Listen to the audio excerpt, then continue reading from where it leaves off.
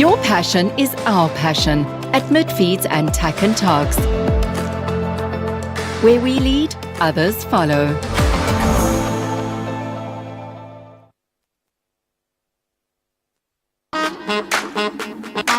Yeah. Bet you're wondering what it is.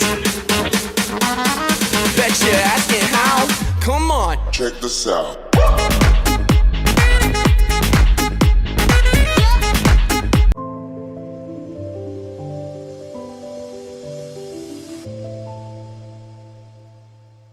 Country Life Properties, a boutique real estate company specializing in sales of equestrian properties, sale of residential, agricultural, and country lifestyle estates in the Greater Kyalami area.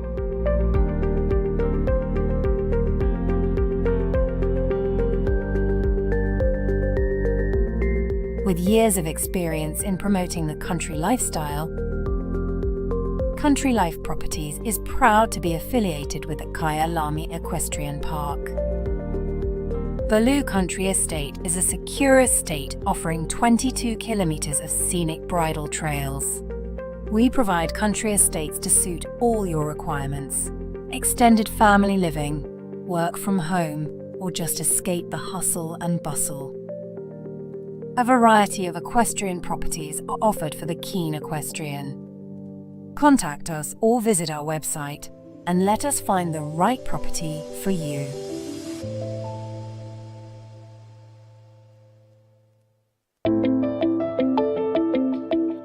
Welcome to Northrand Animal Clinic.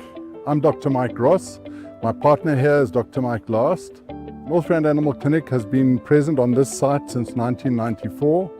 We offer more than 100 years of equine experience. Every aspect of equine veterinary work, from lameness workups to sick horses, colics, and we have a full suite of surgical procedures. Our one speciality is that we spend a lot of time looking at lameness and lameness workups. We also have access to MRI and scintigraphy, a full range of orthobiologic treatment, a full range of ambulatory services, and then we offer a full veterinary appraisal prior to auction. And we've been doing this for a couple of studs for 5 or 6 years. We operate in all fields of equines, including racing, show jumping, dressage, cross-country, and even some endurance work. Northrand Animal Clinic is and would like to remain one jump ahead in the sport horse health industry.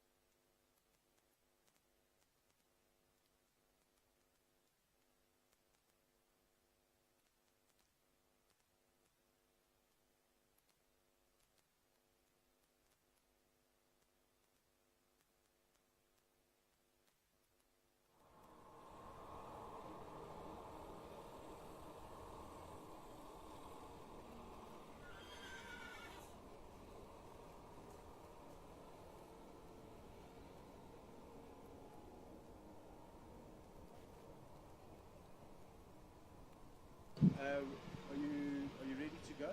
Camera? When you're ready. Just tell me when you're ready. Okay, I'll count you in from 10. Camera, tell us we're ready, Merit. Can I count the guys in? Okay, 10, 9, 8, 7, 6, 5, 4, 3, 2, 1, and...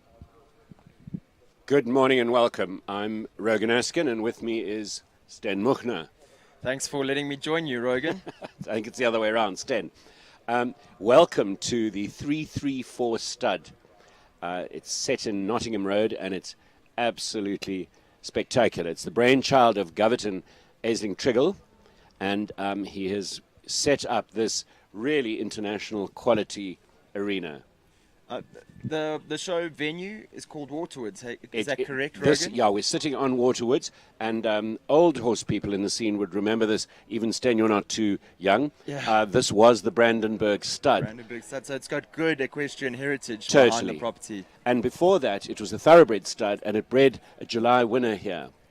Cheapers. And if I take 5 more minutes, I'll remember the name of the winner. So it was a thoroughbred stud, then the Brandenburg warmblood stud, then it became a function venue, and then it was recently acquired by Govert Triggle, and you'll shortly see what a spectacular job he's done. I think these two main arenas are fantastic footing, a lovely setting. The equipment is incredible. I know Ryan Sanders had a big hand in all the jump equipment. So I think we're in for an exciting week of show jumping, and lovely that we get to join our viewers for 4 straight days of what they've called the Waterwoods Show Jumping Festival, I think. Is that what it is? Okay. Show Jumping Festival. Hope it's lovely for the viewers to have us for 4 days, but that You they might have had ain't enough got no of us choice. by the end. Yeah. What is interesting is we've got Bernardo Costa Cabral, the FEI 4-star course designer. He had a problem connecting flights, so he's only getting here this morning, but the design is his, and we have the privilege of having him here. Sten, you know him well. Very well. He encourages forward competitive riding. He really encourages positive riding from the riders and horses. I think there's always the option of adding or leaving one out, but when you speak to Bernardo, his idea or his thought behind his courses is to stay on the forward rhythm. Yes. And I think we've got Kevin Spratley in the B Arena here at this show. So you've got two course designers who really try to encourage, like we said, positive riding. We're going to be kicking off, I think, just now at 8 o'clock with the 140 A2 competition. There's lots of nice options around this track, Rogan. And straight away you notice that the jumps are very light and airy. There's not a lot of filler, and that's become a more modern trend. And I don't know if you can see it. We can't pick it up on our screens. But in the arena is number 1, and it's Nariska Prinsloo Hill, and she's on GCX Max Pacific NPS. No one better to show us what all the inside lines and dropping distances are going to be like here around this track. Yeah, she's so competitive, very experienced. She's campaigned in Europe extensively. And a lovely trailblazer for the class, because I think the competitors will know exactly what they're going to have to do to get on the podium after watching Nariska. Yes. So just a minute or two till the bell is sounded. We have 21 starters in this 140 competition.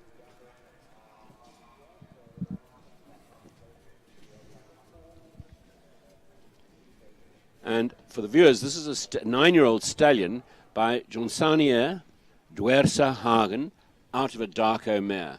And it's almost impossible, not, I'm being facetious, but it's to get a horse out of Belgium without a Darko in the pedigree somewhere. It's quite unusual. He's been an absolutely amazing influence on world show jumping, but on Belgian breeding in particular. Often Darko, you see the Darko line, like you've just said, on the dam line a lot. Yes. And they're yes. always super competitive and successful. And genuine. So an easy 6 here, 1 to 2, walks 28 steps, oxer to oxer. Then they have the option of going inside there, Rogan, to this cow jump at number 3.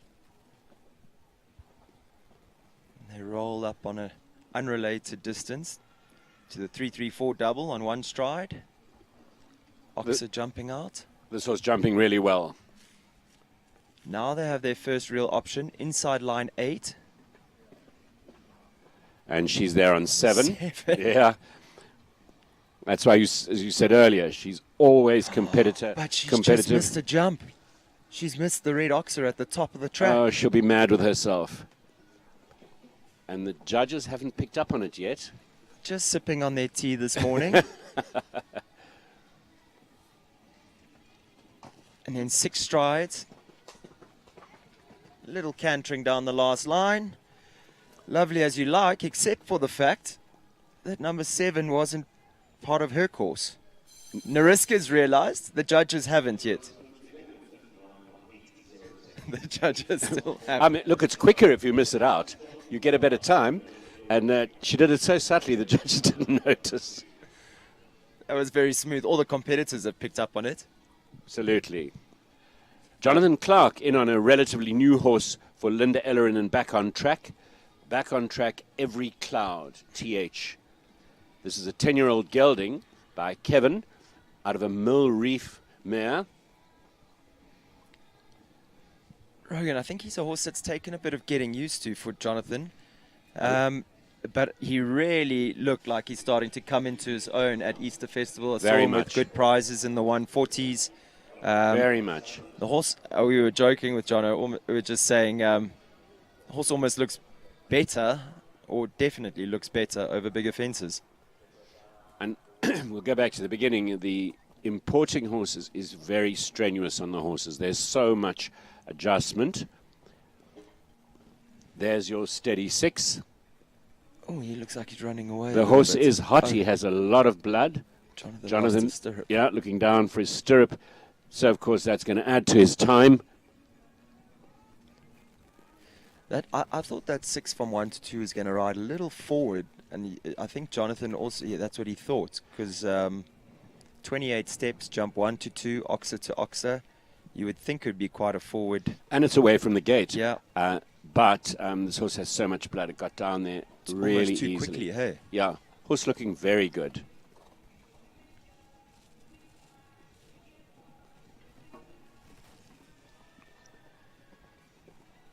There's the level 8 that you talked about. It's always amazing as well at a new venue. I think the way the horses travel across their distances is also very surface related. And I think when you have a good surface, the horses get across the ground very quickly. So this is the more or less the third show they've had here. And they've, as normal with a new venue, they had the odd teething problem. And Govett got Peter Morrison down to solidify the going. They've rolled it. They've really compacted it. And I'm sure you'll agree it's looking very good. Looking great. I mean, I walked that distance 5 to 6 on a slightly inside line 8, and Nariska went down on 7 to start, and Jonathan went on a waiting 8. She went on the 7, then missed out the red oxer afterwards. But the 7 was very easy. Yeah. So horses are traveling on this surface, which I think is always a good sign. So ladies come all the way from Cape Town, and that's an extremely long haul from Cape Town to get to Natal, and they usually go to Sten via Bloemfontein. So it's really a two-day trip. If I'm not mistaken, Daniela did last year as well, where she sort of came up to Joburg, based herself in Joburg. I think I could be mistaken, but okay. I think she comes up and stays with Roxanne Massero. Okay. And then travels from Joburg. Obviously, there's less restrictions traveling out of Joburg than Cape Town. So, yes, she's made the long trip, but she makes a season of it mid-year. It's amazing. For the Cape Town riders have to do this. It's Daniela Smith. She's on first L, and it's a 15-year-old gelding by Berlin out of a Sam R mare. A horse that made his debut at 150 level last year.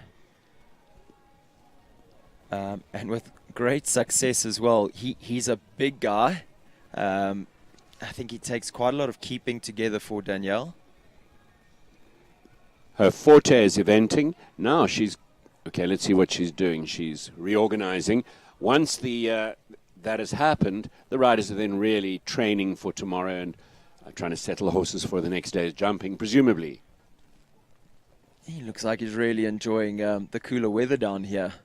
The horses are all going to be on their toes.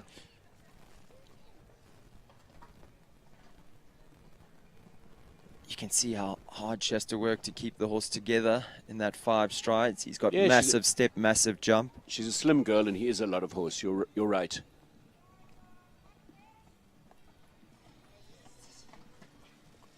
A genuine guy. 4, 5, 6.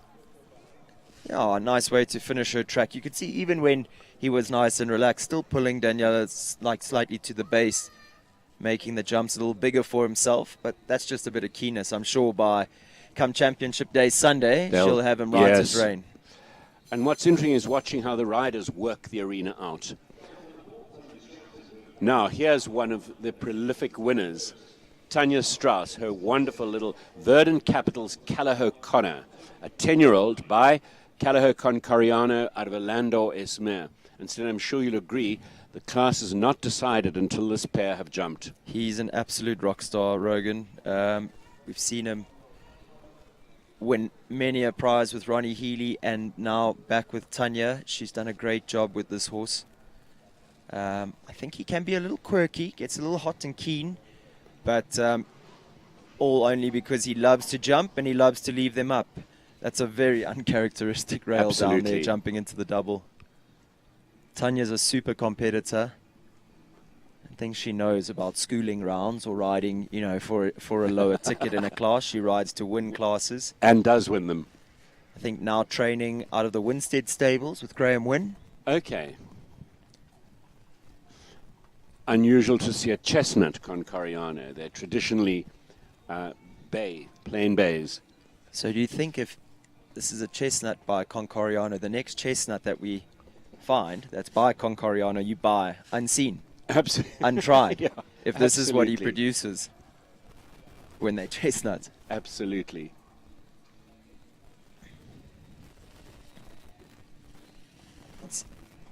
And see Connor maybe getting a little strong here towards the end of the track.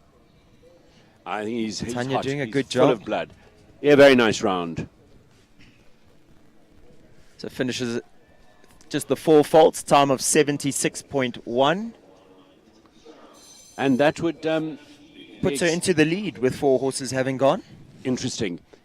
It's early in the morning and everybody's working everything out and getting going. That would be exactly what Costa Cabral does. Just lead you down a distance and you stroke off a vertical. Now let's watch a real pro. Ashley Healy, Hausberger's Sir Crumble, a 10-year-old stallion. He's by Crumble, who's by Cazal. He's a little rubber ball He really is. and a jumping enthusiast as well. Watch this distance. 1, 2, 3, 4, 5, 6, 7, 8, 9, 10. Ishmael jumped that very carefully. Super result. I think that's on day one. That's really how you want to ride that distance, Rogan. Let them jump the vertical at 3, roll along for 7 or 8 strides, and then just set the horse up those last 2 strides. Yeah, Absolutely. Ashley's been training really hard over the last week from Zimbabwe. I was going to be all complimentary and say, when doesn't she train hard? But Jokes aside, I think with a husband like Ronnie Healy, and when you've got 2 young kids, definitely no problem with spending some time with the kids on their holiday. And you've got a work jockey like Ronnie to just keep the horses ticking over. And work is the word. Both Ashley and Ronnie work like demon.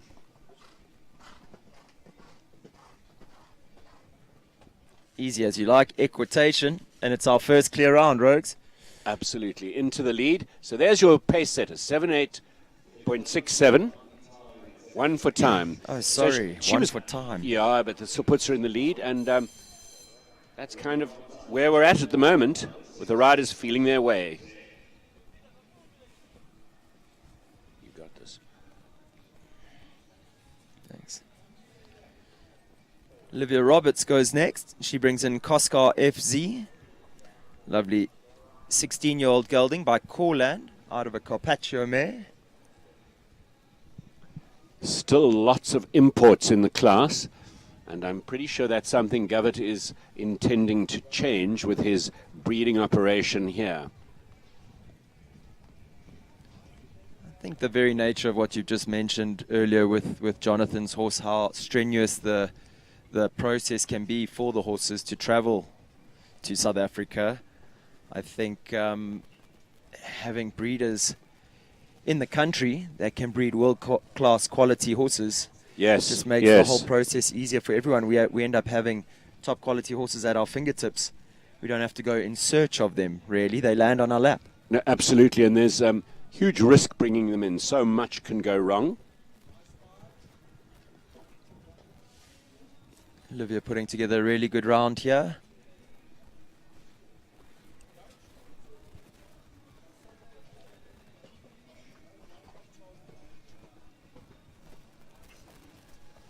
Good down that last line. So she goes into second place, clear, quicker than Ashley, 74.02. And one down. So, yeah, that one early rail. So we haven't seen a very competitive round yet. Not yet. The class is up for grabs at the moment. From one youngster to another, Janine Kutsia up next. She brings in Rotoflow Q Bellissimo Z. 12-year-old stallion. This is by Brett Breitling out of a Kidam de Revel mare. So smartly bred. I think a horse originally bred by Ryan Harvey, and then produced for some time by Dominique Alexander. Big jumping, scopy horse. She went down there in an extra stride and paid the price with the front of number 2 down. I bumped into Janine's mom the other day. We were having a laugh because I mentioned on the live stream, I think at the last show, he's a difficult horse to figure out. He can canter to a really spooky big oxer and jump it in a very orthodox, calm way. And then he can canter to a vertical that's seemingly not spooky to us and clear it by 7 holes. I'd love to, we were saying we'd love to know what goes through his mind. Sure. Massive jump over that wall oxer.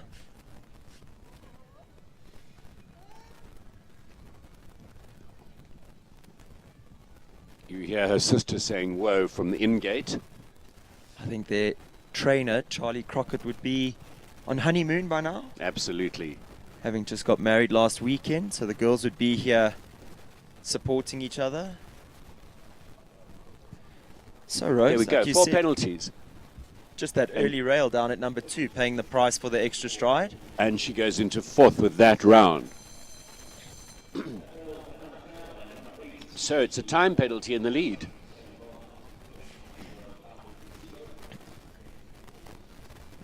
So we've got all the youngsters in a row here, Rogan. Hannah Gerber up next. She brings in CDE Lorlock Picasso, a pair that would not be used to getting a time fault. She does a magnificent job with this horse. Our viewers will be able to see how much room or space Hannah gives her horse in front of the fences. The Lorlock stud situated near Callagher, Schweitzer Enica. Bred some very useful warm bloods over the days. They were often linked with Linda Rabi.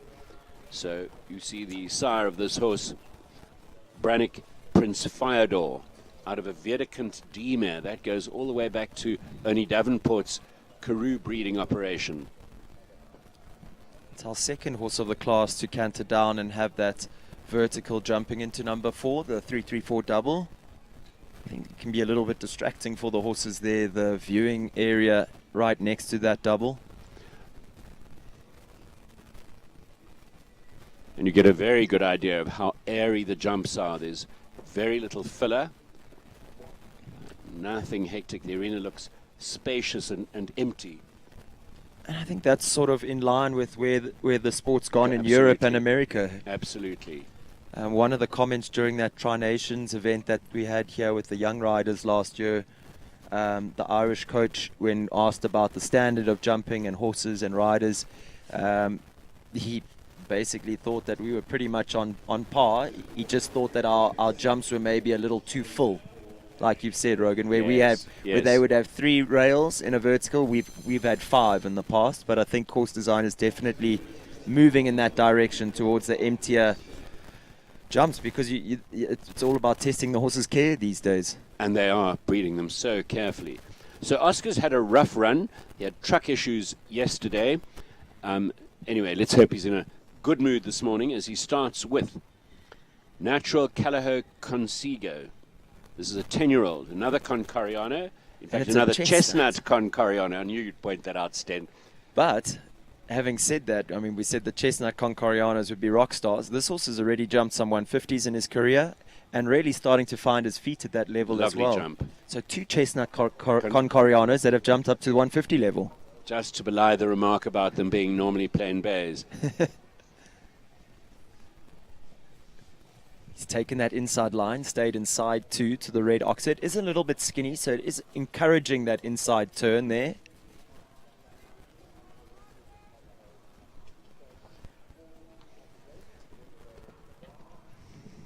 Five strides. See how the horse so intelligently backs up in the middle of that double. We're nearly halfway through. We haven't seen a blisteringly fast round yet. And this competition is up for grabs in a way. This is going to be the quickest we've had. And into the lead. Into the lead he goes, 70.70 and clear. So that's the pace setter as we're halfway through the class. And that'll put a smile on his face, like you say, after a bit of a tricky day yesterday. Always nice when you get a good round like that in the bag. It'll cheer Makes him it up, all worthwhile. Cheer him up no end. So Nariska, who skipped out that jump, starts now. And she's on GCS Max Oregon van der Bishop.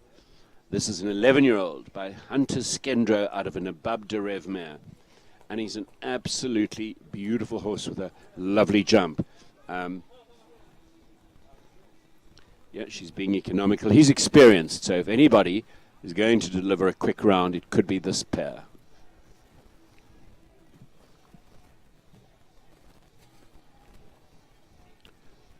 Dominic Alexander also has a Hunter Skendro, and there's a rail going down. So a bit strong at the front rail there, so 4 penalties, leaving Oscar in the lead, 70.70.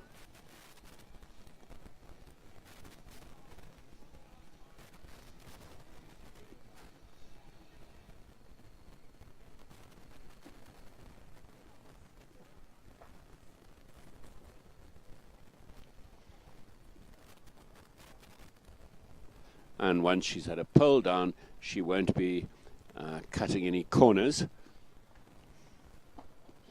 You see a big piece of sheepskin over his pole. These modern horses are so sensitive, and the riders take every care possible that the horses are as comfortable in their tack as possible.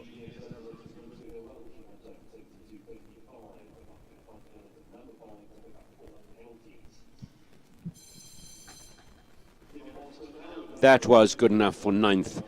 We go to number 11, Divan Bosman. He's on Cornerstones, Midgard Zakiro. This is a 14-year-old by Consuelo out of a Glückscup mare bred in Namibia. And he is a maestro against the clock. Not a very tall guy, very slim and smooth as paint. Let's see how competitive he's going to be. Does an inside turn to 3. This horse is careful enough to jump this vertical.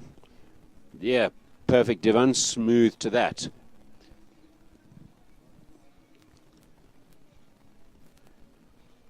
Divan is based with his coach just outside of Pretoria, but basically between Pretoria and Johannesburg.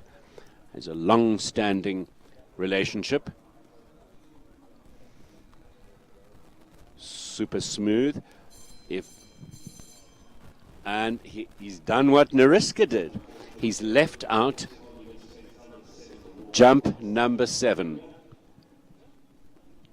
What a shame, what a pity. Oh, Divan. And he was on for a win there. He's won so much. It just saves the horse for the rest of the show.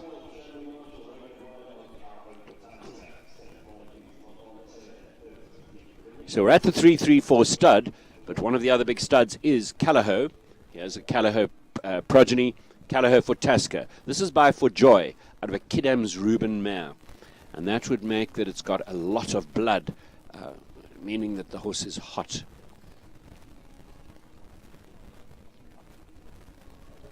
Shanley has to really hold for the 6. That was a very steady 6 for her, 1-2.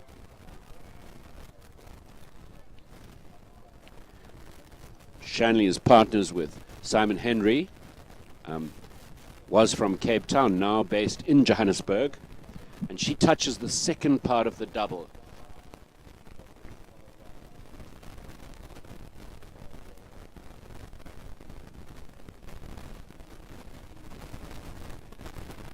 Here we come to the red oxer. The 2 riders were now left out.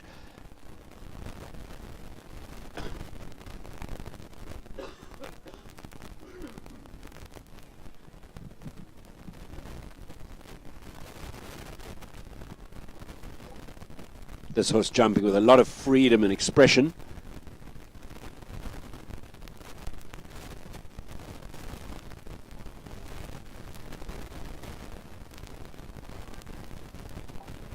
And she adds a stride to the last. Pays the price, has 2 down. So that puts her out of the prize contention. We go to number 13, another rider who makes the long drive, this time all the way from Plet. It's Ivan van der Sede. Ivan has an equestrian operation in Plet. Hard to think of anything more idyllic than that. And he's on PM Carina. This is a 13-year-old mare by Connor out of a Carnute mare.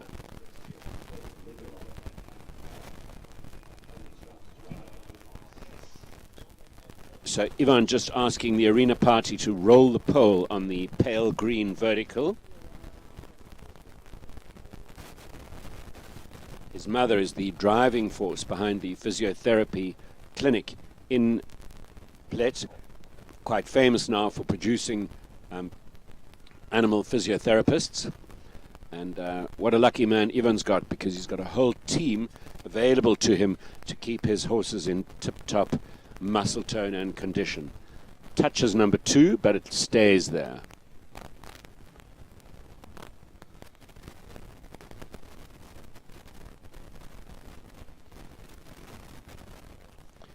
You'll notice many of the horses' ages are in their teens. And of course that's connected to the fact that that's when the horses reach their maturity. It takes years to produce a horse to this level. So it's rare that a horse is at this height younger than 8 years old. And then you hope to keep them in their competition prime until they're in their mid-teens. And if you're lucky, slightly older.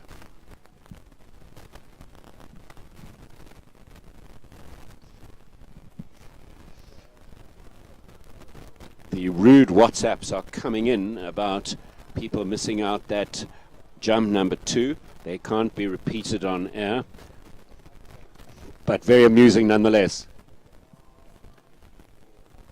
And into the lead goes Ivan. Clear in 67.23. That was quick, very organized, and typical of Ivan van der Sede. Smooth and organized. Now, another very, very competitive, successful rider. Number 14 is Kayla Nordier, Capital Hope. And this is a 10-year-old by Capital Hotline out of a Katoki mare. And she touches off number 2.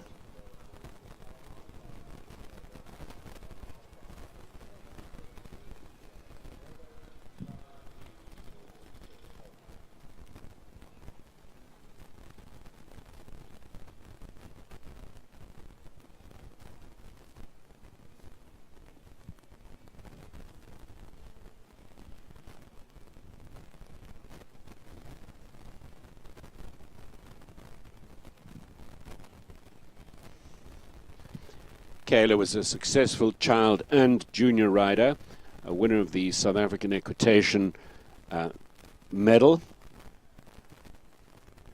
Very educated, very all-round, diligent. And they have a riding, she and her mother have a riding setup in Kyalami in Johannesburg. They're also very well known for their involvement in vaulting, taking vaulting teams to the World Championship. Kayla has an equally good riding sister, slightly younger. 4 penalties. That puts her 9th. So the riders all slowing down once they've had a pole. Here's a horse new to viewers. It's number 15, Jonathan Clark, with back on track Kazanzi.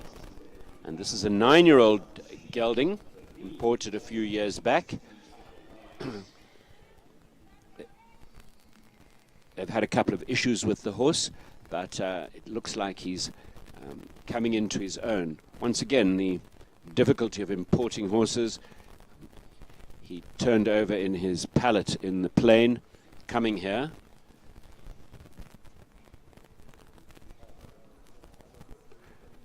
And 1 to 2 just perfect.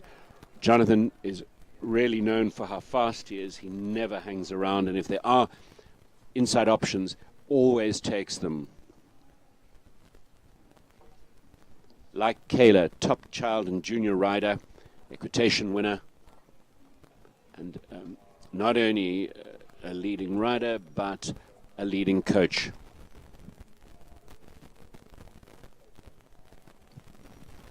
And he makes sure he's looking at jump number 7 that's fouled 2 riders, rounds up.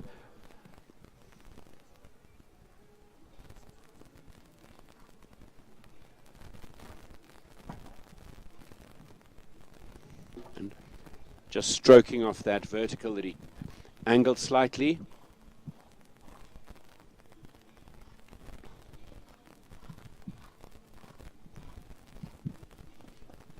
So on 4 penalties coming to the last line. And really showing in a very promising form.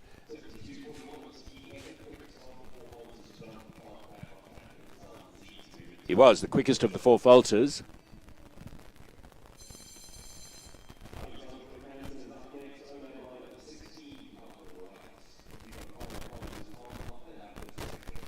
Now you know this horse well, Sten. Not that Laos. well. Laos, I think, was with Rainer Korber. Correct. Craig Rankin. Yes, Craig Rankin from the rode. Callagher stud. Yeah. And then sold to Alexandra Rick Hansen, and she has put together such a good partnership. It is the first Lissabon you see. Lissabon, probably the leading stallion at Callagher, or the most popular and the most successful at this stage. Out of a direct Alme mare, which is pretty remarkable. Not too many of those around anymore. Alexandra now a student at Cape Town University. So I think Jenna O'Dell, her trainer, has been doing a lot of work with the horse in between. Yes. But Alexandra's still lucky enough to be able to come home, and when you're a quality rider like her, get back in the saddle fits like an old glove. Yeah, I agree with you. Wonderful rider, and she's extracted super things from this horse. Another horse that made his debut, I think, last year in the 150s. Yes. And another horse, and I say it with all due respect, with the Lissabons, a lot of them, when you see them jumping in the 130s, 135s, you think they've sort of reached their limit, and then just, I think, down to pure technique, their ability and their will to jump. They managed to jump a level or 2 past where you would say their scope ends. I don't know if that sounds fair to say. But No, I think they you're really, absolutely right. and I don't mean it with any disrespect to them, because No. they've been amazing competitors. They haven't just jumped 150 classes; they've won 150 absolutely. classes. Absolutely. Oh, So they go quicker and quicker. Our 4 falters, another yes, quick that 4 pale faults. green vertical that she had down has fallen a couple of times. And now you can give us inside track here. Kimberly Williamson, Callagher Carina by Corinth out of an Argentinas mare. Sten, take them around, or would you prefer me to? No, she's a mare that, when we went to try the horse, Kim wasn't that blown away by her. And my wife reminds me daily that I could have had her. But I was adamant that Kim had to buy her, and she's been a fantastic competitor for Kim. Kim does a great job. She's hot, she's fiery. She's by Corinth out of an Argentinas mare. And I think big into the double there, but the mare shows good care jumping out. I think Corinth is almost like a bit of a secret weapon for Callagher. There haven't been many, but just getting a little keen there to that vertical. And cut the corner slightly to get deep. What a shame, because jumping on impeccable form. Yeah. Rogan, you'll notice she's just changed from a gag type bit to a hackamore combination. It's got a big leather straight bar, soft leather straight bar in the mouth. That's interesting. And then a big sheepskin over the nose. She's not a strong horse, but she's a hot horse. So what a good round. We've tried to go for sort of head pressure, trying to hold the horse's head rather than her mouth, because she can get a bit mouthy and be a little bit inconsistent. So I think with that hackamore combination, you've managed to hold her head more, and the round stays smoother, I think, as we saw there. That was so interesting, and what a nice bitting setup. Because they are breeding these horses more delicate. And Lissabons, there's no Lissabon in there. Yeah, exactly. I was going to say Lissabons are tricky in the mouth, but here we go with Lisa Williams, number 19, on 334 Pilgrim, a 16-year-old by Perigou out of a Freedom First mare.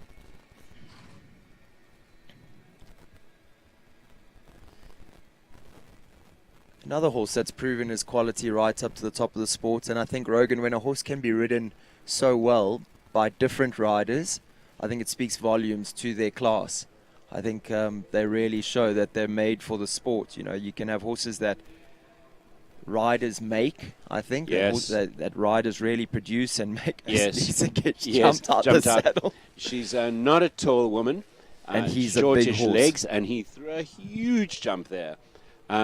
She does well, and it's testimony to his kindness that he's able to be ridden by a small woman. Lisa not happy. She circles and out she goes. I hope she's okay. I hope she didn't hurt herself in that moment. I think it's just really that from 4 to 5, I don't think there's as much space as what you think coming around to that oxer.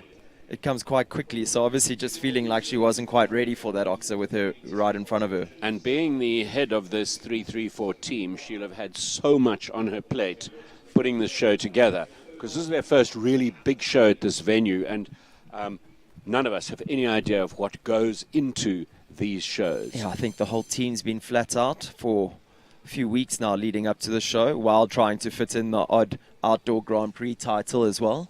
Absolutely. So Nariska again. This is her third ride. Capital Aiden. This horse, 9-year-old by Arezzo van der Lagerweg, out of My Lord Carthago mare. She wasn't that beautiful. Did you see that? So tight and smooth back to that vertical. It's a horse that she purchased off the Capital Stud auction. And I think much the same as we've seen with Capital Magic Boy that Ronnie Healy won the Outdoor Grand Prix title on just a week or two ago. This is a horse that had to go to the right rider, Rogan. He had all the quality, a big jumper, but I think Nariska has really taken her time, and he took a lot of effort in the beginning. It's great to have all the scope in the world, but they've got to be rideable as well. And rideability is what she's trained down to a T in this horse. He is jumping so carefully. Yeah, I'm with you. He's big, he's deliberate, he's scopy. But he must take a fair amount of riding. How good was that? Super. She's going to finish in certainly a podium finish. Into second place? Goes into second, 69.34. Well, that makes up for the the earlier classes where it wasn't going her way. I think she was really quick there from 2 to 3, and then again from 9 to 10. She wasted no time.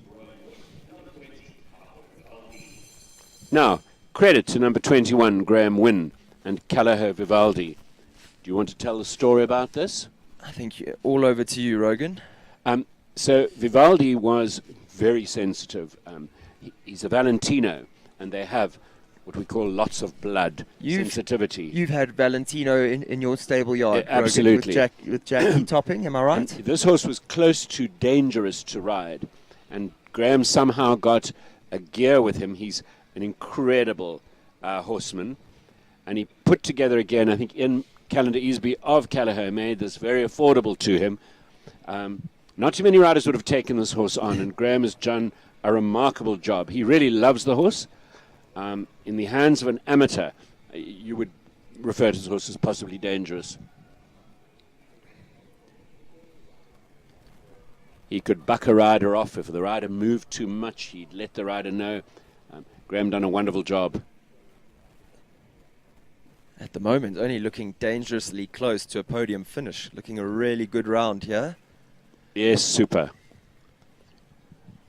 And it probably bears repetition. Graham was, I think, a 15-time winner of the South African Eventing Championships. He's sort of our Bruce Fordyce of equestrian sport.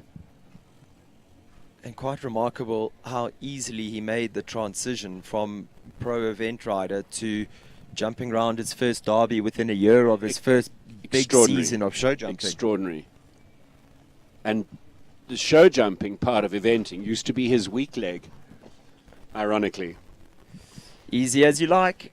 Leaves them all up. Clear in a time of 75.43. Goes into 4th place. He'll be well pleased with that. So that that concludes the competition.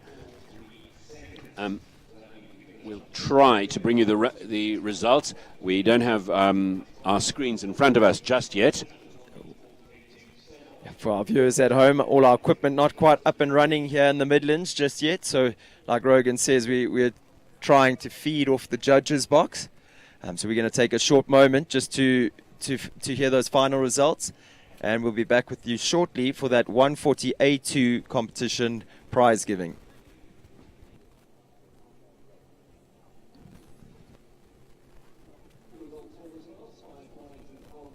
Here come the results.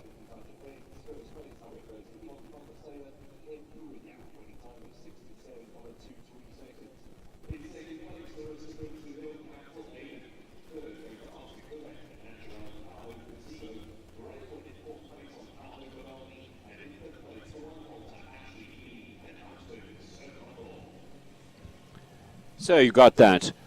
That was a win for Ivan van der Sade. Buy him some diesel to get his truck and horses home.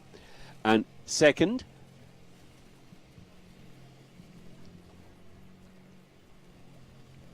Graham win in at 4th, but we're just looking at who comes in second. There's Ivan coming through the arch. Nariska second.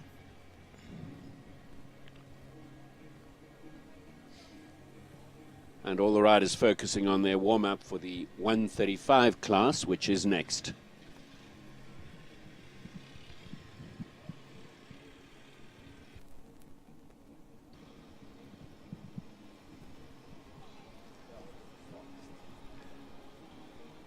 One of the principles of these all-weather arenas is that they can take all weather, and secondly, that the experience for horse number 1 or horse number 100 is as similar as possible.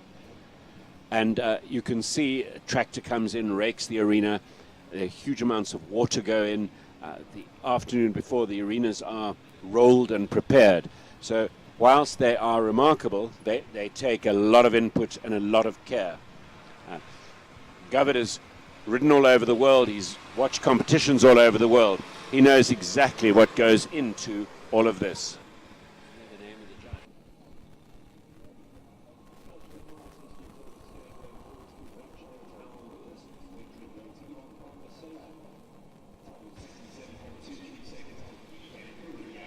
There we have the winner of the class, Ivan van der Sade, PM Corinna, all the way from Plet. Ivan runs a very busy setup there, a show venue that he's heavily involved in. So he knows what goes into these big shows. I'm sure he'll be very pleased with the way he started here. They've established a lovely new venue in Plet. And this would be the first leg of his trip or his season or his mid-season of show jumping. So like we say, a great way for him to start. Oscar coming in just at the last minute. I think he was third. Nariska Princely took second. Oscar third on Callao Consigo, our chestnut Concoriano. And another Callao horse, Graham Wynn, with Callao Vivaldi, rounding out our top 4 prizes. It's almost like the calm before the storm, Rogan, when you watch the riders having a little bit of a schooling round here on day 1. You know what we're in for come 3 days' time, championship day, or 2 days' time. Even the championship classes start on Saturday. They'll be going flat out. So these guys are just sort of setting the groundwork, like you say, to go flat out later in the week. As we see Ivan leading them off on a lap of honor, a well-deserved lap of honor here on day one, the first class at the Waterwoods Show Jumping Festival. Ivan winning 4,000 Rand for that effort, 3,500 going to Nariska. Oscar, 3,000. Then 2,500 Rand going to Graham, and 1,500 Rand to the fourth placed. Was that also Nariska? Fifth place Graham win. Fifth place.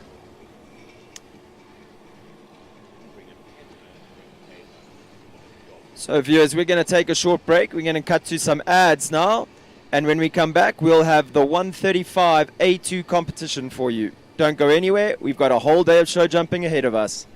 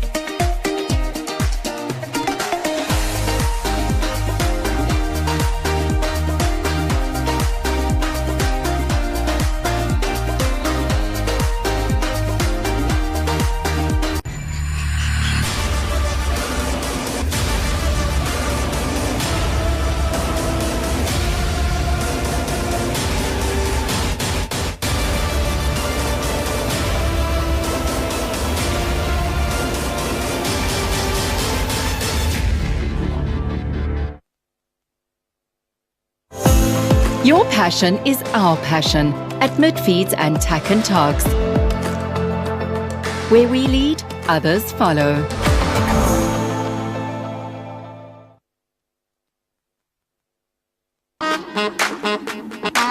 Yeah. Bet you're wondering what it is. Bet you're asking how. Come on. Check this out.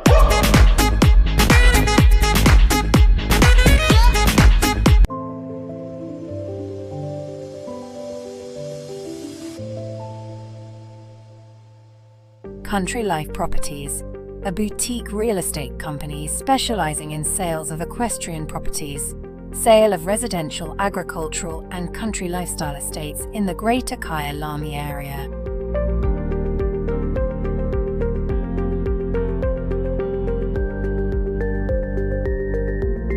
With years of experience in promoting the country lifestyle, Country Life Properties is proud to be affiliated with the Kyalami Equestrian Park. Baloo Country Estate is a secure estate offering 22 kilometers of scenic bridle trails. We provide country estates to suit all your requirements: extended family living, work from home, or just escape the hustle and bustle. A variety of equestrian properties are offered for the keen equestrian. Contact us or visit our website and let us find the right property for you.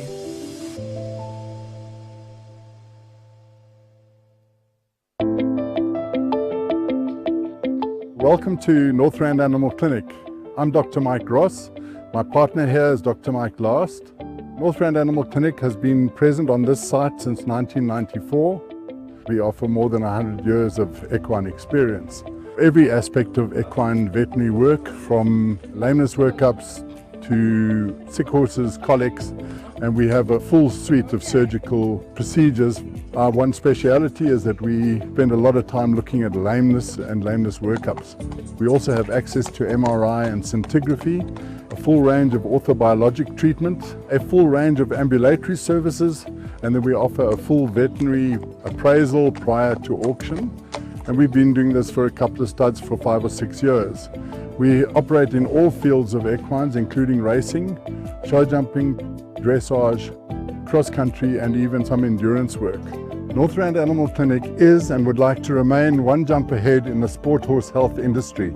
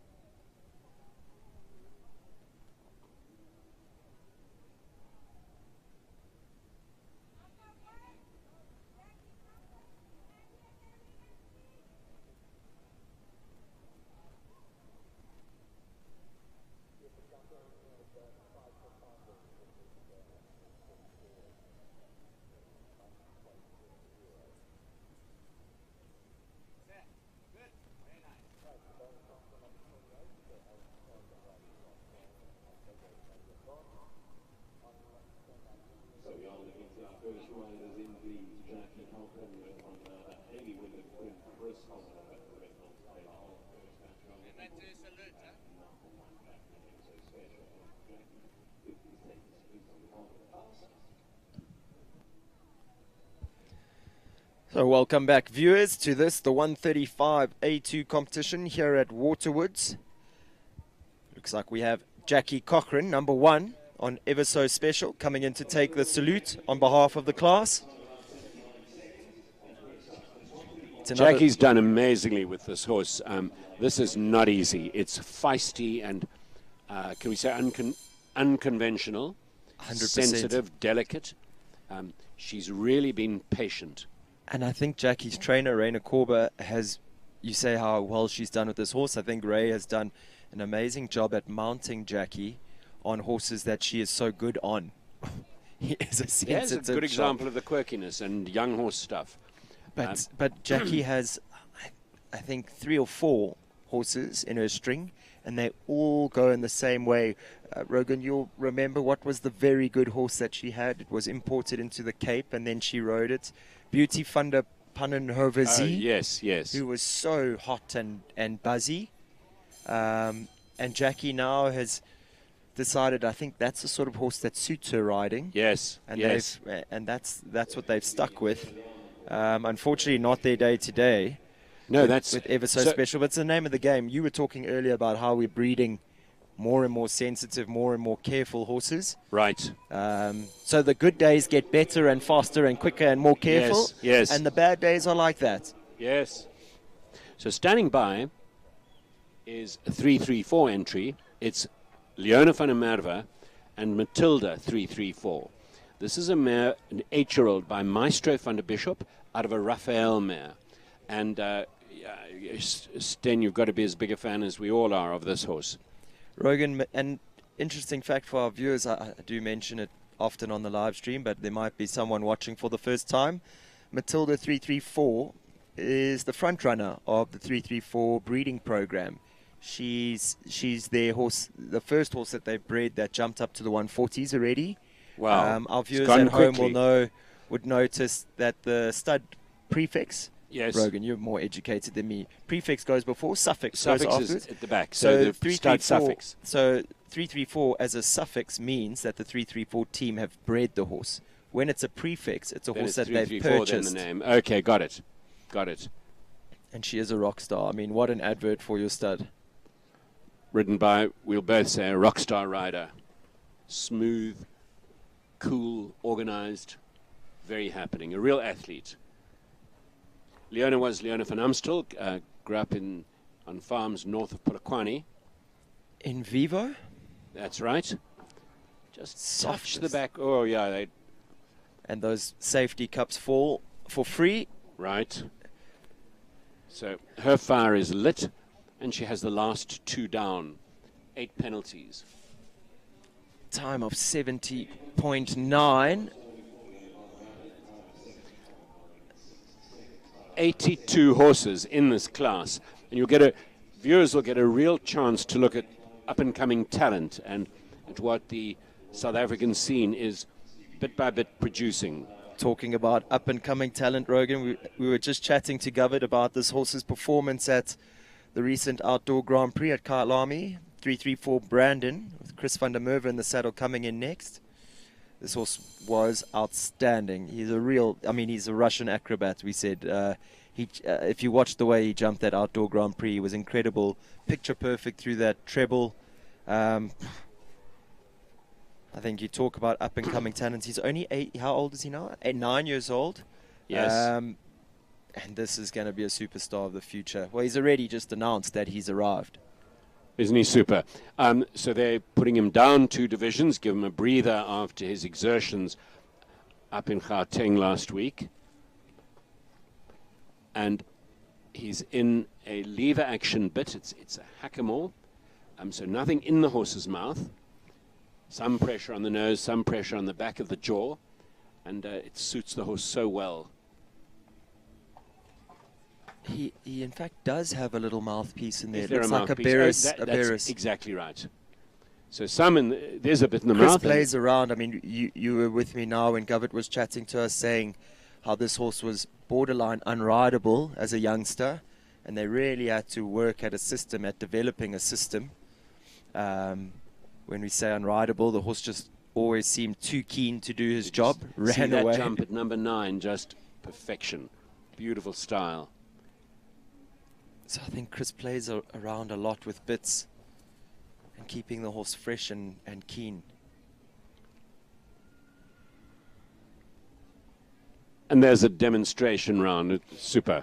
Really super. It's the closest to equitation that Chris has ever done. Now we go back to number 2, Dominic Alexander. He brings in Capital Collier. It's a 10-year-old from the Capital stud by Cronus out of Capital A-Star mare.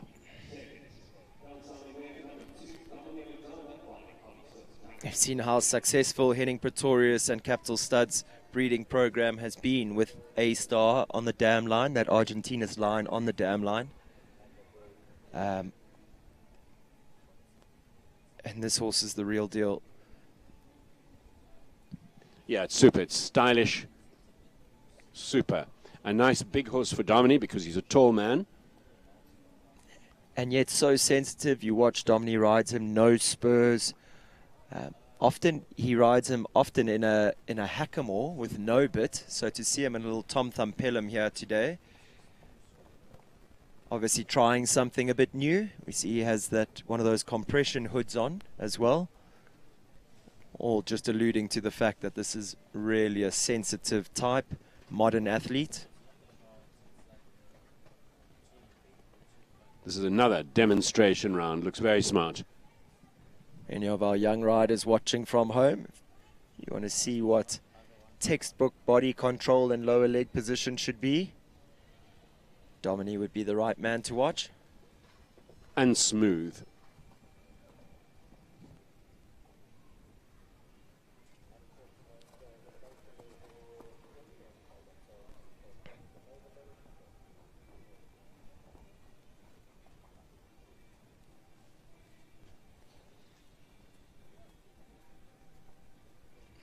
Easy as you like. They're racking up the clears here this morning.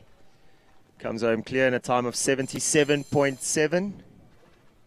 And Dominic just having a school there, so that wouldn't be him being competitive. Really did look like he was just cantering around on a Tuesday morning at home, Rhodes. Absolutely. Lorette Knowles-Taylor now on Aripodema. This is a Scandix out of a Corlin mare, and 10-year-old gelding. I believe a horse bred by Sancho Fuhrman that Lorette hasn't had for very long. So that opening oxer away from the gate towards where the people are sitting and the catering, that definitely challenges young horses. They watch other things and can easily make a small error. Number 1 and number 2. You saw a horse get eliminated at number 1 and number 2 earlier in this class. Another thing to note, I think, with this horse is that he has jumped right up to the 150 classes already. You can often find, like, getting the horses to roll up to the fences when they're a few holes smaller, Rogan. To get down your distances, you have to really focus on having a good tempo, because they've sort of adjusted themselves to jumping the bigger fences for a while, and how they hold their body.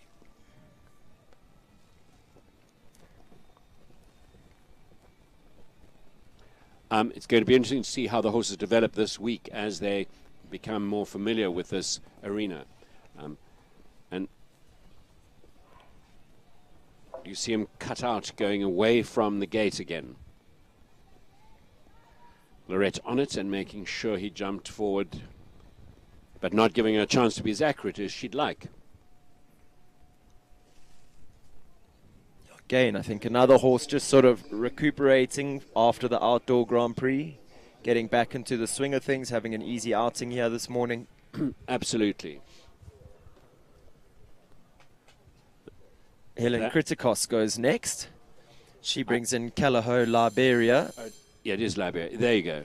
Riding out of the Langley Equestrian team setup. You spoke earlier about Lissabon being leading breeding stallion in South Africa, I think you mentioned. Yeah, South African warm blood stallion. He's been stellar in his delivery.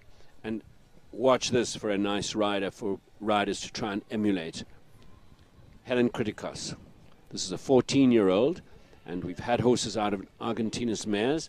Here's another one.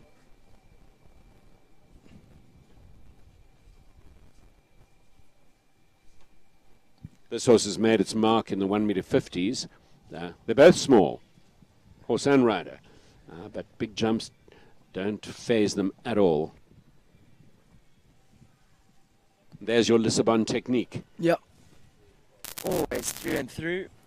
Helen's a funny young lady, super talented rider, just always so stylish, and always appears so confident in the ring. But if you chat to her like in the morning of a big Grand Prix or something, Rogan, she'll say, oh, I don't know, I just want to do right by my horse, and you know, oh, I don't want to let her down.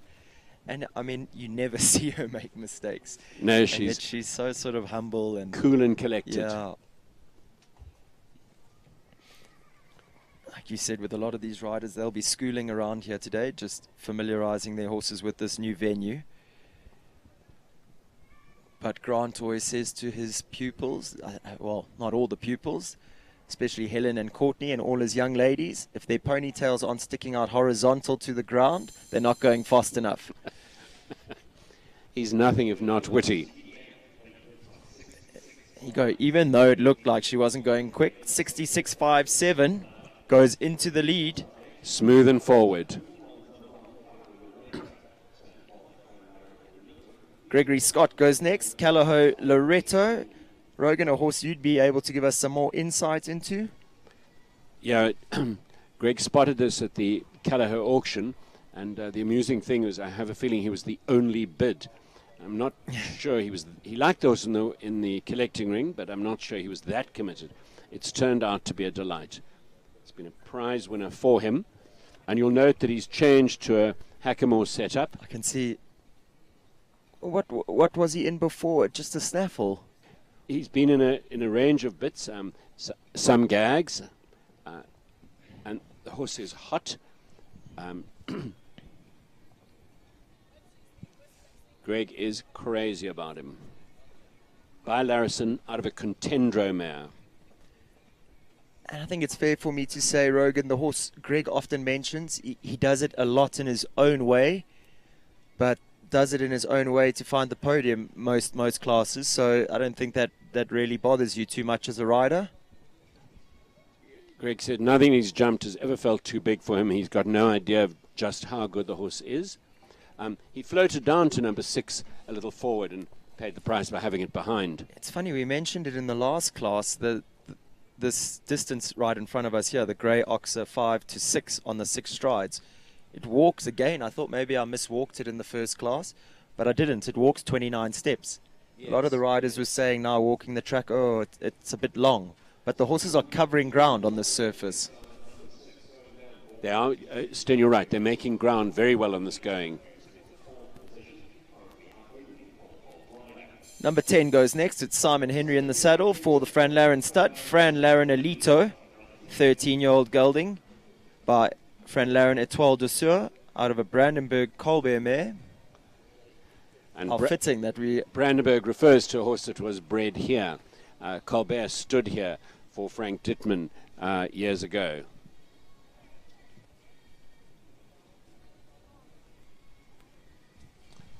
Wonderful rider, Simon. Smooth, quiet, understated. You speak about how the riders feel about their horse. You said Greg with Callao Loreto knows he's just a money winner. Loves to win classes. Simon says much the same about this horse. He says easy to ride, just goes along, does his job. Oh, second horse in a row. Same mistake as Greg, a little floaty and forward to that and pays for it behind. So Rogan, do you think they're getting there too quickly or not yes, quite? Yeah, they're quickly. getting, and I think that's due to the fact that that's how the track walks. Like you would need to be cantering forward on the 6. Yes. And yet this was not jumping behind, which can often maybe refer to a bad trip down. Exactly or that. Stiff trip down. Yes, exactly that.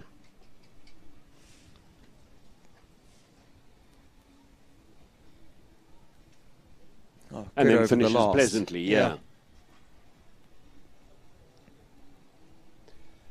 Now, here's an interesting one. Tamara Rueda acquired this horse from Rainer Korber, this Callao-owned horse, and it's Callao Joe Cool.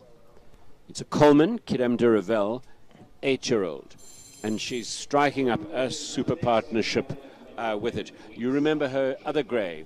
Her grey mare. Do you not see... I'm trying to remember her name. Qantas. Qantas.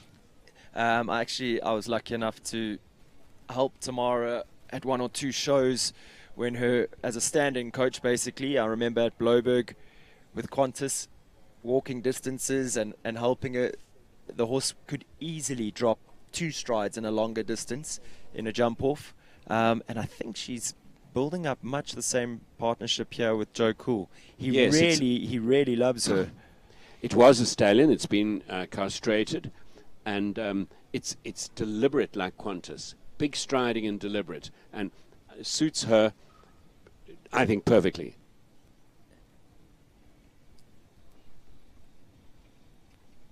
Isn't that nice? Yes, you just press him up to the double, and he answers beautifully at the Oxer jumping in there. Tamara, born and bred in Cape Town, and did what many Cape Town riders do, relocated to Johannesburg to be more competitive for the greater convenience. Sitting on 7 strides. Sitting on 7 strides down there to the crane jump. And it didn't work. Not working either. Almost looked like after she pressed him forward, after the lemon jump at number 3, he just got a bit strong for her going around. So this will be penciled down to another training round. But no problem at all. The horse showing lovely form during the round.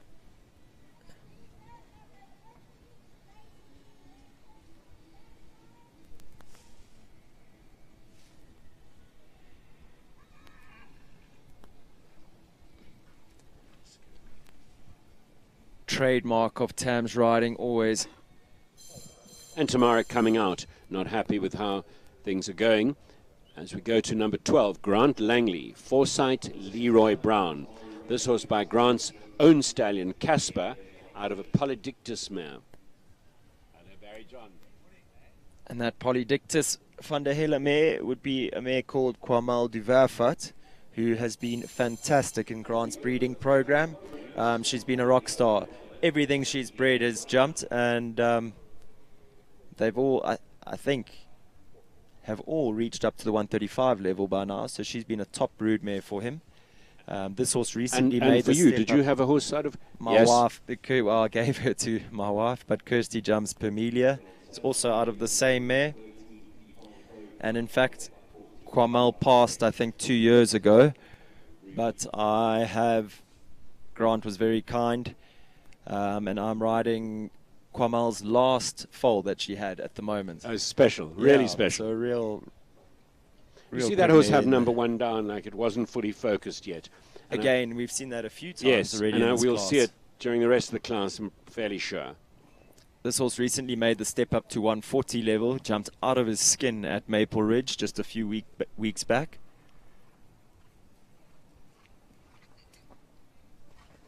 Again, we talk about big horses that are sensitive. You can see Grant riding, no spur, snaffle mouthpiece. Horse goes in a very classical way.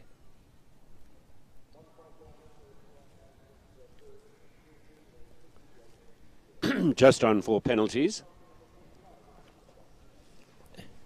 4 fences from home.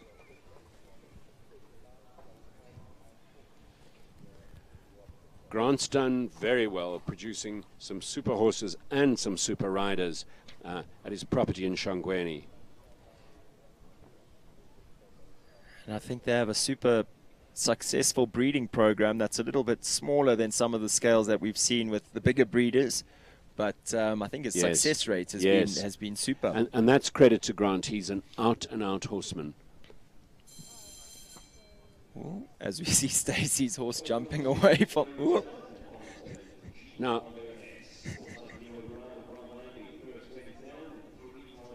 Barry on number 14, Jeep Largo S. And this is by Cicero van Permel out of a Poor Boy mare. This is a 14-year-old, big scopy animal. And you see Barry drawing on his years of experience to deliver a good thing here. He had his daughter on this horse a little bit. I think Ashley was very successful on, I think he's more affectionately known as Tiny, and I think our viewers at home can see why. He's about 19 hands. Ashley was super successful on this horse right up to 150 level. And then Barry's only recently taken back the ride. And you hear him shout at the horse. He stood off and touched the back rail, but it's still in place. He's having a dip here. Yes, he's on 46 seconds back then. 6-7 strides there to the oxer. Rolls around to that last line. Gets deep. Manages. Going on a big one here. 7, 8, 9. Very good. And leaves it up. So 69. Into second on 69.10. Still some 3 seconds off Helen Kritikos's time. Isn't she Really efficient just and organized? Tinkled around, did Helen? Yep. one of the characters in the sport is Stacey Lee Weston, former teacher, now businesswoman, married to a farrier Patrick. At number 15, she brings in Western Farrier's Alpha Ruby. And this is by Edward out of a Laramie mare, a 12-year-old. Edward being the sire of King Edward, probably the #1 horse in the world in the last few years. Alpha Ruby would be, I think I'm not mistaken in saying, the only horse that Stacey is riding at the moment that she hasn't bred herself. And this is a Namibian bred. Stacey always a fierce competitor. You saw she took a very tight line, 2-3. This is a plump, dumpy sort of horse, almost ponyish, but boy, it's not short of ability. Like you saw there. And I think you say sort of ponyish, but I think the biggest thing for Stacey has been to be able to get this horse more together, more connected, because it's, I think, quite a big ride for Stacey.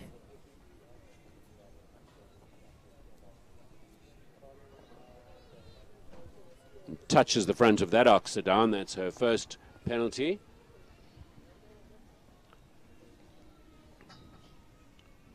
Poles falling here and there. Sten all over the arena. Always a sign of good course design, I would believe. Yep. I think that's what It was good enough for 6th place, 73.90. But of course that'll be eclipsed as the class goes on. I think whenever you speak to the course designers, that's often what they mention. They never want to see one bogey fence or, you know, one fence falling too often. They'd like to have faults all around their track. Absolutely. Shanae Bean goes next.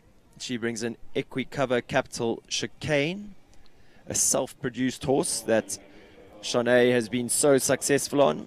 9-year-old gelding by Capital Capriccio out of a Consuelo mare. Shanae rides out of the RH equestrian setup.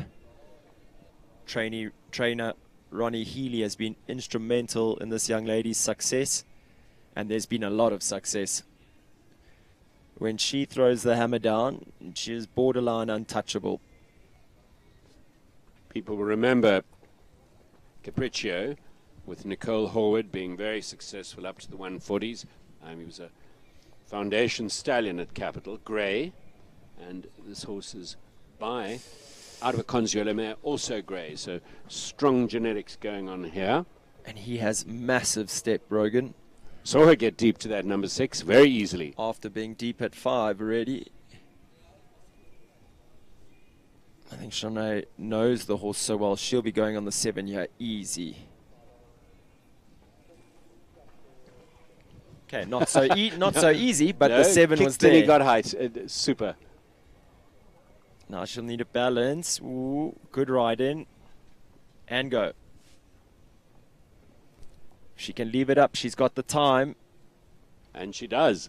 Oof, 67.20. Into second. 67.20. Good enough to slot in just behind Helen Kritikos and Calaho Liberia. Currently leading in that time of 66.57.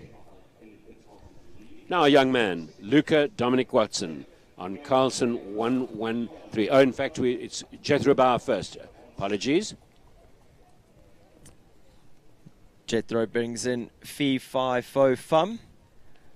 Brendan and I back in the program to number 13, Fee Fi Fo Fum, yeah. We often tease Fee Fi Fo Fum. I know my way to the podium. By Capital Dinaco, out of mare by To Be or Not To Be. Dinaco is one of the few, or if not the only, son of Don Camarco, standing at stud.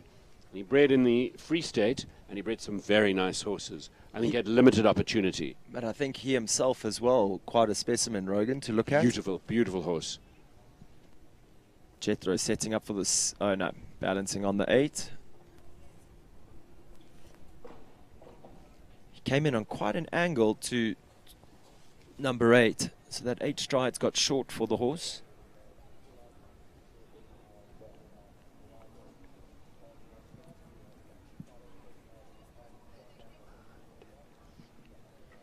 And you see 11 strides and it goes down. Barry, there are 9 strides, I think, if I remember correctly. It was 9 strides, but it was a going 9.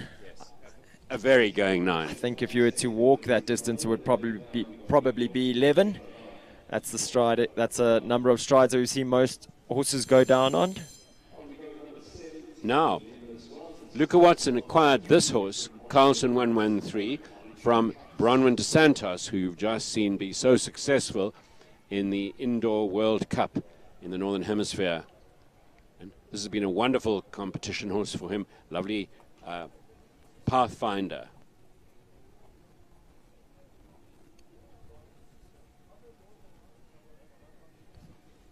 Very good pony rider, and now firmly established as a successful young rider. Already so, like you say, already so established as just a 15-year-old is Luca. And his parents have done a fantastic job. His parents and coach have done a fantastic job in mounting him correctly. And he'd have wanted to leave a stride out there off that turn to clear that oxer, but very competitive up until now.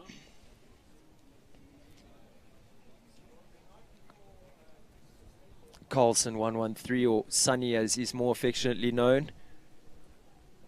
Real competitor himself, and he's won classes all over the country with Bronwyn and with Luca. Jumped right up to the 150 level. He was a feisty young horse, if you remember him arriving from Europe.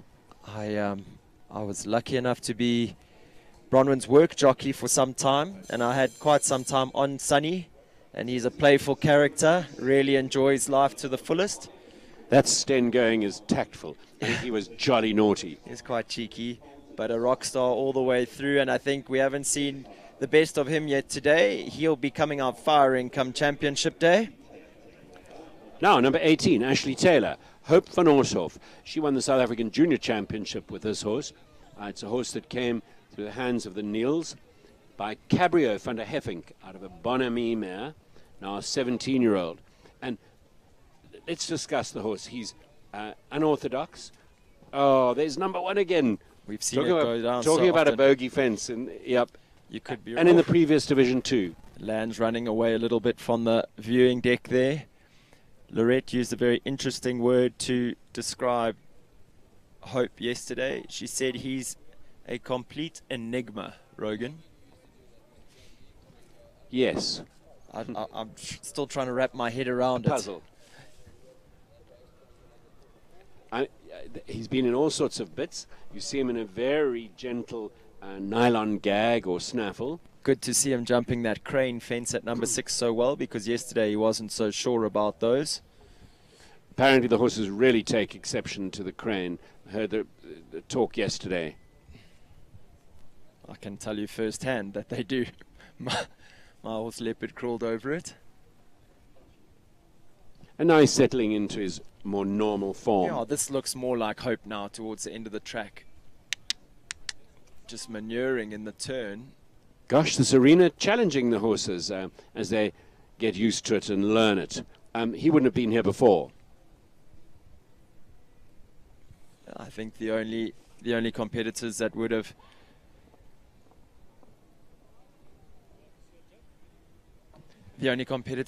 enjoyed jumping here before would be the Natal riders. I think they've had one show before this event. So yes.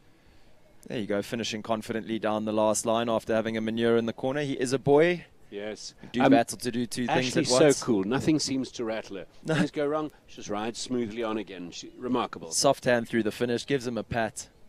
I mean, she wouldn't be too pleased with that, but she doesn't take out any frustration. Like you say, super calm.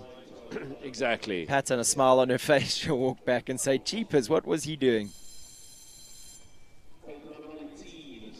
So, number 19 is Amy Jane Gempele. She's on Optima Capital Quality, an 8-year-old by the fabulous Zirocco Blue VDL out of a staccato mare. Lots and lots of blood here.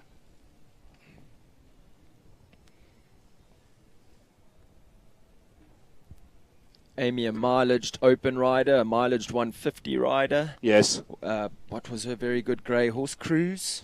Cruise. Cruise missile? Cruising? No, I think cruise it's line? Cruise. I think its name was Cruise. By cruising, yeah.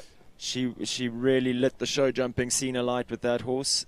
Has spent some time building a family, getting married, I Yes. suppose growing up, real life things, Now proud mother of a baby daughter.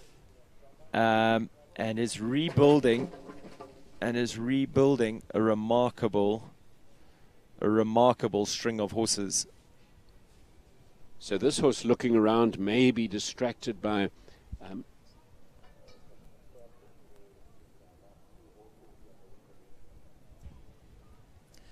Sorry, Rogan, I cut you off. Just trying to No, get not the to arena worry. staff out the way. yeah, they were tidying, and they may well have distracted the horse. The horse is new here and having a good look around. See the arena surrounded by these beautiful trees, and in the Aren't they? autumn season, Yes. change of color. Lovely to look at, but can be a little disconcerting for the horses. When Govett was acquiring the farm, or wanting to acquire the farm, this is what he visualized, is the arena between the trees, and it's been executed perfectly.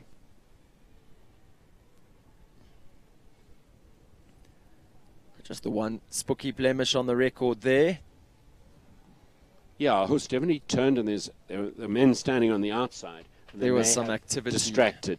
here on the side, but actually a really, really good round. You heard Amy just saying to the guys, please, you nearly killed me. But Optima Capital Quality putting together a good round, and that's going to be a horse to watch come the next few classes this week. As we see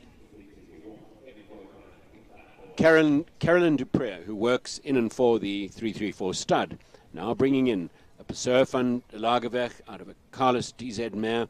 This is a 9-year-old called 334 Pearl.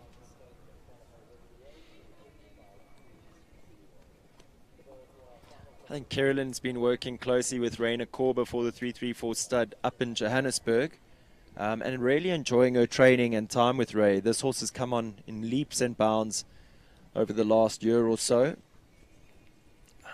They've been podium finishes in the 130s and 135s regularly Very much so. over recent times. And always a good thing, the bitting has gone more gentle and more simple. Cavison noseband and a nylon or plastic snaffle.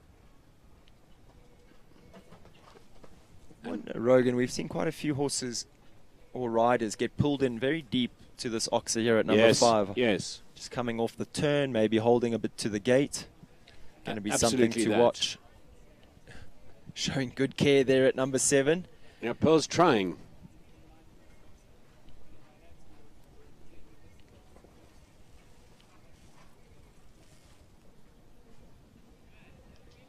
That line looked super.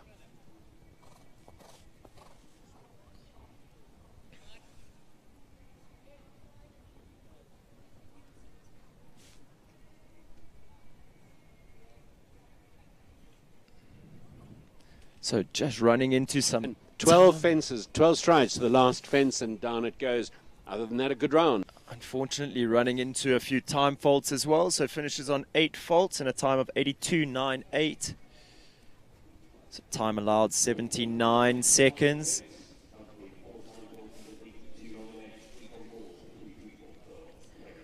You see Hamza Minty making his way into the arena. They're winning Hamza Minty.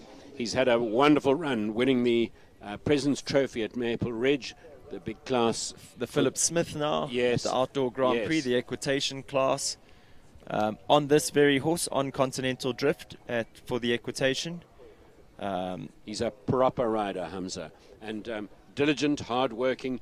You see him in the warm-up arena, really schooling his horses. He pressed the horse at that, touched it with a stick, and the horse jumped forward and had it down. This arena definitely challenging the horses.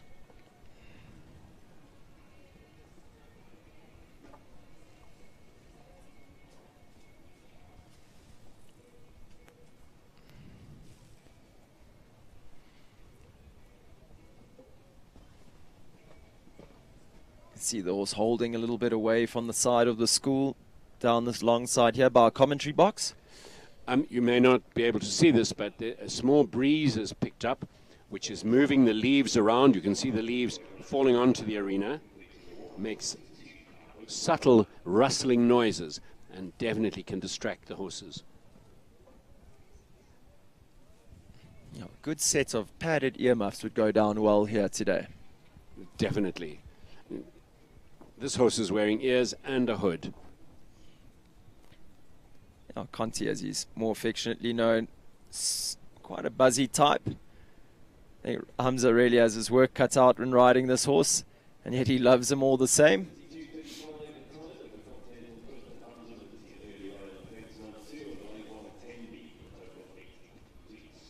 So John Bauer next brings in Ebb and Flow, Brannick, Cabana Boy, a 10-year-old by Consuelo out of an Ulior mare.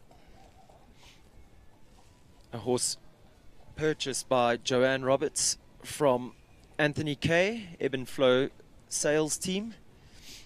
And don't let him fool you. He looks like a bit of a big, cold type.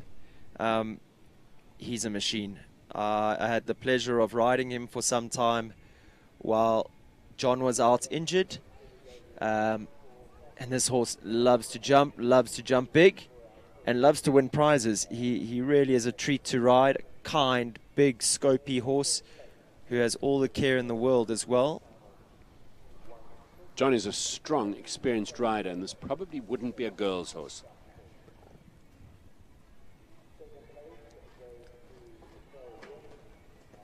Another rider, Rogan, running a little deep to that oxer. We've seen it happen quite often in this class. It certainly is that Calder Hill jump taking its toll. I think all the riders will be forgiving Calder Hill.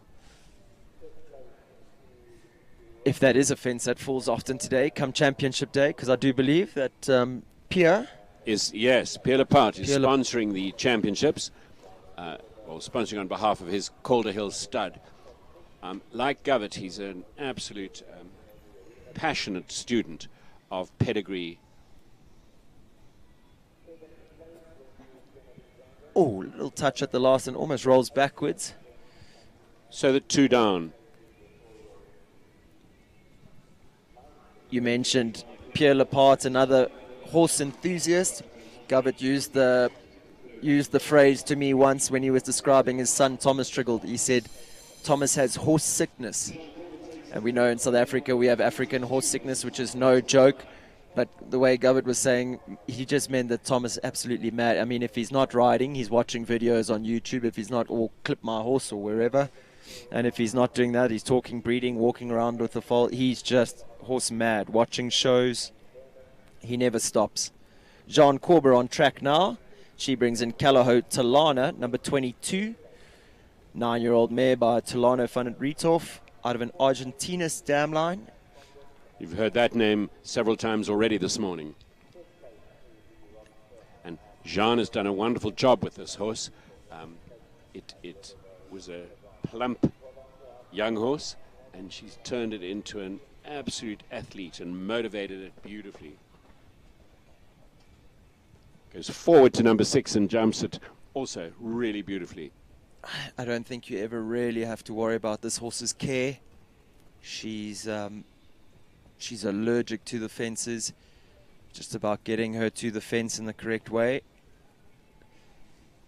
Jean has a very good eye for a horse. Produces all her own horses. She's a hard-working lady. I never can work out when she gets to sleep.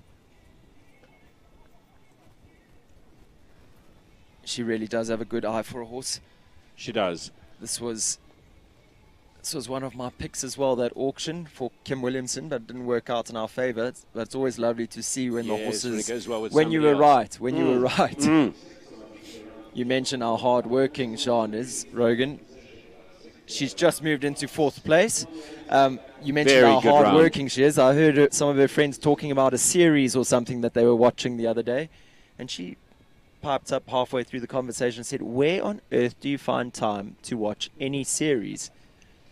So you hit the nail on the head. She obviously doesn't stop. Yeah, she's a businesswoman working in the 334, working in Rionet, supports her husband's equestrian business in Kailami, and raises 2 lovely children.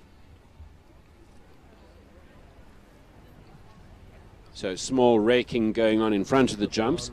Dominic Alexander is next on the program at number 23 on S. Oakley Z by Hunter Skendro out of a Laranero mare, 10-year-old. I think a horse purchased through Michel van Eck. Lovely horse. He really had an amazing 2024 season last year. I've often mentioned to Dom, when the horse came into the country as just a young horse, I think he was about 7 or 8 when he came into the country. He didn't look that substantial, and the jump looked beautiful. It was cute and springy, but there was definitely, and Dominique said to me, I wasn't the only one, there was definitely a question about the horse's scope. Well, he's answered those questions with a resounding yes, that he does have that big scope, that big time scope. The horse has been, like I say, lovely horse. Season in 2024 that almost unmatched. You saw Nariska earlier with the Hunter Skendro, and we've seen 2 jump this morning prior to this class, to this round. I think Nariska's horse is by Skendex. Okay, yeah, right. All goes back the same way. Yes. All going back to staccato.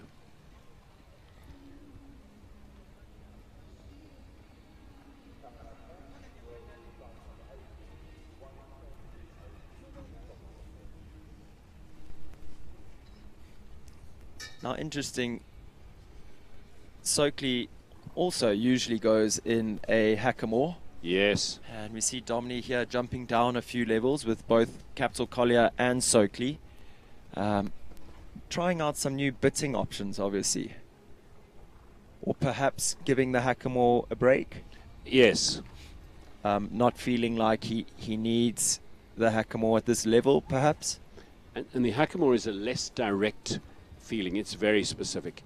So it's interesting how the riders play around with tack and equipment. Still a very mild bit in the horse's mouth. Very sympathetic bit. Little rope noseband with a Nath mouthpiece. Fulmer cheek pieces.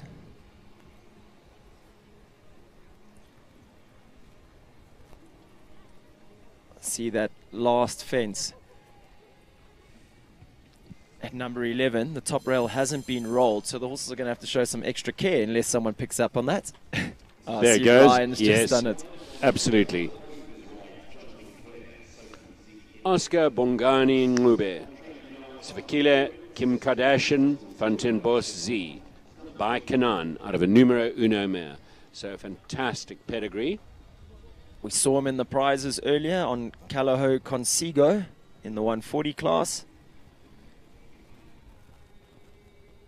This would be a mare that loves to win prizes as well. Quick against the clock. Naturally speedy type.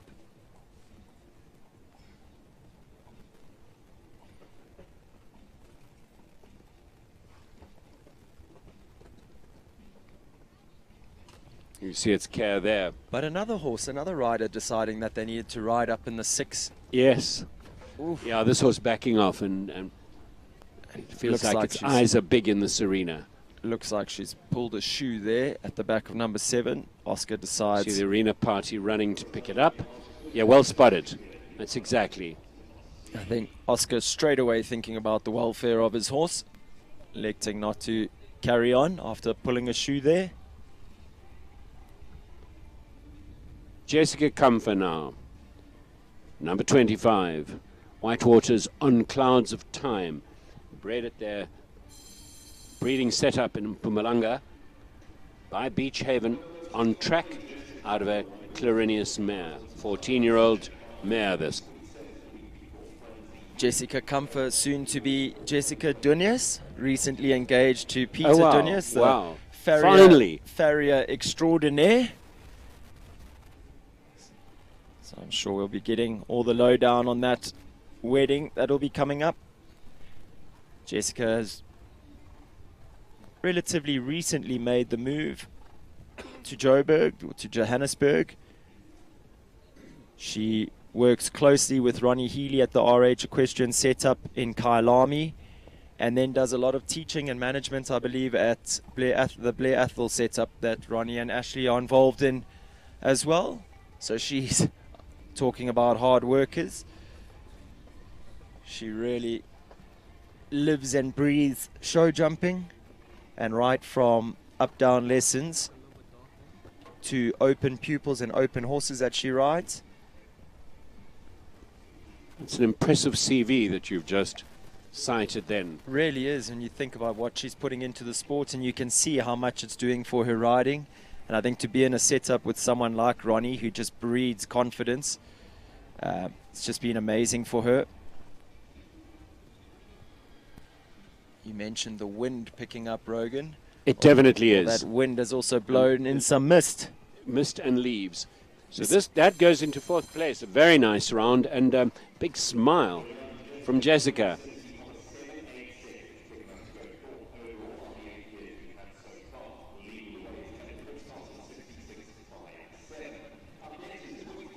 So it's not Gareth. We go to Ashley Fox.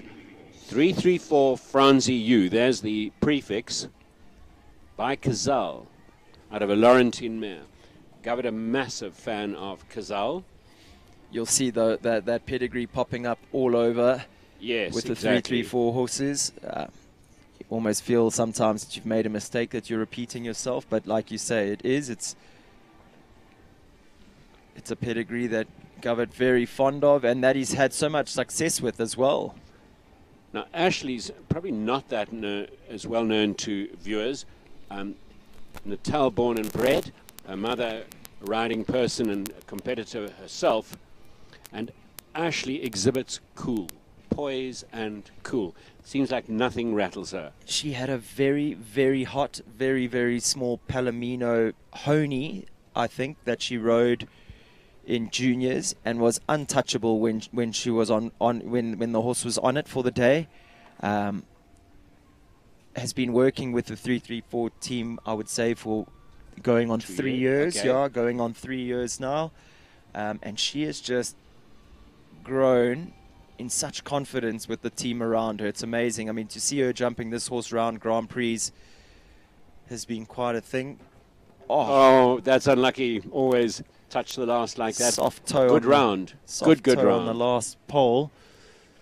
But yeah, that horse, this would just be a class for her to give her an easy run after the last few big shows that she jumped at. But it's been amazing for Ashley to see just how quickly she's come on and how quickly she's grown up the ranks in the sport with the adult division. Diamond Dundee didn't find a lucky day in the Grand Prix last week, and here it is down 2 divisions with Lara Neal, 15-year-old by Diorado out of a Carpaccio mare. I'm right in saying they had an unhappy... Am I right? I think the first round was fantastic. I think he had one down in the treble. He was outstanding. Yes. And then we had that massive downpour just before the class, and I would put my money on him not being 100% comfortable with the footing. Secure, yeah. He's a big horse that needs to push a lot at the fences. And I just think that second round he wasn't feeling 100% sure about himself. That's exactly where these synthetic arenas, these artificial surfaces, don't hit that problem. Let me tell you, there's no one better than Lara Neal to be nursing a horse around after a not so confident day out a couple of weeks back. It's no secret to the viewers, she's definitely one of my favorite riders to watch. Her and I shared good form at the same time a few years back, where we were very competitive with each other throughout the 135, 140 ranks.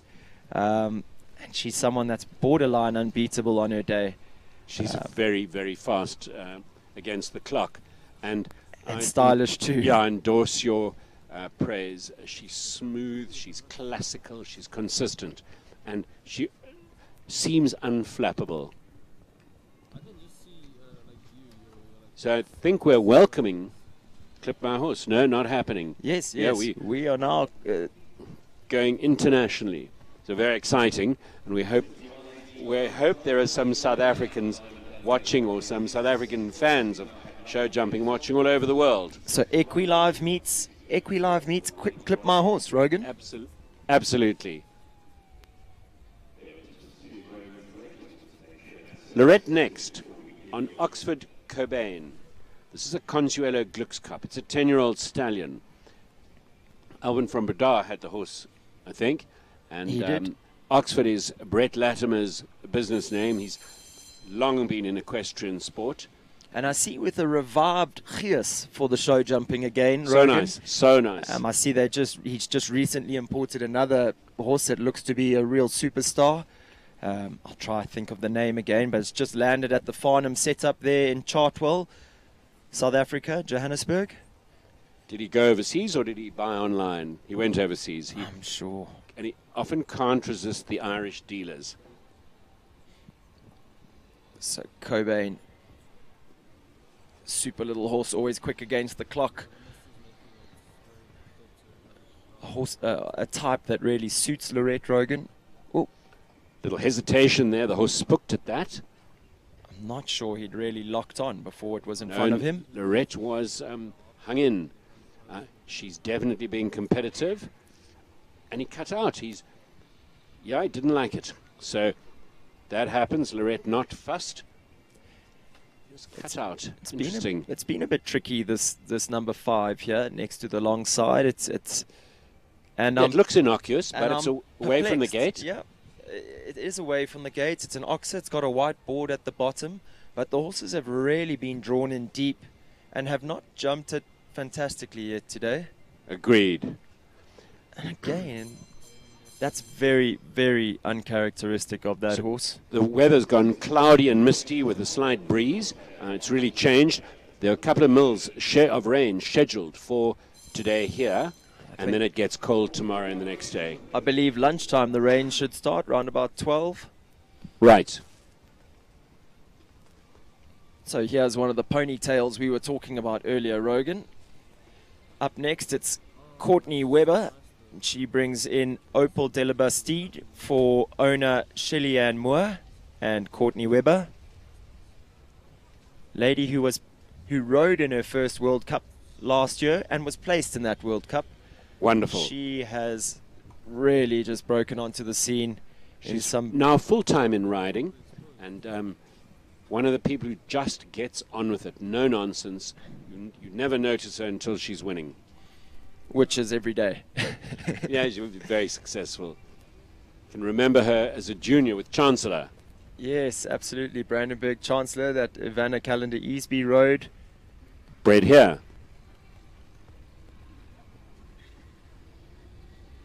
I remember her, and she hates me telling the story, Rogan, but I remember her back to the days when she rode, now it's going to elude me, Piglet or something like that. Pony that was 13 hands that the grooms weren't allowed to go faster than a walk before Courtney burst into tears. And then now you see her while winning prizes in World Cups. Extraordinary. Again, credit to Grant for his assistance in the production of her as a rider. And there you have it. Into the lead. Into the lead. 66.3. Bumps stablemate Helen Kritikos into second. And the two blonde ponytails going horizontal here this morning at Waterwoods. Very much. I've lost. So viewers, we're going to take a short break while we do some arena maintenance. And when we come back, we'll have the next 50 starters for you in this 135 speed competition here this morning at Waterwoods Equestrian. Don't go anywhere. We'll see you shortly.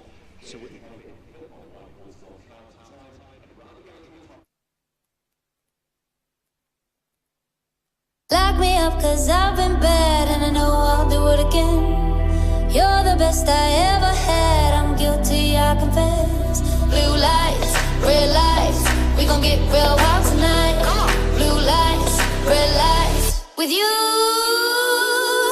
Anything that feels this good, well it must be illegal. Must be illegal, illegal. Anything that feels this good, well it must be illegal. Must be illegal. So call us criminals, criminals. Call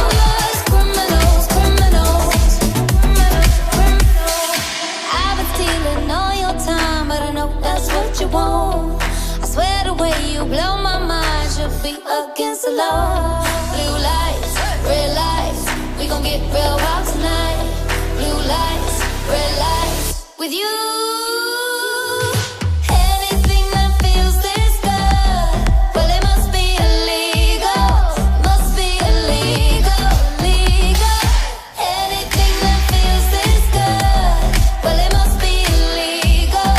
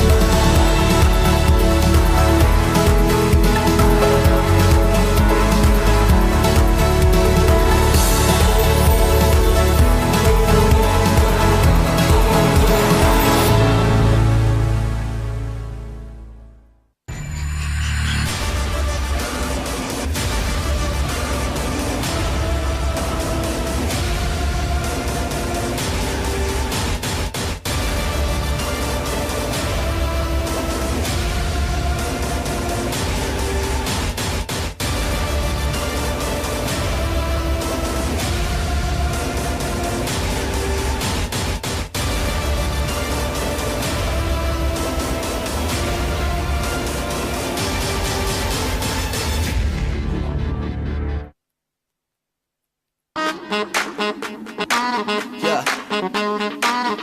Bet you're wondering what it is. Bet you're asking how. Come on. Check this out.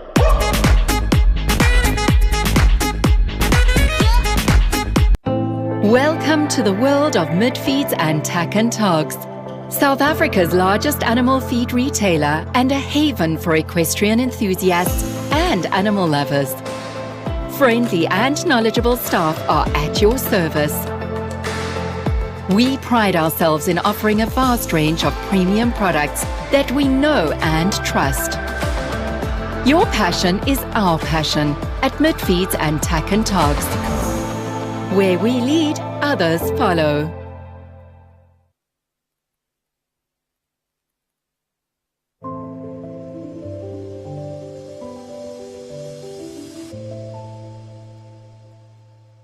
Country Life Properties, a boutique real estate company specializing in sales of equestrian properties, sale of residential, agricultural and country lifestyle estates in the Greater Kyalami area.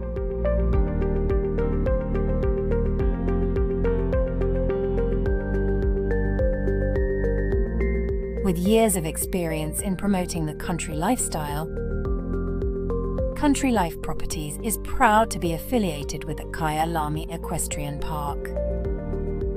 Baloo Country Estate is a secure estate offering 22 kilometers of scenic bridle trails. We provide country estates to suit all your requirements.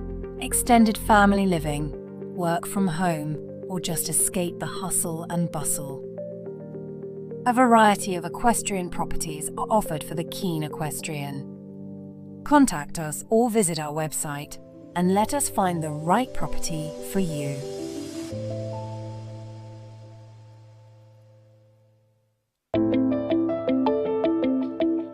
Welcome to Northrand Animal Clinic. I'm Dr. Mike Ross.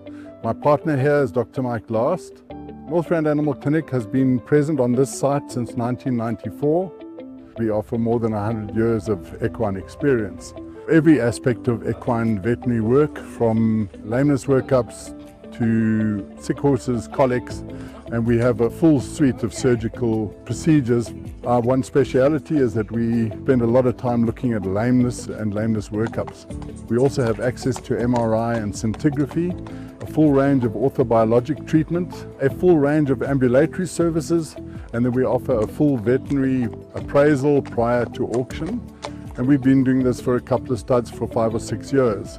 We operate in all fields of equines, including racing, show jumping, dressage, cross-country, and even some endurance work. Northrand Animal Clinic is and would like to remain one jump ahead in the sport horse health industry.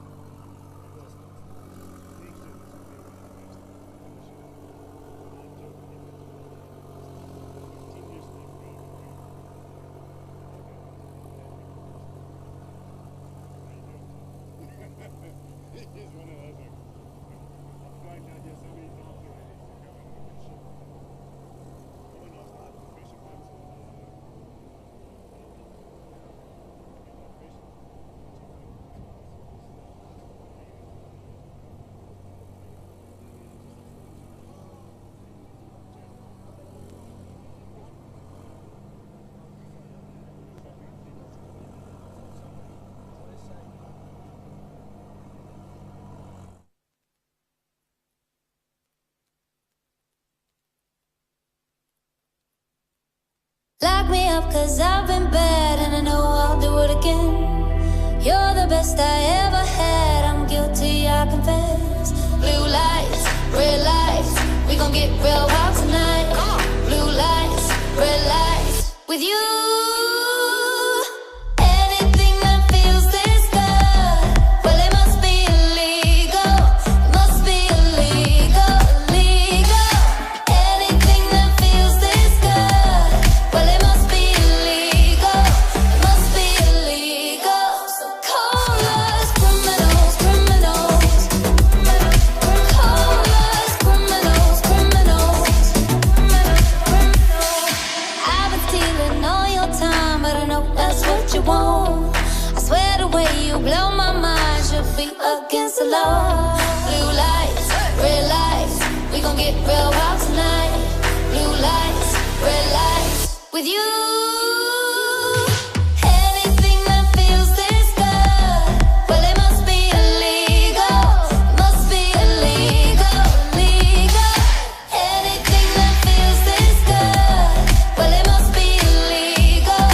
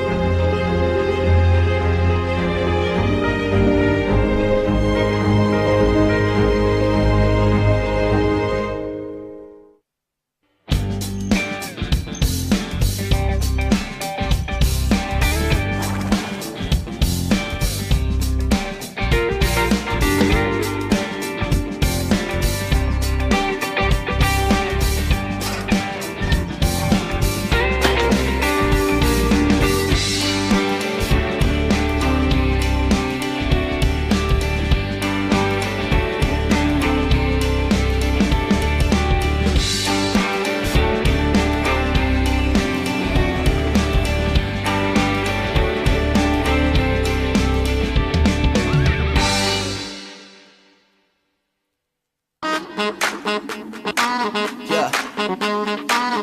Bet you're wondering what it is. Bet you're asking how. Come on. Check this out.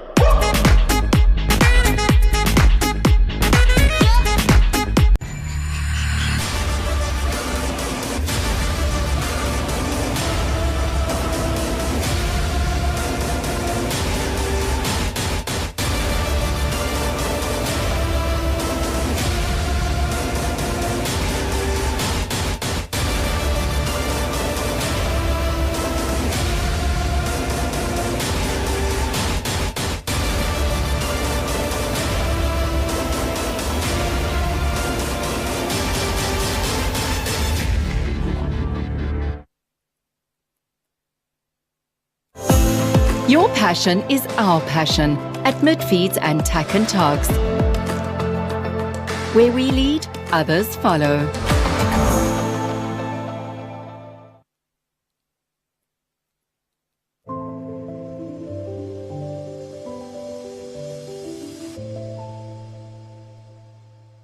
Country Life Properties, a boutique real estate company specializing in sales of equestrian properties, sale of residential, agricultural and country lifestyle estates in the Greater Kyalami area.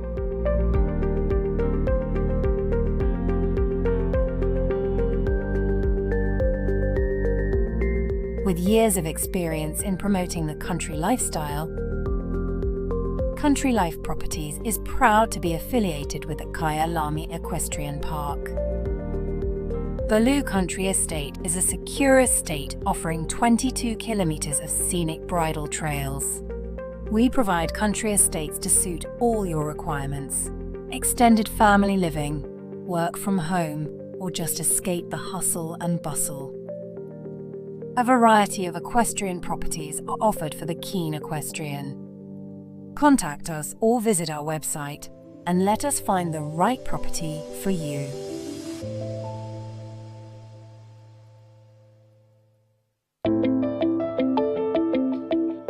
Welcome to Northrand Animal Clinic. I'm Dr. Mike Ross. My partner here is Dr. Mike Last. Northrand Animal Clinic has been present on this site since 1994. We offer more than 100 years of equine experience. Every aspect of equine veterinary work, from lameness workups to sick horses, colics, and we have a full suite of surgical procedures. Our one speciality is that we spend a lot of time looking at lameness and lameness workups. We also have access to MRI and scintigraphy, a full range of orthobiologic treatment, a full range of ambulatory services, and then we offer a full veterinary appraisal prior to auction. And we've been doing this for a couple of studs for 5 or 6 years. We operate in all fields of equines, including racing, show jumping, dressage, cross-country, and even some endurance work. Northrand Animal Clinic is and would like to remain one jump ahead in the sport horse health industry.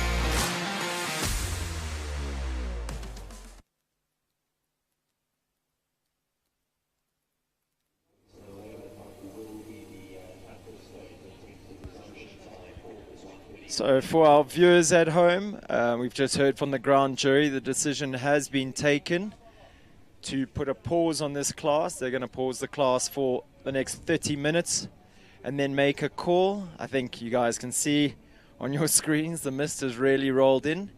So we're going to take a short break and we'll have that information for you in about 30 minutes.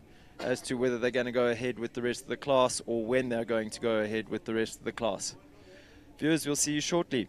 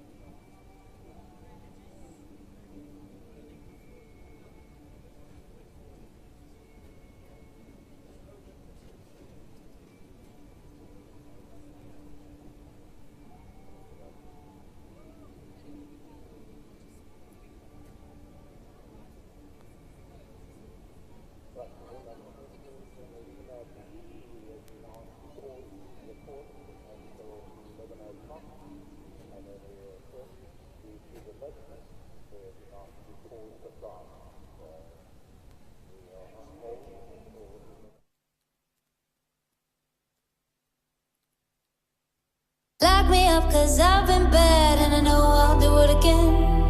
You're the best I ever had, I'm guilty, I confess. Blue lights, red lights, we gon' get real wild tonight. Blue lights, red lights, with you. Anything that feels this good, well it must be illegal. It must be illegal, illegal. Anything that feels this good, well it must be illegal. It must be illegal. So call us criminals, criminals. Call us criminals, criminals. I've been stealing all your time, but I know that's what you want. I swear the way you blow my mind should be against the law. Blue lights, red lights, we gon' get real wild tonight. Blue lights, red lights, with you. Anything that feels this good, well it must be illegal. Must be illegal, illegal. Anything that feels this good, well it must be illegal.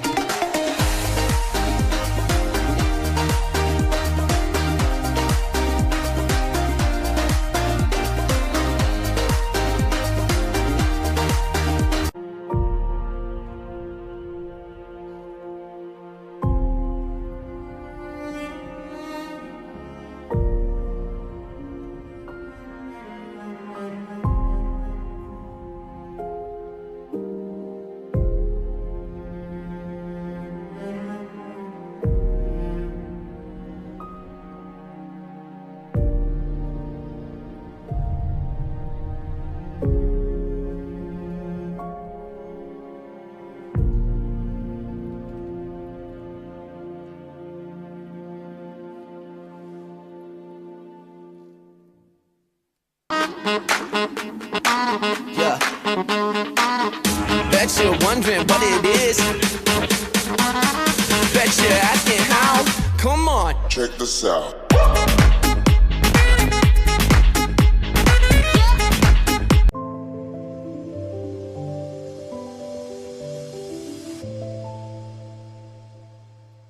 Country Life Properties, a boutique real estate company specializing in sales of equestrian properties, sale of residential, agricultural, and country lifestyle estates in the Greater Kyalami area.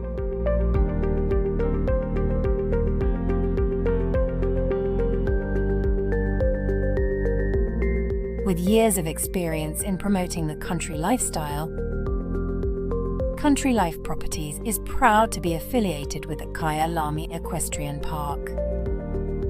Baloo Country Estate is a secure estate offering 22 kilometers of scenic bridle trails. We provide country estates to suit all your requirements: extended family living, work from home, or just escape the hustle and bustle. A variety of equestrian properties are offered for the keen equestrian. Contact us or visit our website and let us find the right property for you.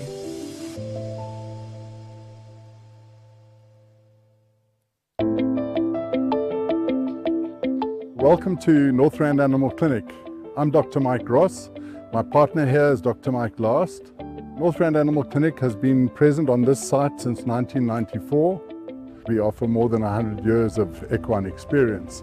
Every aspect of equine veterinary work, from lameness workups to sick horses, colics, and we have a full suite of surgical procedures. Our one speciality is that we spend a lot of time looking at lameness and lameness workups.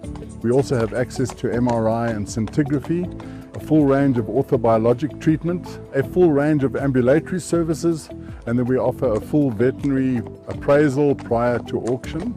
And we've been doing this for a couple of studs for 5 or 6 years. We operate in all fields of equines, including racing, show jumping, dressage, cross-country and even some endurance work. Northrand Animal Clinic is and would like to remain one jump ahead in the sport horse health industry.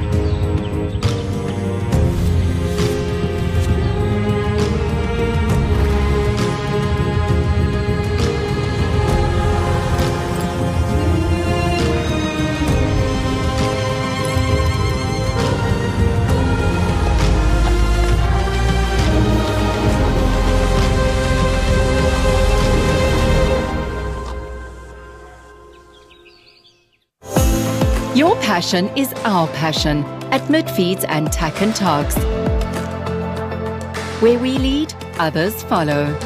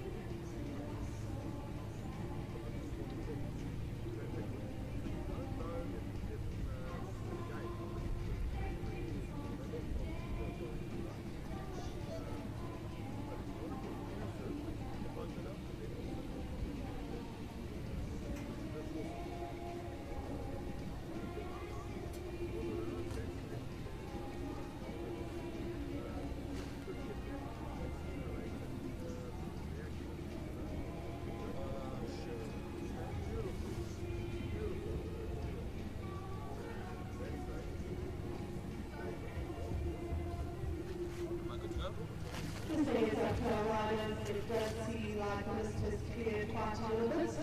So a decision has been made in consultation with the rights rep. We are going to continue with the class.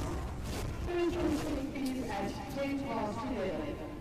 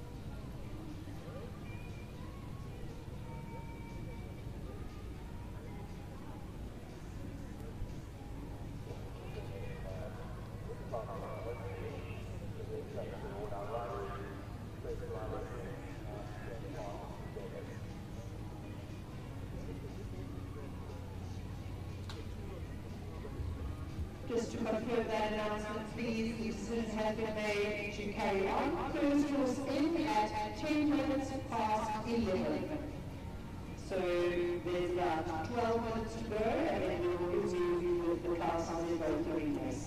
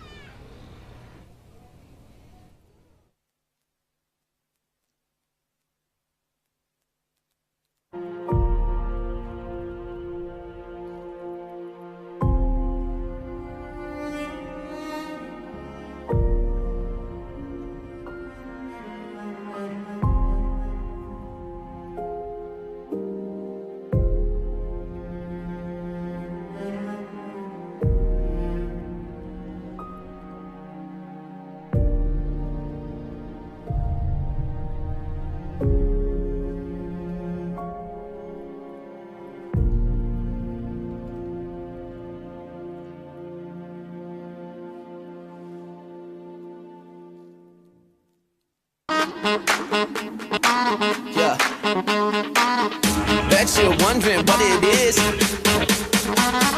Bet you're asking how. Come on. Check this out.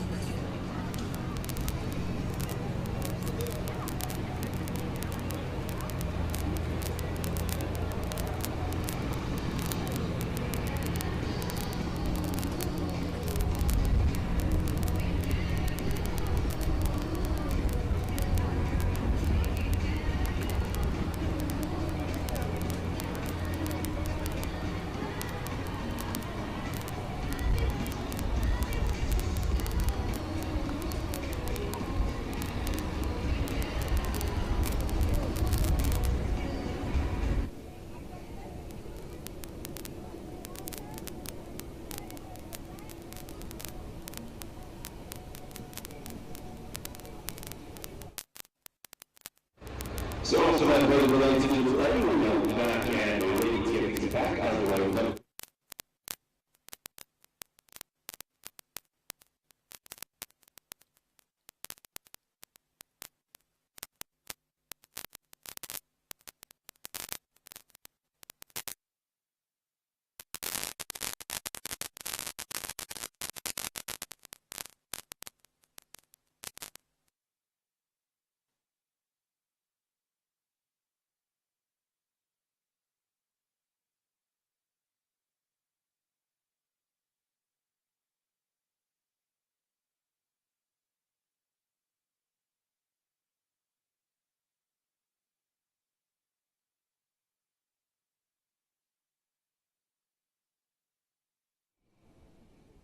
What? Jesus.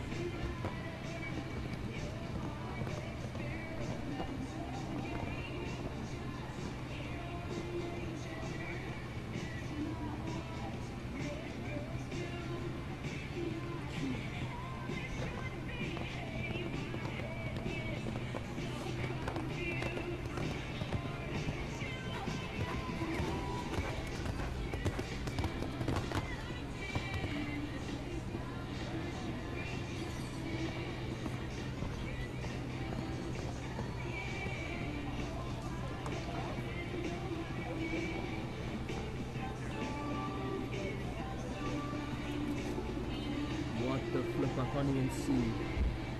I can't see. Jesus Christ.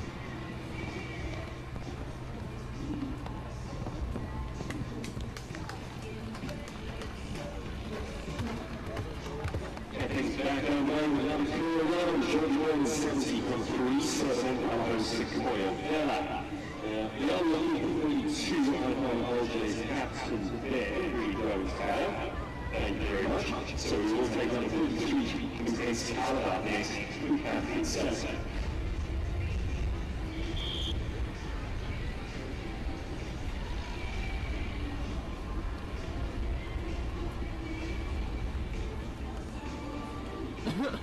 Brother, exactly the white it was.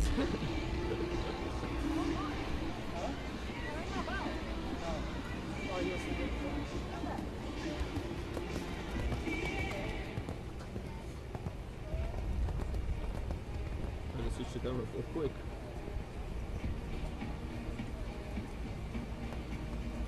Yep, I can't see it.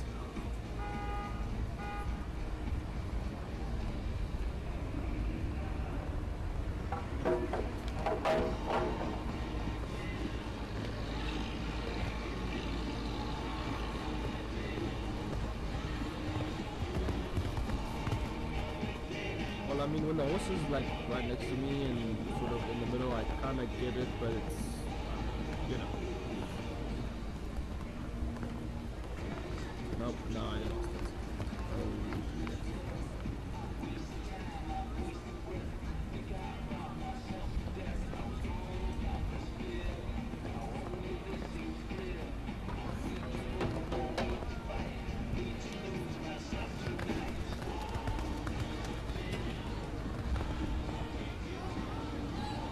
while we do that, I'm just gonna get my poncho a bit better on my camera. I don't just them.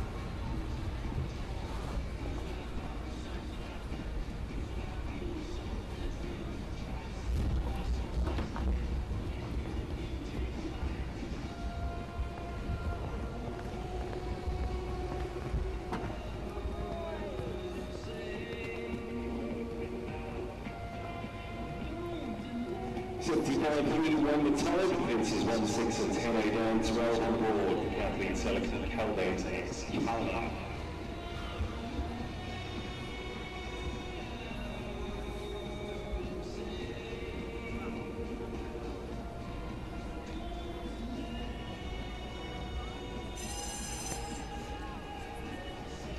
That both of them with Rolls-Royce engine, Northrand.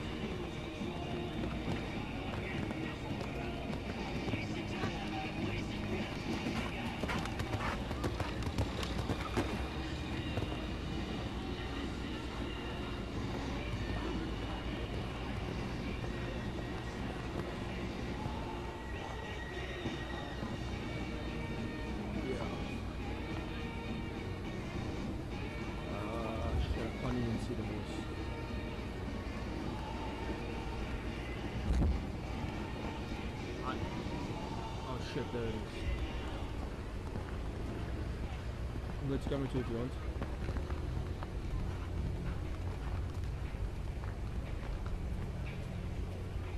For Jackie Cochran, second line, winning those zones, it's a clear round, 77.83 to 11 with the 12 players we've had.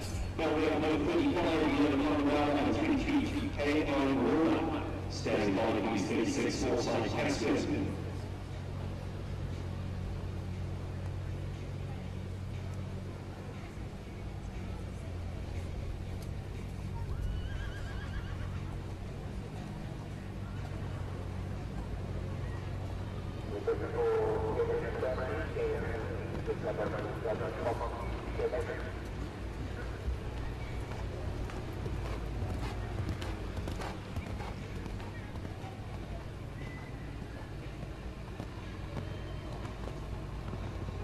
Can't even see the scoreboard.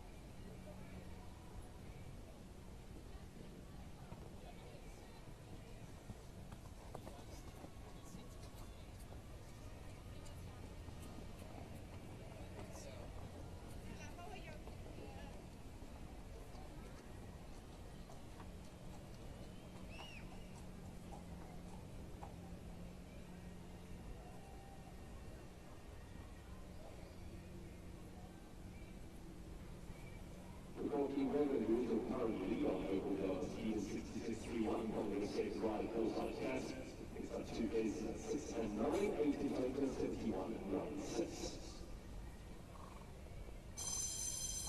Count 26 and below, Poland, Ireland. Count Cosmo.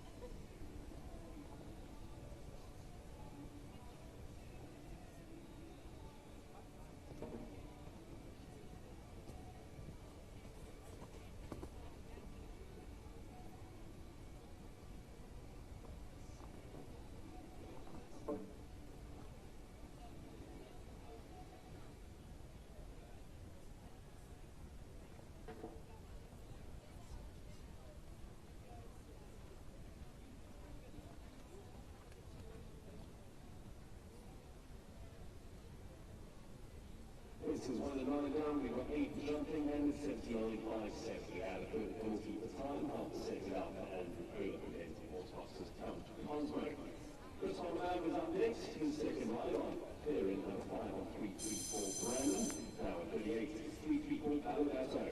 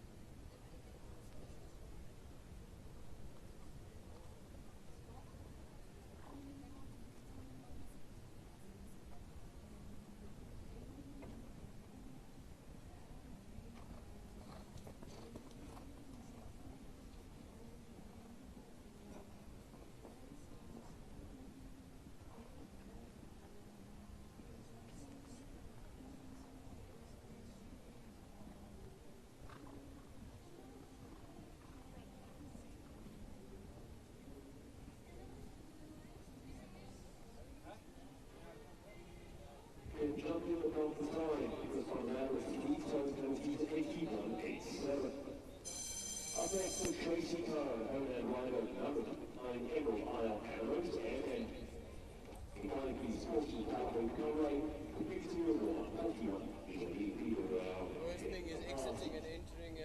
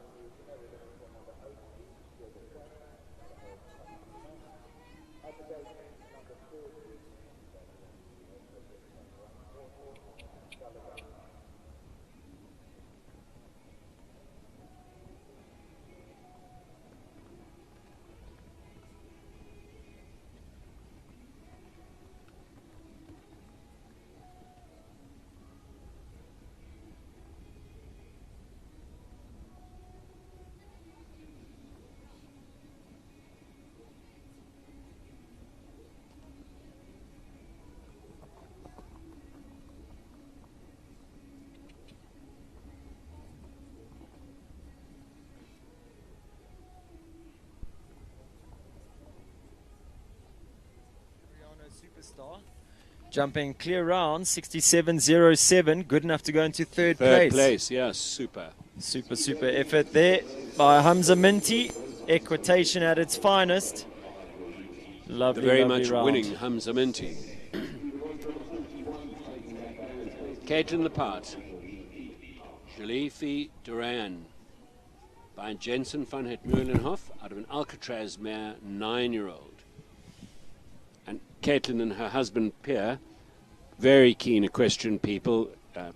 Pierre passionate about breeding, and while talking about passionate about breeding, they've bred a very keen riding daughter too.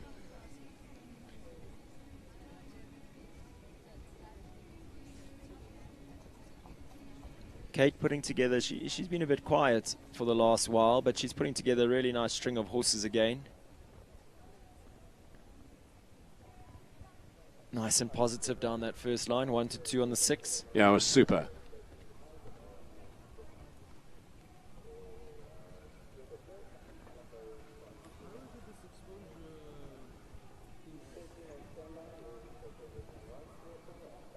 Lovely body control through the double, gives the horse time to jump out.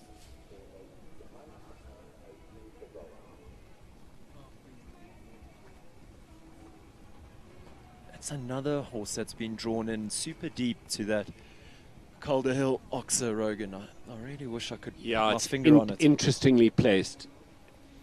Away from the gate. Sharpish turn.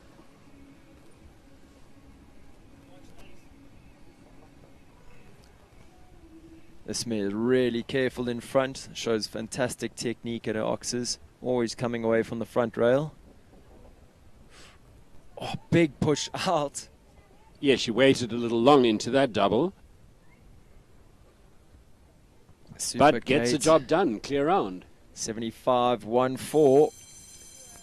Good enough to go into the top 10 in the early stages of this competition.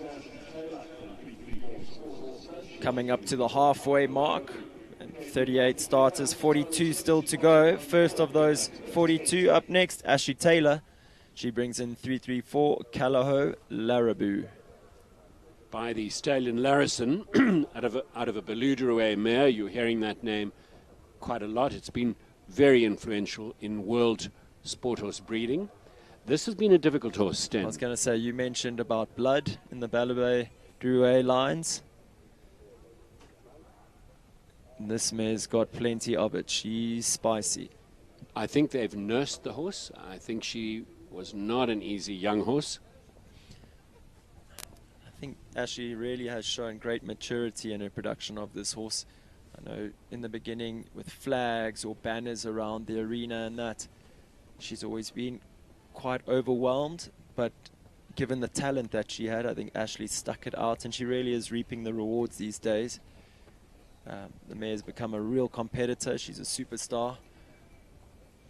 Yeah, she's a careful mare. And I think being brought up in that whole Farnham system, they've really managed to get the best out of the horse and produce her to be the best she can be.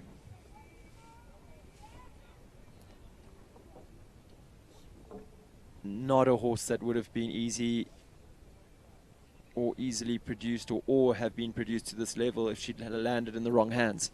See another lovely clear round, 75.61. Just outside that top 10, halfway through the class.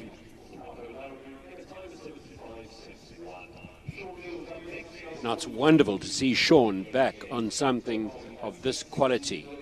This is by Canaan. Caprice DBHZ, out of a Romero mare, that Romero Anglo-Arab blood that can be so talented and so tricky.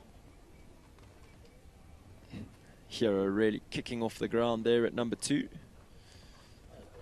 As a little bit of drizzle starts to fall behind us here, Rogan. And let's hope it helps dispel this cloud and mist.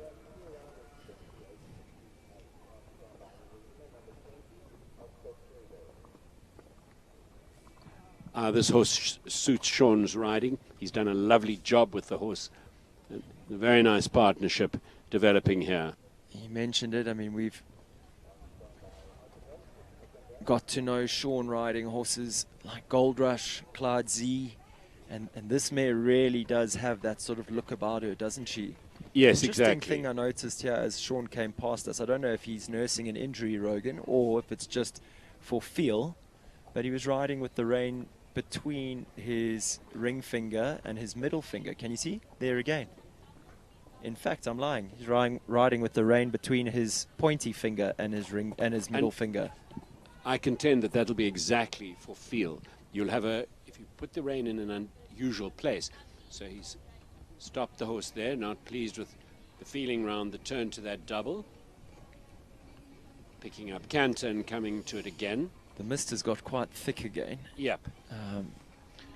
Sean would be nothing if he's not a perfectionist. And if everything isn't going exactly to plan, he will adjust or amend it.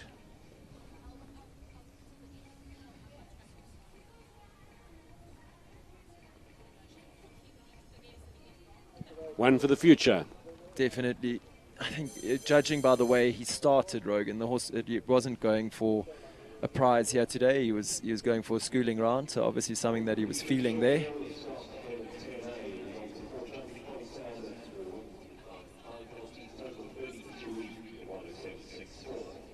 .44 goes next, Permelia with Kirsty Muchner. So obviously you can conclude Stan's wife, and we've talked about this being by Preamble D out of that Polydictis mare, 14-year-old, and it's brought Kirsty a lot of joy and success. Kirsty's definitely putting her leg on. She pressed the mare hard at number 2 there, and she jumped super high over it. Yeah, Rogan, I think last year, giving her a positive ride. Kirsty was unsettled by the weather and discussing with Sten whether to start the horse or not.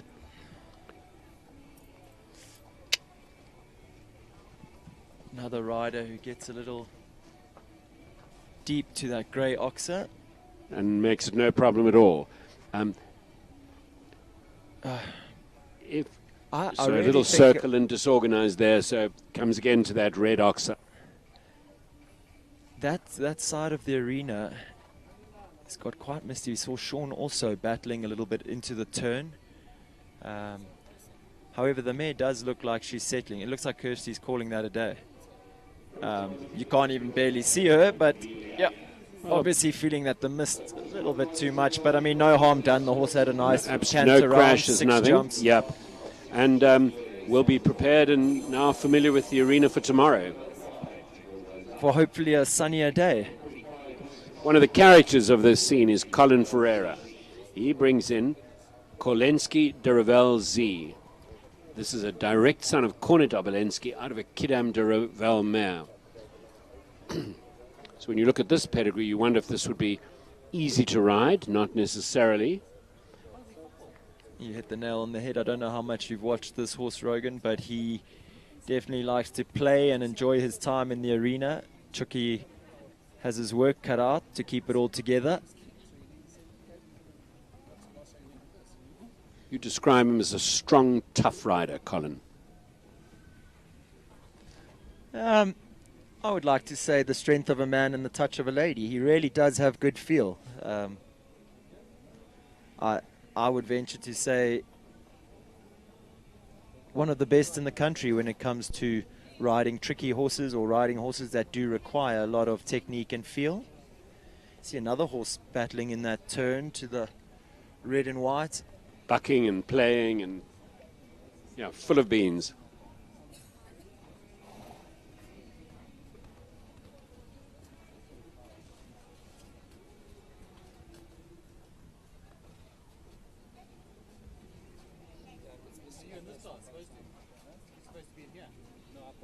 Was this horse imported by Capital? Rogan, you've got me because I actually don't know where the horse came from. I don't know why. I want to say it had something to do with Linda Rabi. Okay. But I could be completely off the mark. And that'll be Colin settling the horse for the rest of the show. Some poles in a circle, so not in contention this morning.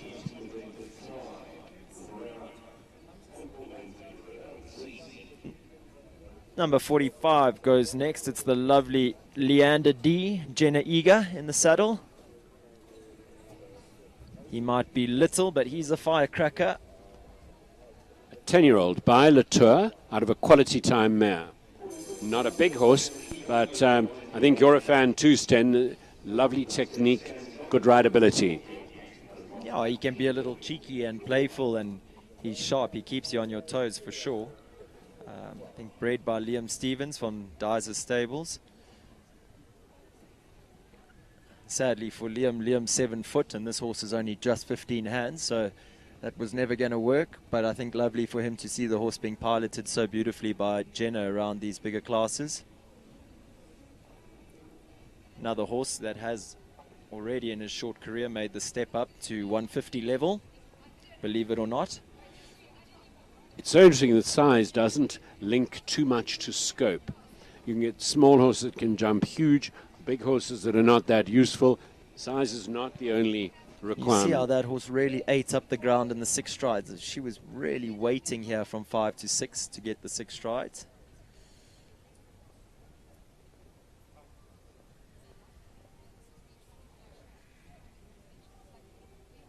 Again, really having to balance the horse for the 8. So now just the last line to come.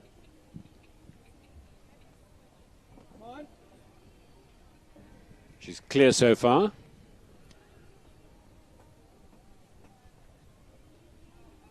Leaves the last up, comes home clear in a time of 74.57.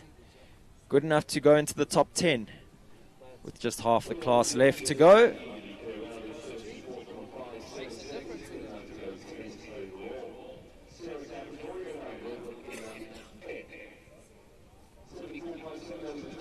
So, number 47, Sarah Kate Capazorio. Mulbrook, enough said. An 11-year-old by Eldo out of an Acclaim mare.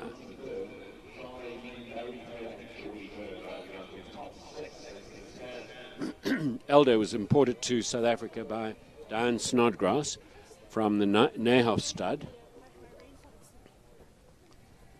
And interestingly, Diane Snodgrass was the lady who imported Acclaim. Gets away with a little rub at number 1. Fancy footwork there to 2. This horse looks careful as a cat, Rogan. Really super. I think the Eldos are very good. I'm not sure he's fertile any longer, but what a useful stallion. They all had application and the desire to jump.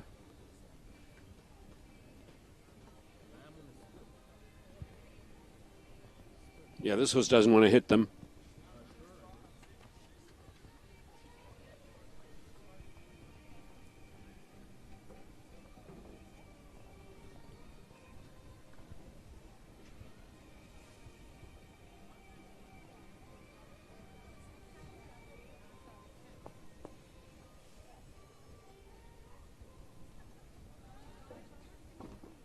Oh, touch that going down. She was big going in. Also, the colours of that 3-3-4 double, Rogan, seem to disappear in the mist. I've seen a few riders battle, a few horses battle through that corner of the arena. Yes. So just the 4 faults. Good time, though. 69.88 would have been good enough to go into the top 6. Now, Michelle Fleming picks a certain kind of horse, and this is a great example of what she likes. The famous Plastic Colors Master Batch Chigori, who's given her so much joy. Michelle is a slim, light woman, and she rides these mountainous horses. They're big. She does a lot of very good with her method and flat work and preparation, trains with Barry Taylor, and he's a direct son of Kentucky out of a Zacharias mare, 18-year-old now. Chigori's spent a little bit of time away from the sport, Rogan. I don't know what it was down to, but he's definitely had a short break, so lovely to see him back in the arena.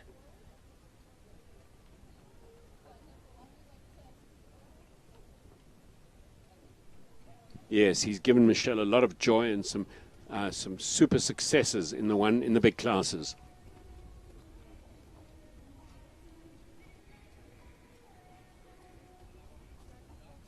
I think it was in the 2023 season where she was a real contender in that World Cup series.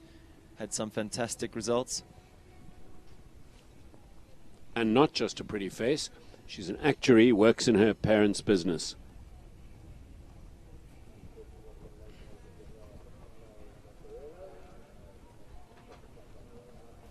You see the deliberate way she rides him on a steady rhythm. He's got all the scope you need. He's a big guy with a big jump. Yeah, and I think Rogan takes a lot of organizing throughout the track. She's always got to be really, really structured in the way that she rides him, but I think that suits her down to a T. She wouldn't have it any other way. Structured would be a good adjective to describe Michelle's technique.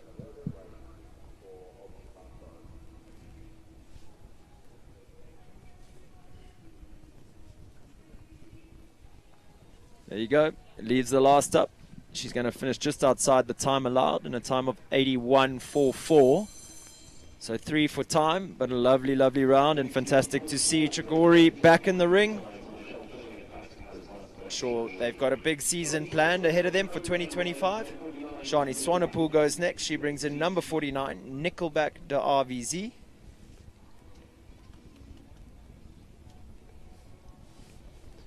And this is progeny of the famous Nabab Derev out of a Chin mare. So, rather wonderful pedigree. 13-year-old gelding.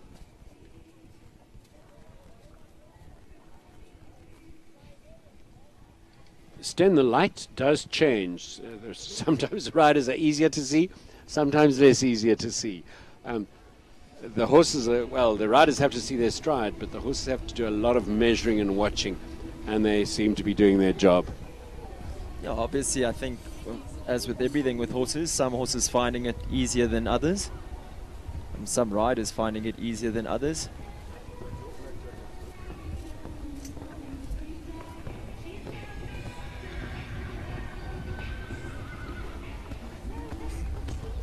But yes, with the mist, definitely an added element to the show jumping here today.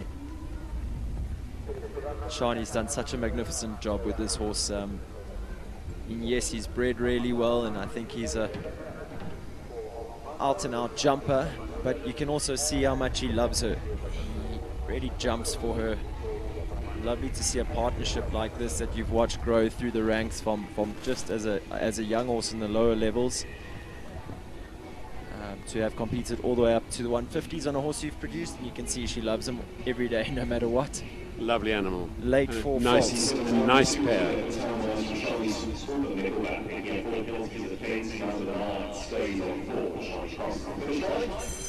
Number 15 was Kerry Muir riding JK Cortina 2. Reminder that we will be riding after number 60 on the program. Number 15, Kerry Muir, JK Cortina 2, a 14-year-old by Quo Vadis out of a Kalido mare. A horse purchased from Johann Kackelhofer.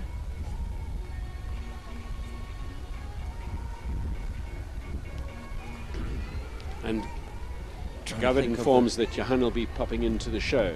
Oh, fantastic. Johann's wife family lives in Durban. They're based in America now, but it'll be good to see them out here. And Johann, long-standing special friend of Govert Triggles. But now I genuinely can't see halfway. This horse was originally bought by Brittany de Toy from Johann. Kerry now been on her for about a year or so, possibly a little longer. Kerry's an out-and-out talent though. She gets a good tune out of all different sorts. Another lady with what superficially appears to be a wonderful temperament. And a great sporting pedigree. Yes, indeed. Daughter of superstar rugby coach Dick Muir. I think the whole family are athletic and well-minded for sport. Not surprising to hear at all. See her giving a big press out the double there. Fortunately, the back rail goes down. Those safety cups falling for nothing.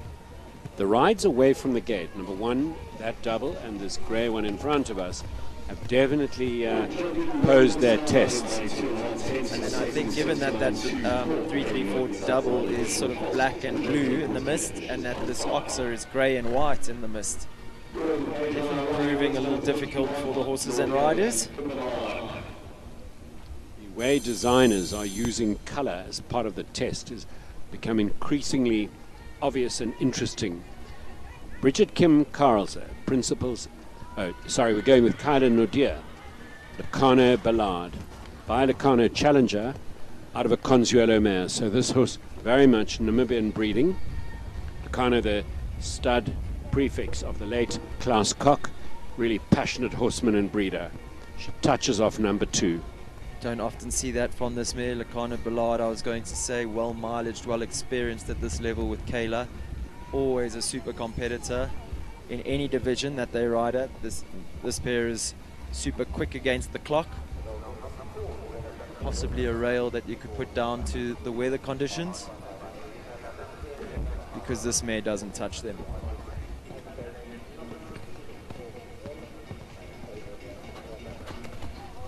Kayla's got a fantastic string of horses at the moment. The front runner Kalaho Conzano putting in a fantastic effort at the Outdoor Grand Prix to finish in the prizes. Yes, she's put together a very worthwhile partnership with that horse. She's riding hard now, making sure that the horse goes and being very positive with him.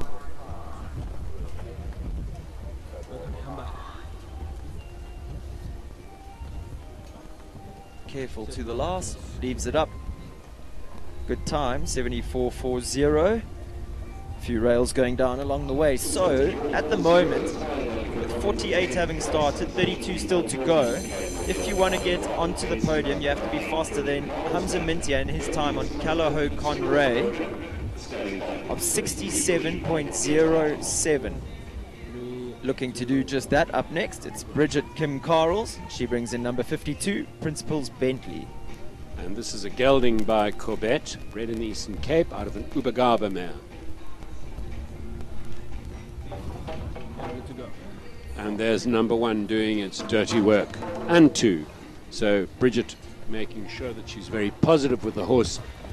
Once again, you never know what's happening in the warm-up ring and whether the riders get rattled or think the horses need some more pressing than normal. I wonder if also cantering up from 1 to 2 towards that viewing deck, Rogan, which is quite misty. I don't know. It's got to be a factor. Got it. Horses back off that a little bit so the riders feel like they need to put their leg on. Actually looking a little bit more settled now as he goes on around the track. Bridget runs a big operation in the East Rand of Johannesburg called Dunblane. They host shows. It's a big successful livery and competition yard. Actually a lovely facility. I was going to say a beautiful setup, very, very scenic with that dam or river or whatever you call that, the dam and the grass arena right on top. There is a waterway through it and they've dammed it and there are lovely geese and wildfowl and yeah, lovely.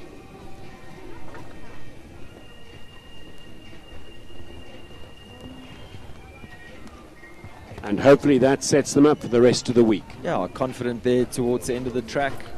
It's nice and positive. Horse gets a big pat. Kim looks very happy with that.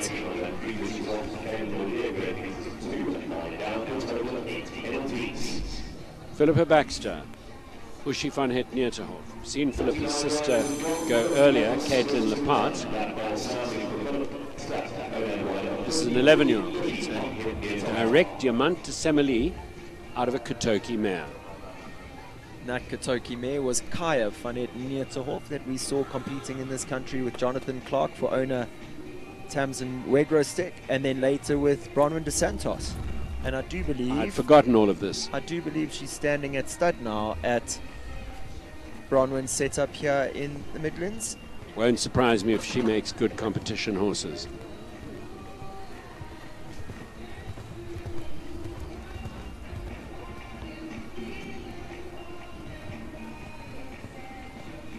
So they're going to be doing that rating thing again with the next session, halfway through the next session. Philippa trains with Barry Taylor. Has had some great success with this mare. They've jumped right up to 150 level already in their career. Well, if there's the next session. Still relatively new to that level, but I think this year they'll be looking to build on that. And worth remembering their mum, Di Baxter, stalwart part of the equestrian scene, judge. She passed last year, but she is certainly not forgotten.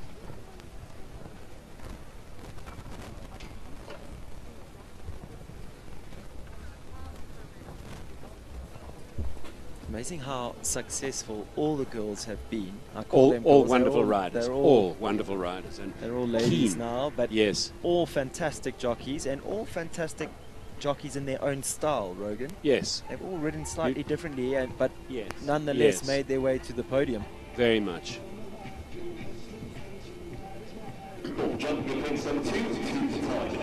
Catherine McFarlane now saw her husband earlier today, Oscar Rube. Here she is with Kelleher, Hiera Duayen. This is by Harold III. It's a stallion known for getting event horses. They used some Harold blood at Kelleher. This is out of a Balubé de Rouet mare. So if it's good, credit Balubé. If you don't like it, think of Harold.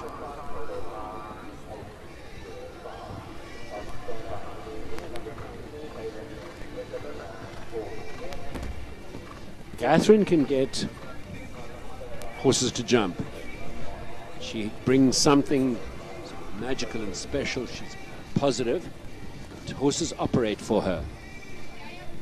Gets a nice inside turn. Let's see if she clears this. Good ride.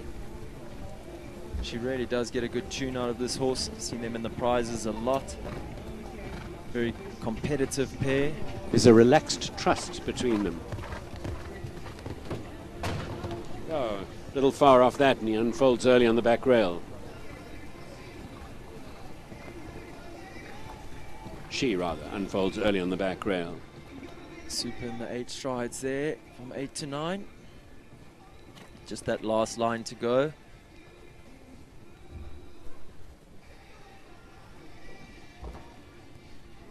Horse bumps it down going in. Visibility tricky there. Super to the last. Good time, 72.95. But 4 penalties won't see you in the money.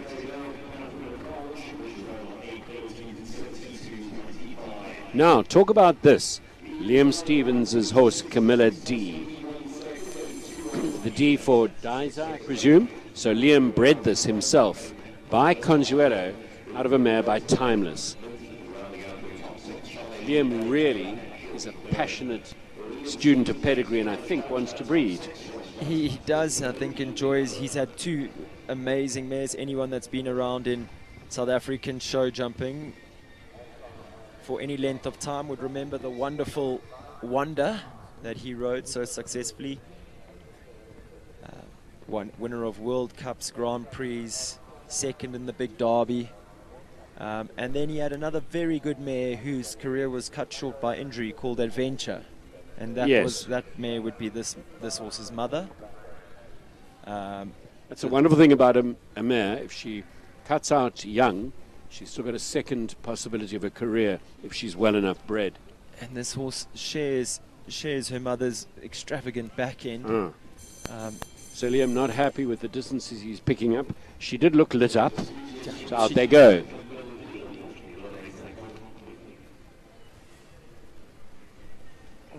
I must say, I would put it down to the conditions. I really do think that they're playing a little bit more of a factor than some of the people are letting on. I saw a video of Graham Wynn's young horse jumping in the B Arena just now. He came to me with big eyes to say to me, look what they're doing. His horse was jumping very, very extravagantly. Certainly we can claim that the Gauteng horses, which are the majority of the horses here, are not familiar with this environment. Here's a nice horse. Hot, dry and sunny is what we're used to. Yeah, exactly. Ryan Andrews brings in a horse he bred at his Kellow Park breeding establishment called KP Endorphin. A 7-year-old, so young mare, by Eldorado van der Zeshoek out of a Lorino mare.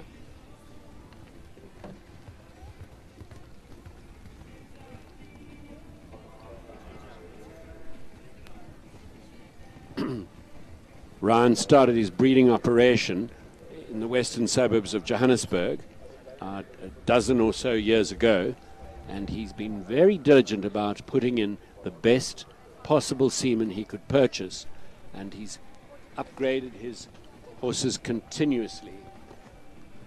And here's a very good example of his breeding endeavors. This horse is a jumper through and through. You can see a little spooky, maybe a little green. You mentioned only 7, so a little green going around the track, but when he gets to the fence, does all the right things. Really wants to leave the fences up. And a lovely expression on the way to the jump, Rogan. Very nice. Very, very good. Ryan riding quite hard, but they've left the fences up at this stage.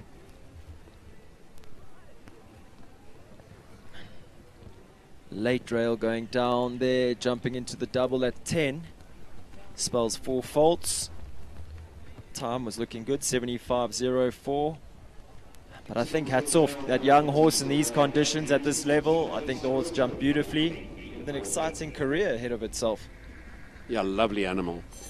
Hannah Gerber, she brings in Freedom.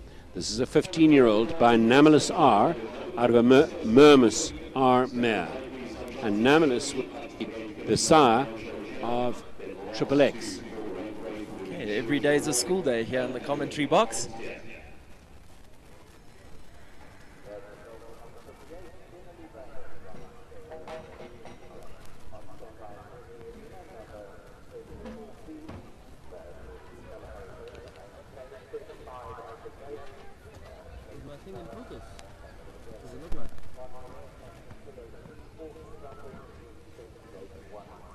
Hannah hasn't had Freedom for all that long.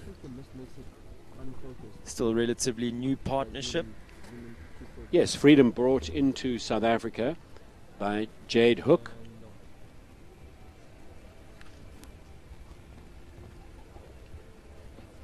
now Jade Walsh. And Jade is the proud mother of 2 daughters. Who both look pony mad, I think. I've seen quite a few videos. And the Walshes deserve no less.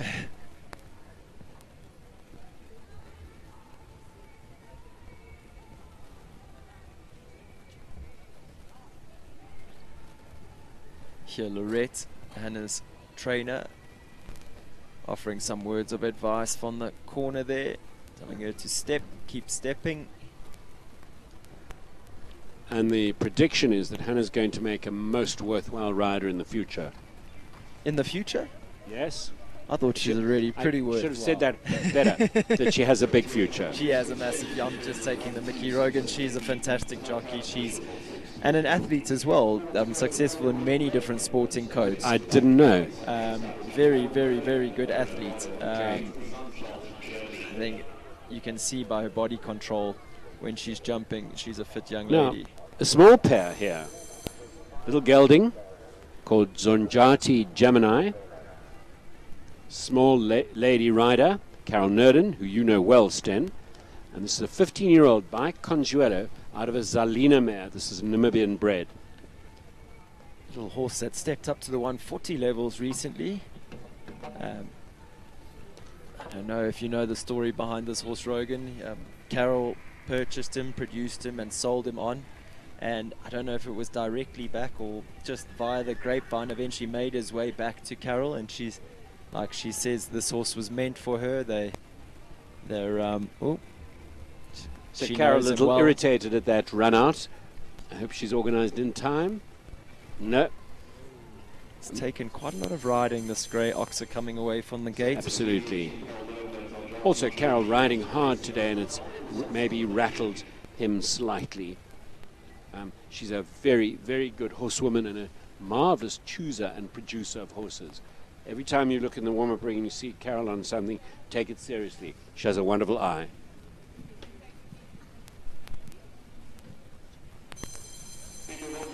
Talking about people that are a wonderful producer of horses, Oliver Bishop up next. He brings in Gaucho de Emma, number 59.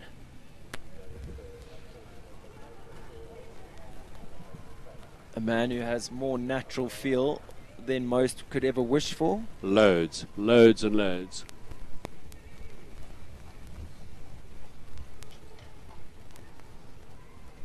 And very good temperament and focus, Oliver. And there's that. That's fallen. So if we were to summarize the track, 1 to 2 has been a problem. This grey oxer in front of us a problem. Some horses have fallen victims of number 6. Yeah, the faults have been spread, Sten. There have been places around the track that caused trouble, but spread out.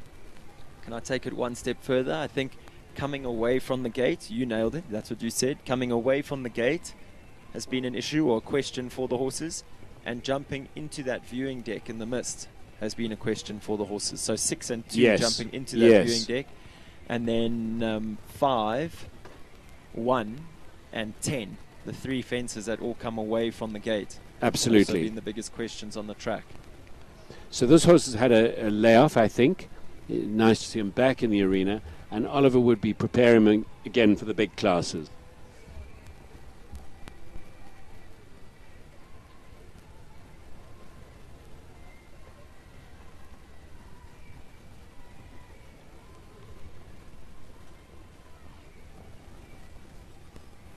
Yep, easy as you like. Good body balance over the last.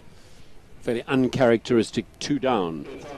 Rogan, also something that you could maybe put down to the horse jumping down a few levels, maybe not taking the job quite as seriously as what he would when the jumps are bigger? I would say more to do with the weather conditions, time off. Yeah. Okay.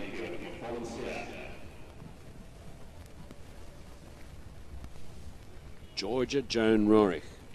Specialty Fun Het Kaiserhof. By Kohenor, out of an Indoctro mare, 7-year-old. A horse very new to this level, Rogan. Only jumped a handful of 130 classes before making the step up to 135, but Georgia really believes in this horse. You can see just why. He's got springs in his feet. Yes, super. Georgia, top pony rider, top junior rider in the Eastern Cape. I did a lot of work with Diane Snodgrass, and now based in Johannesburg and really putting together a lovely string. I think Diane still has a big hand in Georgia's riding, sends her a lot of videos.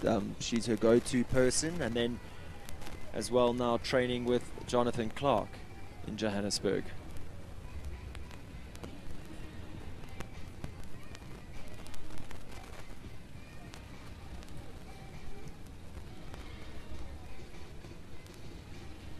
Steve, as he's more affectionately known, making light work of the step up to 135s. Again, we just see that A element of number 10 going down, turning away from the gate. But, must say, quite a remarkable step up to the 135s. Jumped beautifully, took it all in his stride. Good round, 4 penalties.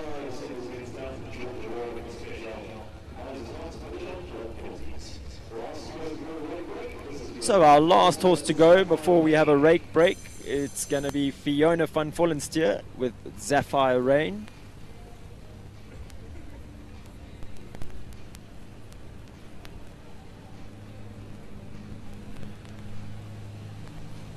Fiona's been in some fine form. We saw her in the prizes a lot at Maple Ridge. A long-time pupil of David Wilkin, recently moved to the team at Sellerhof and has been enjoying great success there with Domini as well. I was lucky She enough. got down 1 to 2 on 7 strides, a horse not wanting to go in the corner, it looked like. This is a horse is spooky. Takes quite a lot of positive riding. Fiona is a perfectionist. I've been lucky enough to ride in many lessons and train with her at home quite a bit. Electing to add a stride there, and wisely so. Does it very well to the crane fence, number 6.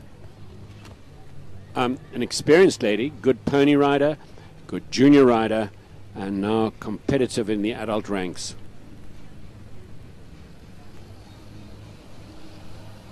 Balances well in the 8. Shows a lovely shape over number 9.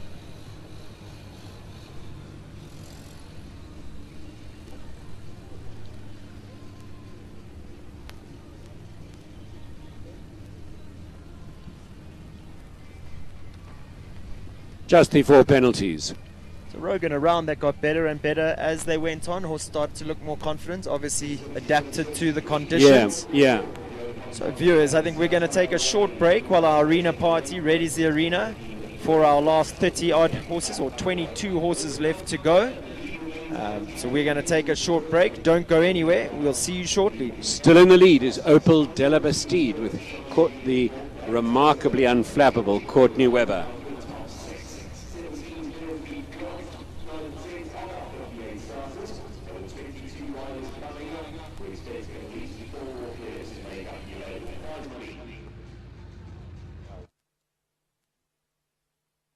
Lock me up 'cause I've been bad and I know I'll do it again. You're the best I ever had, I'm guilty, I confess. Blue lights, red lights, we gon' get real wild tonight.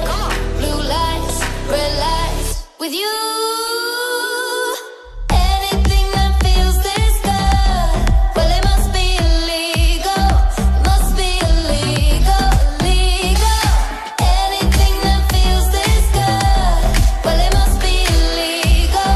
It must be illegal. So call us criminals, criminals. Call us criminals, criminals. I've been stealing all your time, but I know that's what you want. I swear the way you blow my mind should be against the law. Blue lights, red lights, we gon' get real wild tonight.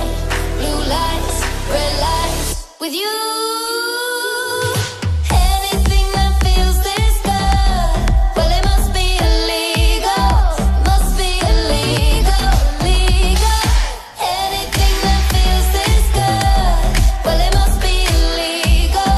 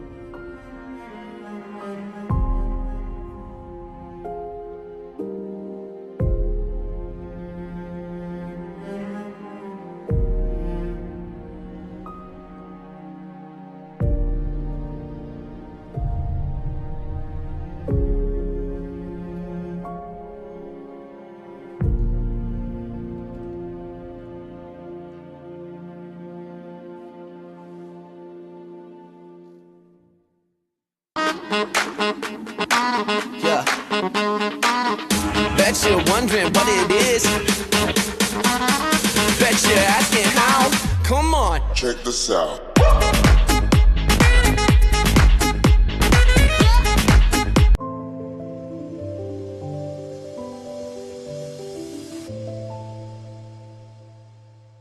Country Life Properties, a boutique real estate company specializing in sales of equestrian properties, sale of residential, agricultural, and country lifestyle estates in the Greater Kyalami area.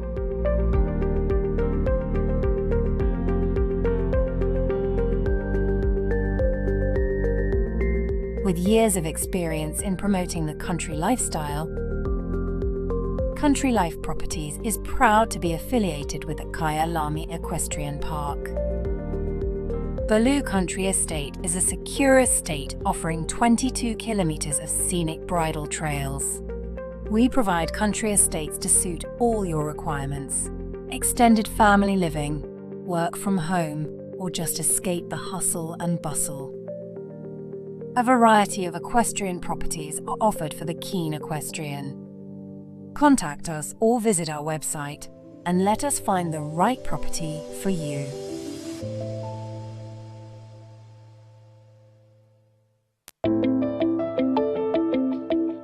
Welcome to Northrand Animal Clinic. I'm Dr. Mike Ross. My partner here is Dr. Mike Last. Northrand Animal Clinic has been present on this site since 1994. We offer more than 100 years of equine experience. Every aspect of equine veterinary work, from lameness workups to sick horses, colics, and we have a full suite of surgical procedures. Our one speciality is that we spend a lot of time looking at lameness and lameness workups. We also have access to MRI and scintigraphy, a full range of orthobiologic treatment, a full range of ambulatory services, and then we offer a full veterinary appraisal prior to auction. And we've been doing this for a couple of studs for 5 or 6 years. We operate in all fields of equines, including racing, show jumping, dressage, cross-country, and even some endurance work.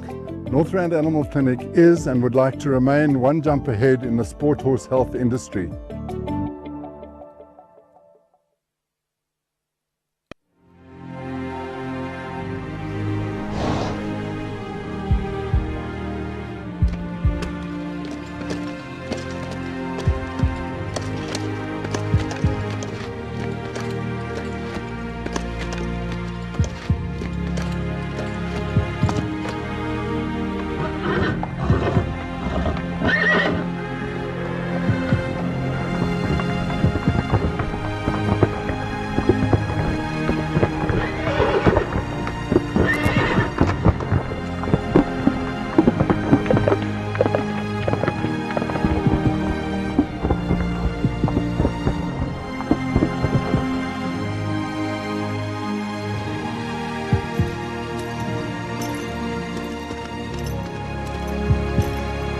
Feeds and tack and togs.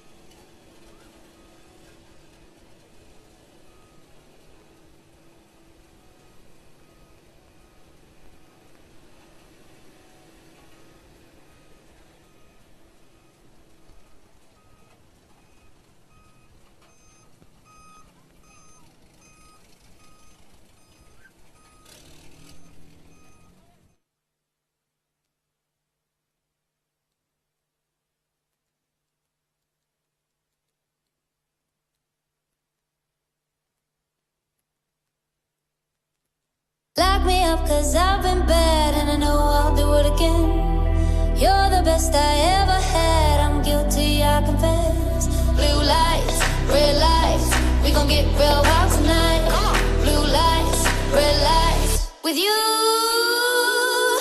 Anything that feels this good, well it must be illegal. It must be illegal, illegal. Anything that feels this good, well it must be illegal. It must be illegal. So call us criminals, criminals. Call us criminals, criminals. I've been stealing all your time, but I know that's what you want. I swear the way you blow my mind should be against the law. Blue lights, red lights, we gon' get real wild tonight. Blue lights, red lights, with you.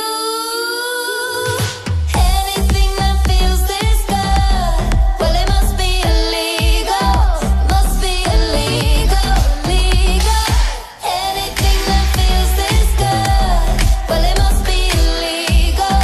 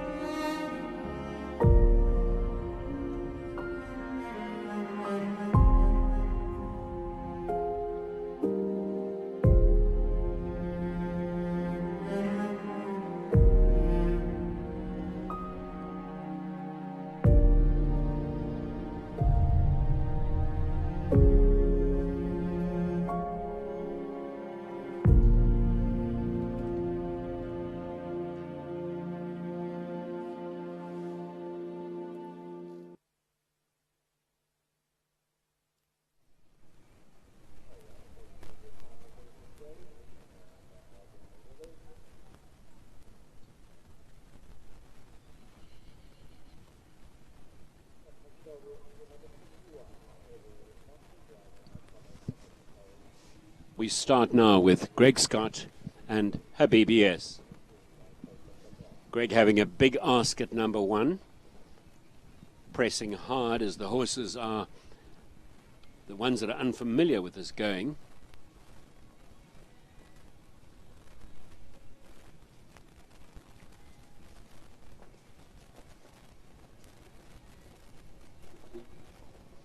Little touch going into the double.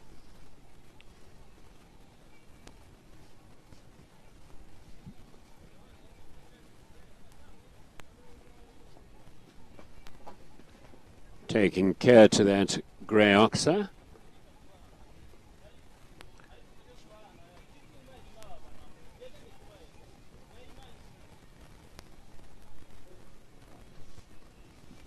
And the front of that oxer going down.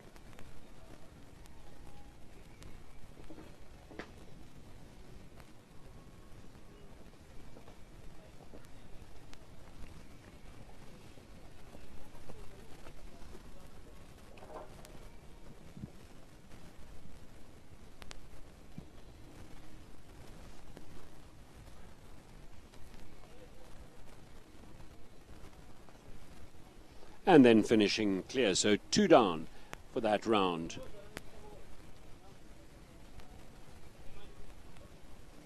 That was Greg Scott in the back on track entry, Habibi S, 13-year-old mare by Harmony out of a Concord mare.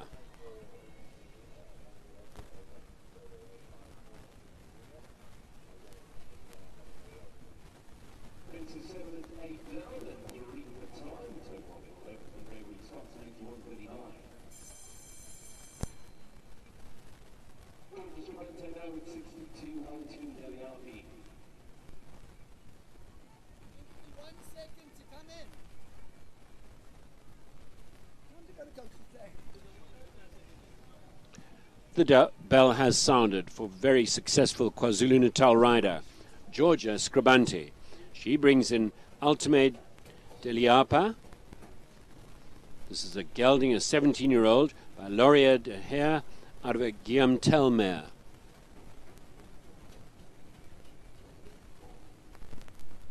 Georgia having a very successful run up in Gauteng earlier this year.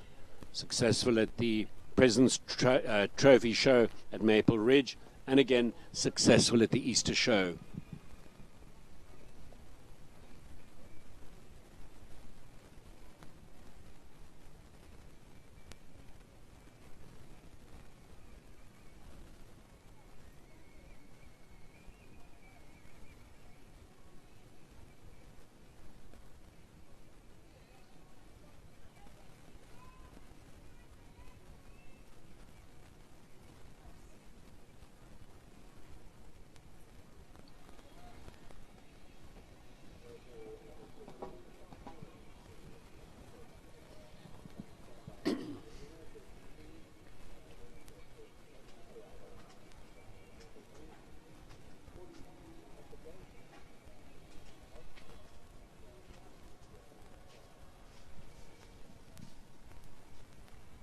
So the percentage clears dropping, 28%. 4 penalties for Georgia Scribante with Ultime de Iliapi. Simon Hendry with Gondor Portobello K. The Gondor stud based near Nigel. They used Parco. This is progeny of Parco. Out of a Huron M mare, 11-year-old gelding, Simon Hendry.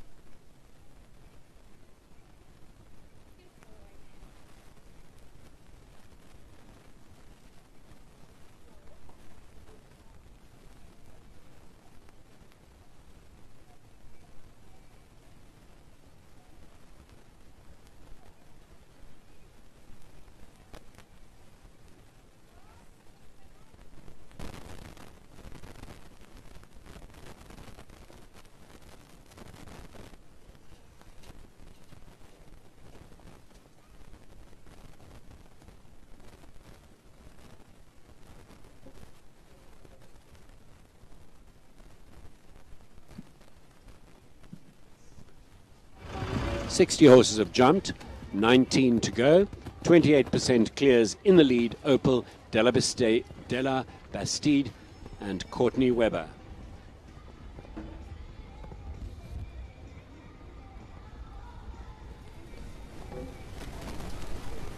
Holding on to 10th place is Leander D.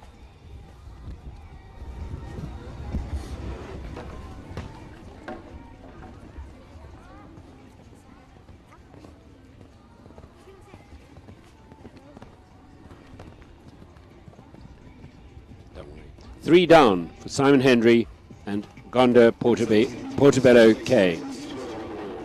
Now we go to Tamara Rueda.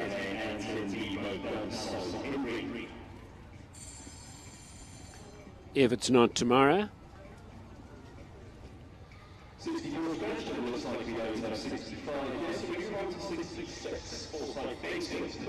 Grant Langley with Forsyth Bankston. 16-year-old gelding by Forsyth Berger out of a Polydictus mare. We've seen multiple progeny of that Polydictus mare here at the show today. And my brightness is good.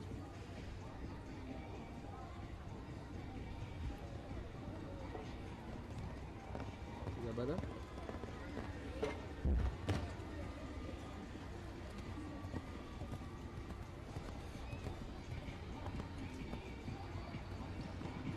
Is there a way to like brighten up my screen?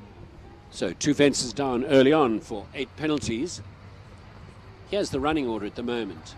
It's Opal Della Bastide is in first. Callagher Liberia in second. Callagher Conray third. Equicover Capital Chicane fourth. Jeep Lager S in at fifth. Callagher Sequoia Vella at sixth. Whitewater's on clouds of time 7th. No, if it's possible. If it's possible. Okay. 8th at the moment is Callao Talana. 9th, Diamond Dundee. And 10th, Leander D. The temperature's gonna kill me. So Grant Langley going out on 8 penalties as we go to Jethro Bauer.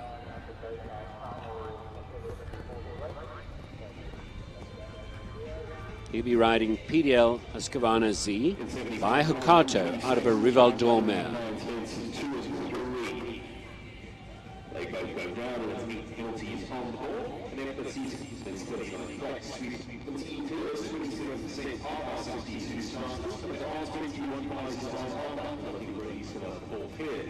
Jethro Bauer in search of his ride, number 67, Kevin Lady's PDL Husqvarna Z.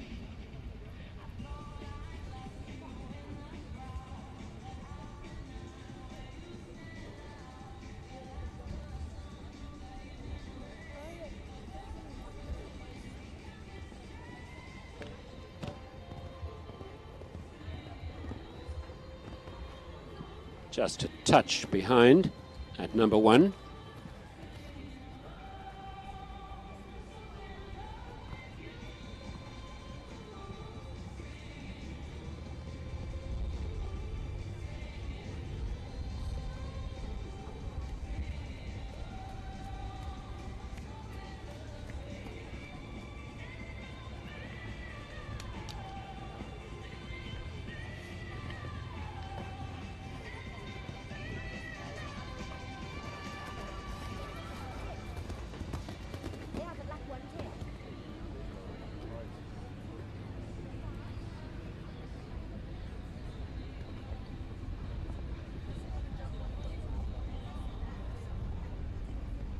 Gava Triggle will be using this Hokato blood.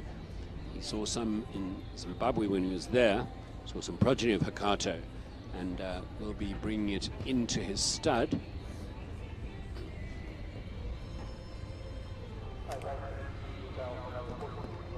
So Jethro falling foul of number 1 and the second to last for 8 penalties.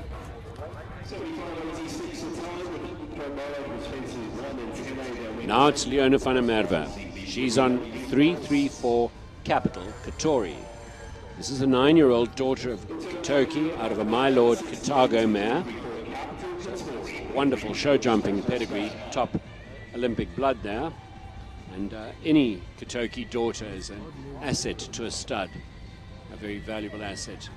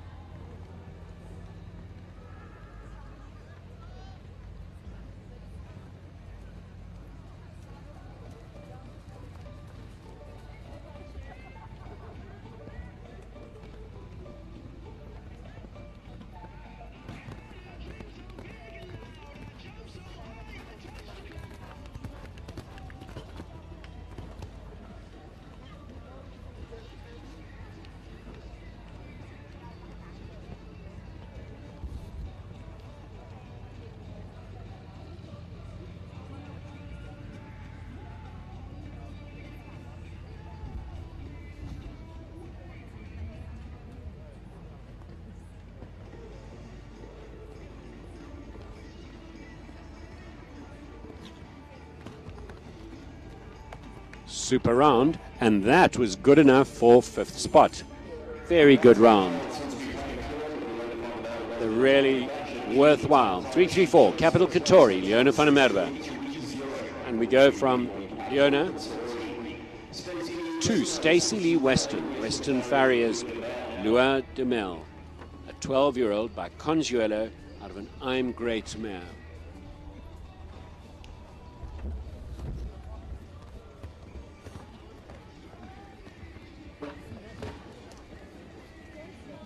That's just how the day's been. You get down a distance, a whisker too quickly or a centimetre or two too close, and you're on 4 penalties.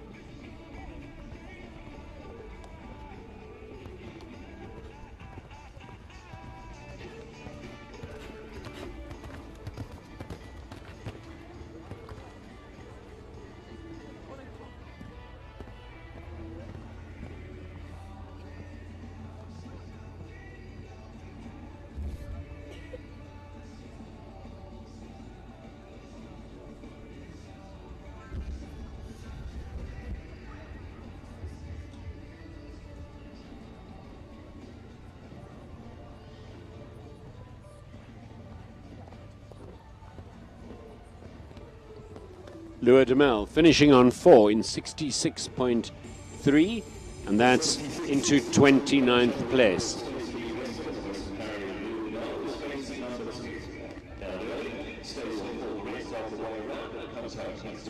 Now we go to Leona van der Merwe's husband, Chris van der Merwe, on the 334 entry, the stallion Bakeur. And this is by Branso out of a Cassini mare. Very modern type of sport horse, this. And you've seen other progeny of Branso during the morning, this morning thus far.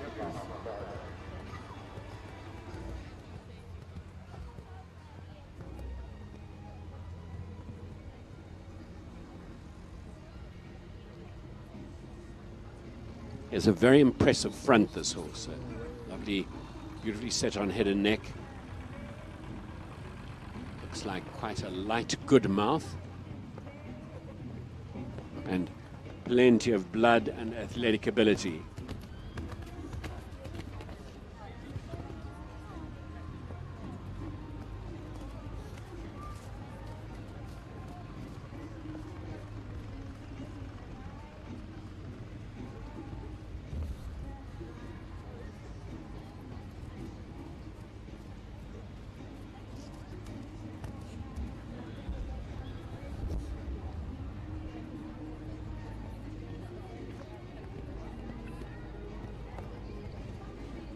And that's clear and into 6th spot.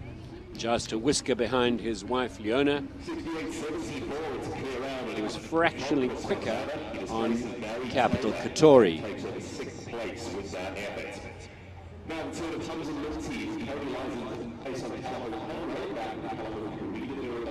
Hamza Minty, who's already been round successfully on Conray, now on Callao Corrida de Rebel by Corinth out of a Lisbon mare.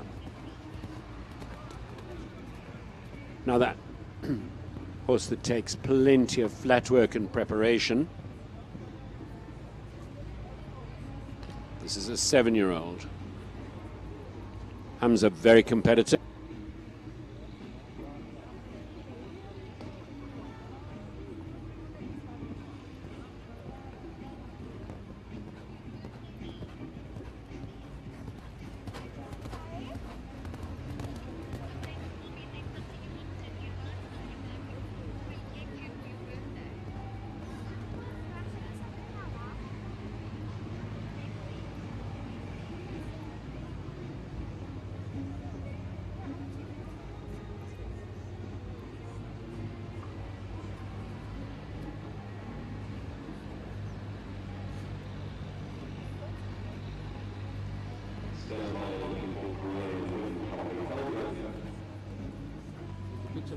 For penalties, the time 70.66 into 25th slot.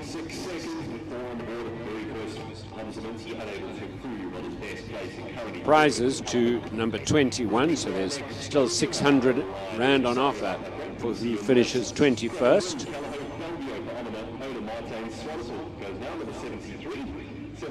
Martin is here at the show, big supporter of show jumping. Callao Falvio. This is a Fort Joy out of a Silvio mare, a 13-year-old bred at Callao.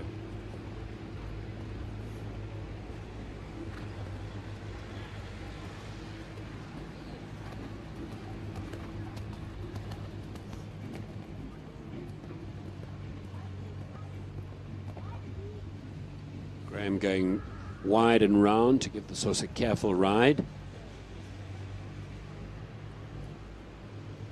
Very nice, useful horse, this.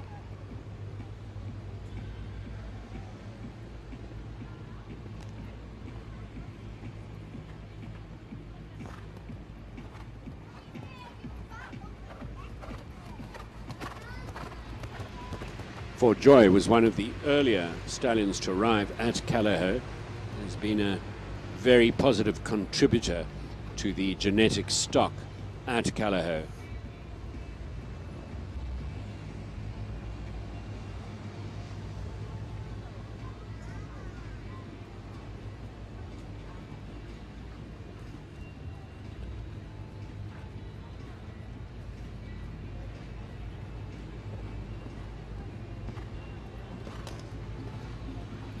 clear round into 16th spot. 66.3. 86, a great ride by Graham Wynn and Calico Fulvio. Clear they go into 16th place. We now have 20 pairs on board. One is on our hop. Now we go to Anthony Eckerald, KwaZulu-Natal man. He rides Tackentog's Optimus. This is a 16-year-old by Optimum van der Wellington out of a Bambix mare. So that was classic Alzu breeding back in the day.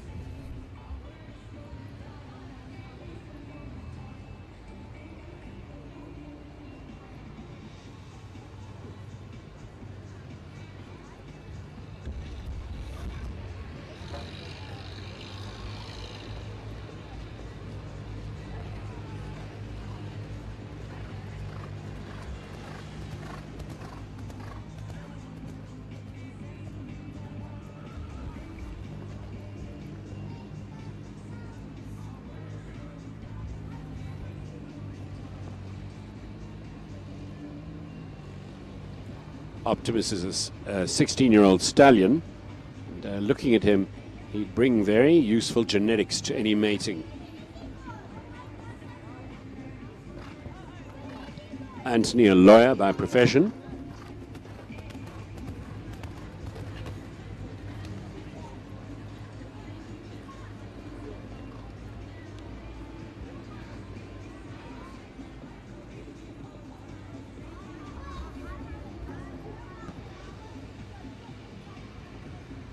When the riders have come forward to that orange and red jump, it's fallen from time to time.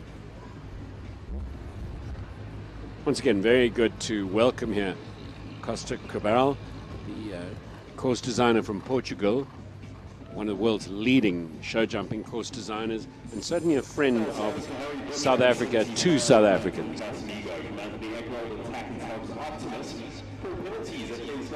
Harry Butcher, competitive at the recent Toyota Easter show.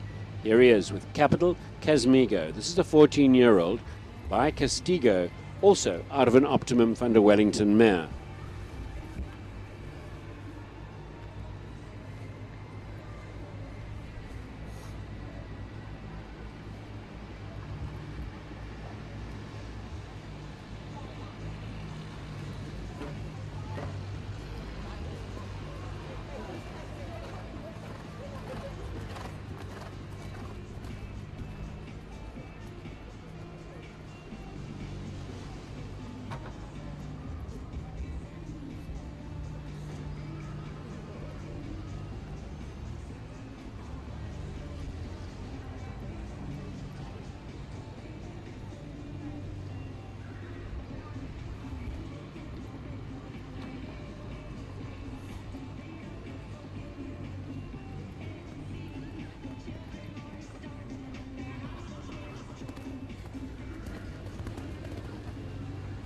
Harry was a keen junior rider based in the northern suburbs of Johannesburg. His mother runs a big equestrian setup in the northern suburbs, and developing into a very useful adult rider with the watchful eye of Dominic Alexander.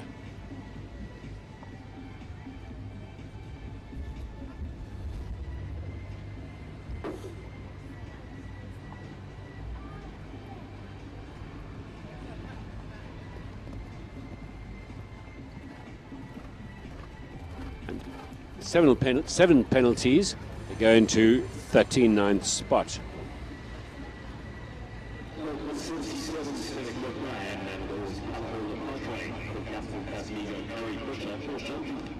Sten Mochner now rides Callahoo Le Padre. This is a Lissabon out of a Patinas mare, now a 15-year-old. Sten's had multiple successes with this horse. He's ridden him since a 4-year-old off the Callahoo auction.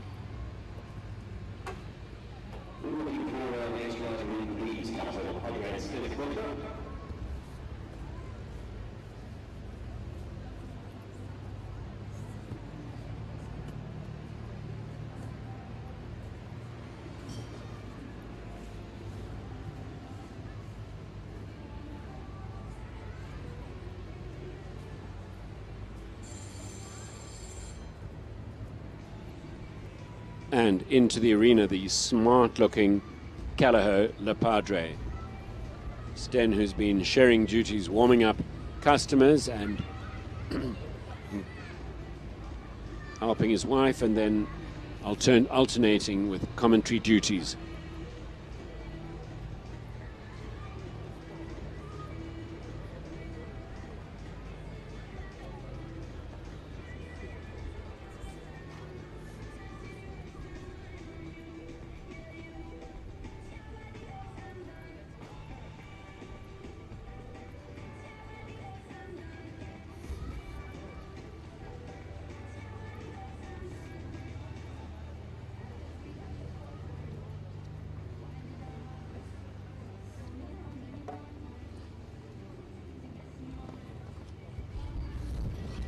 Press as hard as is required to get to number 2.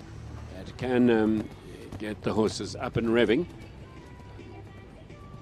But Sten's had enough time to watch this track, and exactly when the horses are pressed hard at number 2, they often might jump through a fence after that, remembering the pressure and responding to it.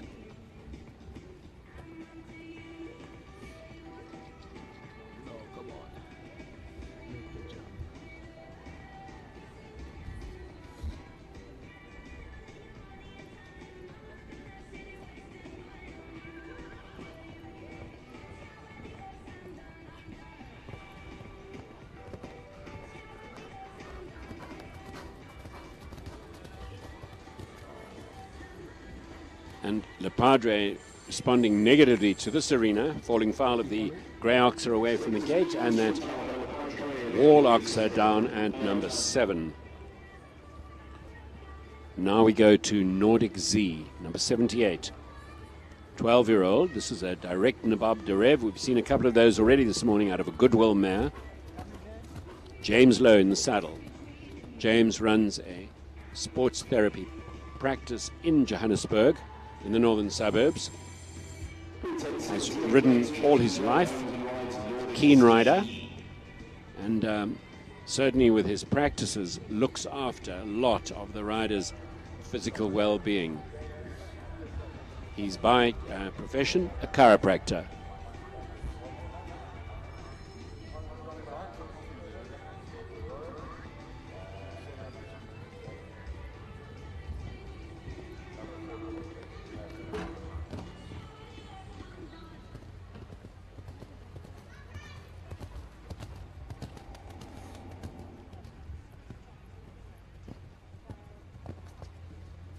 The cloud and mist seems to be lifting a little bit, the going improving.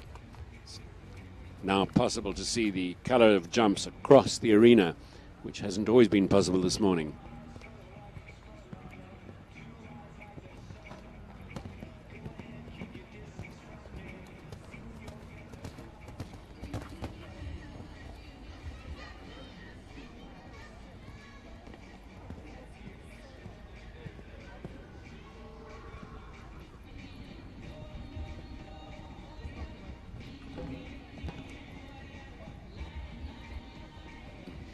As has happened all day from the pressure of this event, the horses start jumping forward and responding to the pressure and losing their carefulness to a degree. 12 penalties in 73.94. That was for Nordic Z.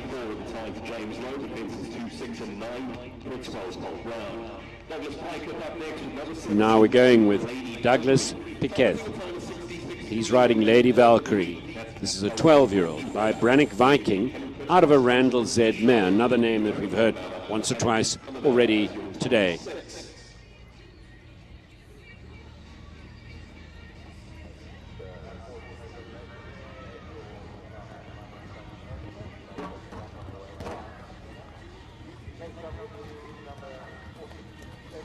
That's definitely been happening today. The riders feel the horses having a look, backing off, and then they put pressure, and then the poles go. Wideness is okay? Okay. Let's make it.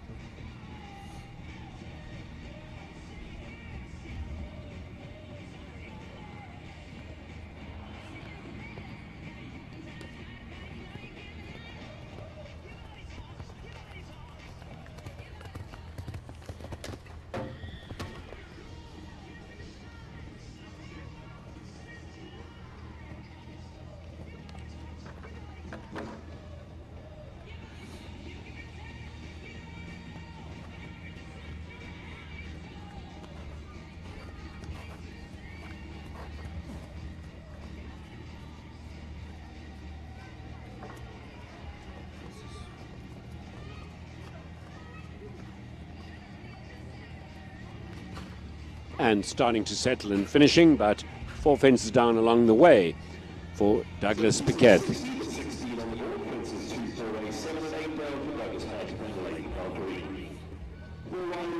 Now we go to Capital Cashmere. This is a Capital Colnado out of a Belmondo mare. Very hot, sensitive horse this, full of blood. It's an 11-year-old. In the saddle, Lauren Pretorius.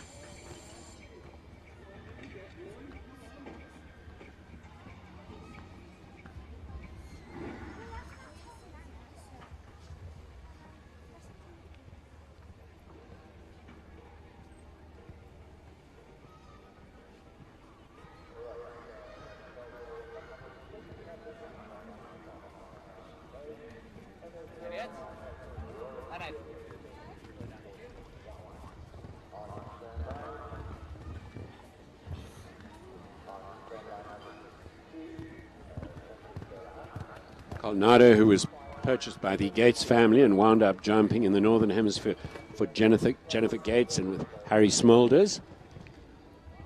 Kind, scopy big horse. And this horse a lot more blood than his father.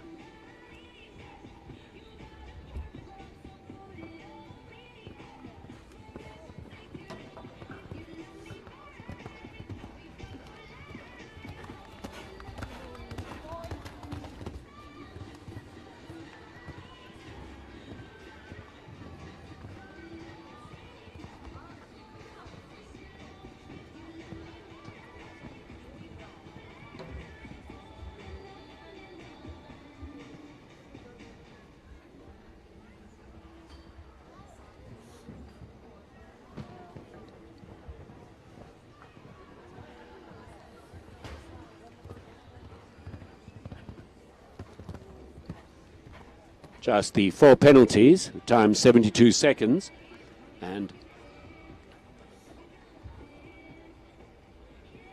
Signals on sound at 10-8 for Lauren Pretorius, brings it home on captain. Here in 72 seconds on the button with the 4 penalties. We have 20 clears, we're looking for an extra one to fill up our 21 passes. now we go with Rainer Korber.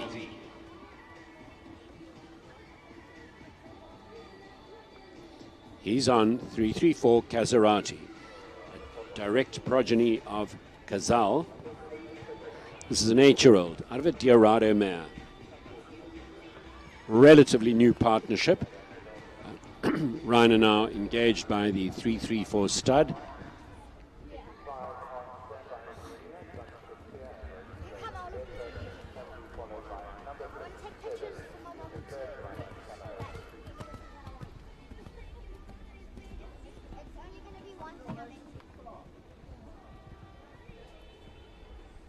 This horse jumps in a lovely style. I was about to say all positive things, and then a momentary lapse and the horse ducks out the side.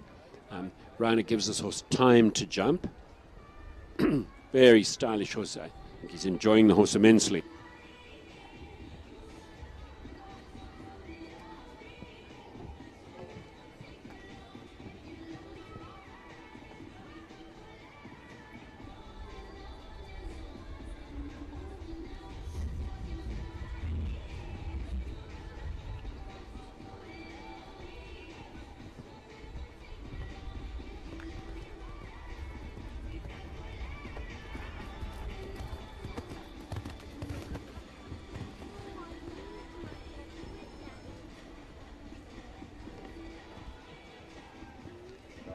Only on 76.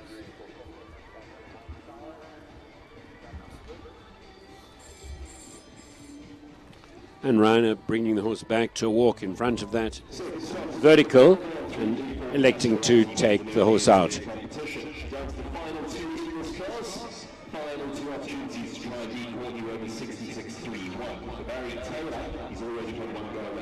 Two very competitive riders left. Barry Taylor and Fiona van Vollensteer. The first of those will be Barry Taylor. For Brett Latimer. This is a 7-year-old gelding, an import by I'm Special de Muse out of a Lux Z mare.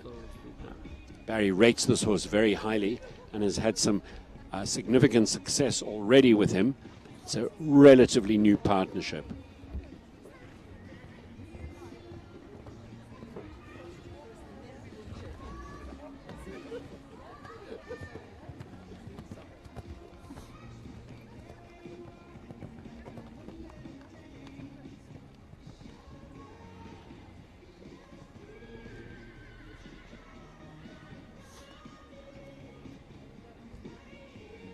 horse jumps in good balance. Opens behind. Oh, and touches that down, so he's not going to be in the top 21.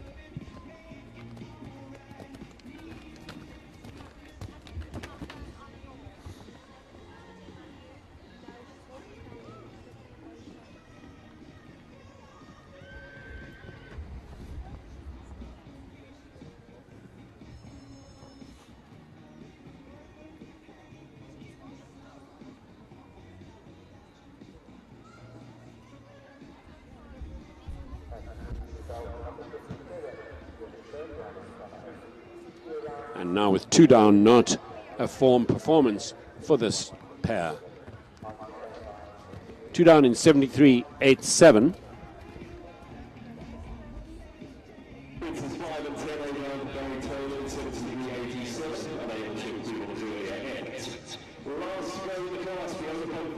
So the last rider to try and take it away from Courtney Webber and Opal Delabastide is Premier Envy, a 9-year-old by Escapade out of a Tilden mare.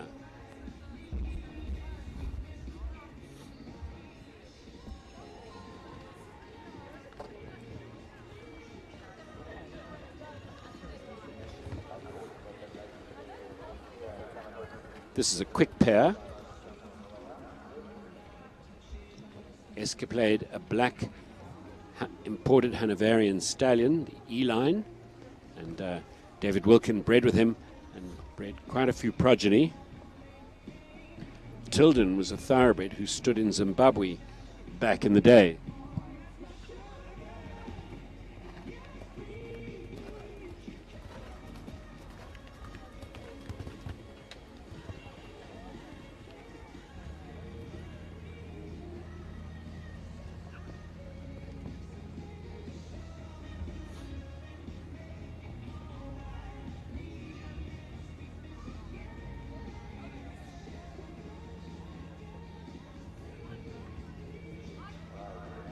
Last fence to go, and she's clear. Very presentable performance, and that puts her into 5th place, securing her some very nice prize money.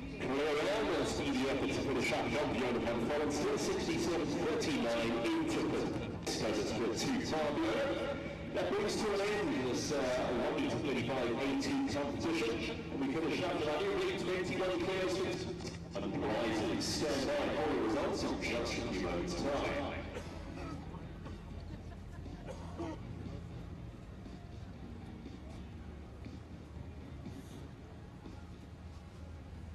So here are the results. It was a win from early on, Courtney Webber, Opal Delabastide. In its second was Helen Kritikos. She was on Callahoo, Liberia. Third to Hamza Minty, Callahoo, Conray. Fourth going to Equicover Capital Chicane, Shanae Bean. Fifth to Premier Envy, Fiona van Vollensteer, the last pair in the class. Sixth going to 334 Capital Katori, Leona van der Merwe. Seventh, number 70, Bakeur, 334 stud, Chris van der Merwe. In at eighth, number 14, Jeep Largo S, Barry Taylor. Ninth going to number 31, Callahoo Sequoia Vella, Geordie Byrne. 10th, number 25, Whitewater's On Clouds of Time, Jessica Comfer. 11th, Callahoo Tulana, John Corber. 12th, Diamond Dundee, Lara Neal. 13th, Yanda D, Jenna Eager. 14th, Jolie Faye du Royen, Caitlin Lepart. 15th to number 42, Callahoo Lariboo, Ashley Taylor. 16th was to Soakley, Zed and Dominic Alexander. 17th to Callahoo Falvio, Graham Wynn. 18th, number 334, Hayam Wilmer, Leona van der Merwe. 19th, 334, Brandon, Chris van der Merwe. 20th, Rivendell Zoid and Jackie Cochran. 21st to Capital Collier and Dominic Alexander. And that concludes the 135 opening class. Next is a long 130 competition.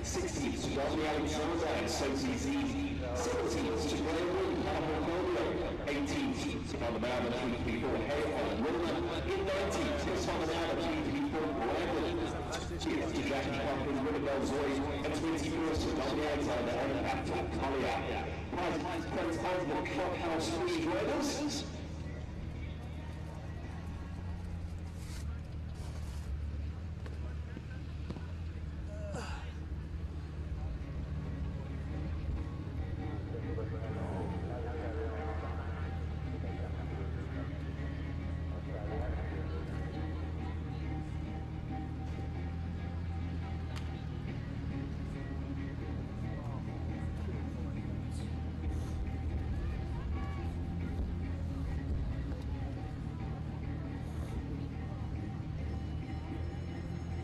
It's gonna kind of be blocked a bit by the rails.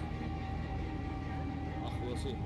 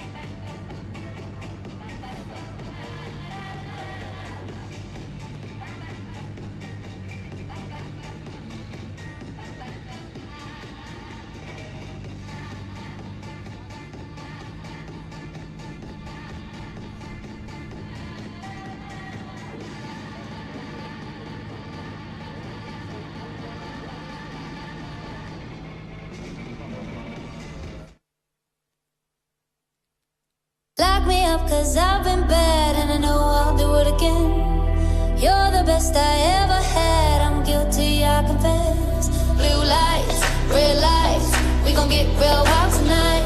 Blue lights, red lights, with you. Anything that feels this good, well it must be illegal. It must be illegal, illegal. Anything that feels this good, well it must be illegal. It must be illegal. So call us criminals, criminals. Call us criminals, criminals. I've been stealing all your time, but I know that's what you want. I swear the way you blow my mind should be against the law. Blue lights, red lights, we gon' get real wild tonight. Blue lights, red lights, with you. Anything that feels this good, well it must be illegal.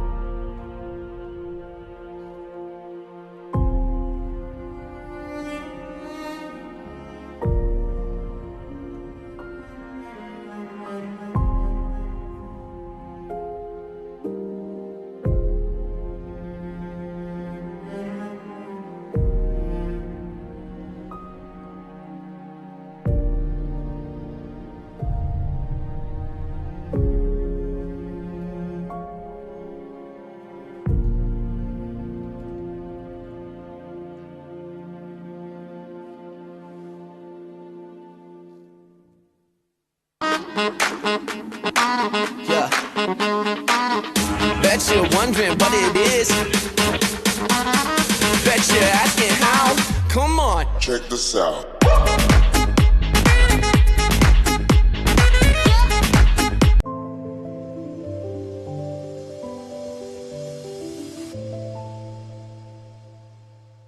Country Life Properties, a boutique real estate company specializing in sales of equestrian properties, sale of residential, agricultural, and country lifestyle estates in the Greater Kyalami area.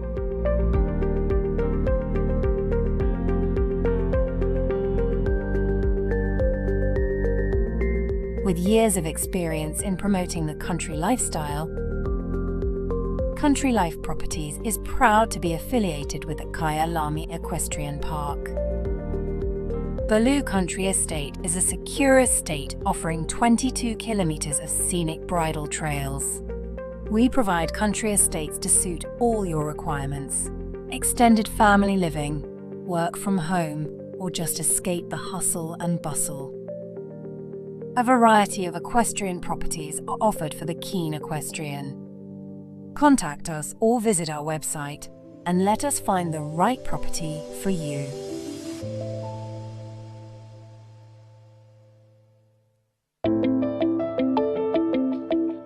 Welcome to Northrand Animal Clinic. I'm Dr. Mike Ross. My partner here is Dr. Mike Last. Northrand Animal Clinic has been present on this site since 1994. We offer more than 100 years of equine experience. Every aspect of equine veterinary work, from lameness workups to sick horses, colics, and we have a full suite of surgical procedures. Our one speciality is that we spend a lot of time looking at lameness and lameness workups. We also have access to MRI and scintigraphy, a full range of orthobiologic treatment, a full range of ambulatory services, and then we offer a full veterinary appraisal prior to auction. And we've been doing this for a couple of studs for 5 or 6 years. We operate in all fields of equines, including racing, show jumping, dressage, cross country, and even some endurance work. Northrand Animal Clinic is and would like to remain one jump ahead in the sport horse health industry.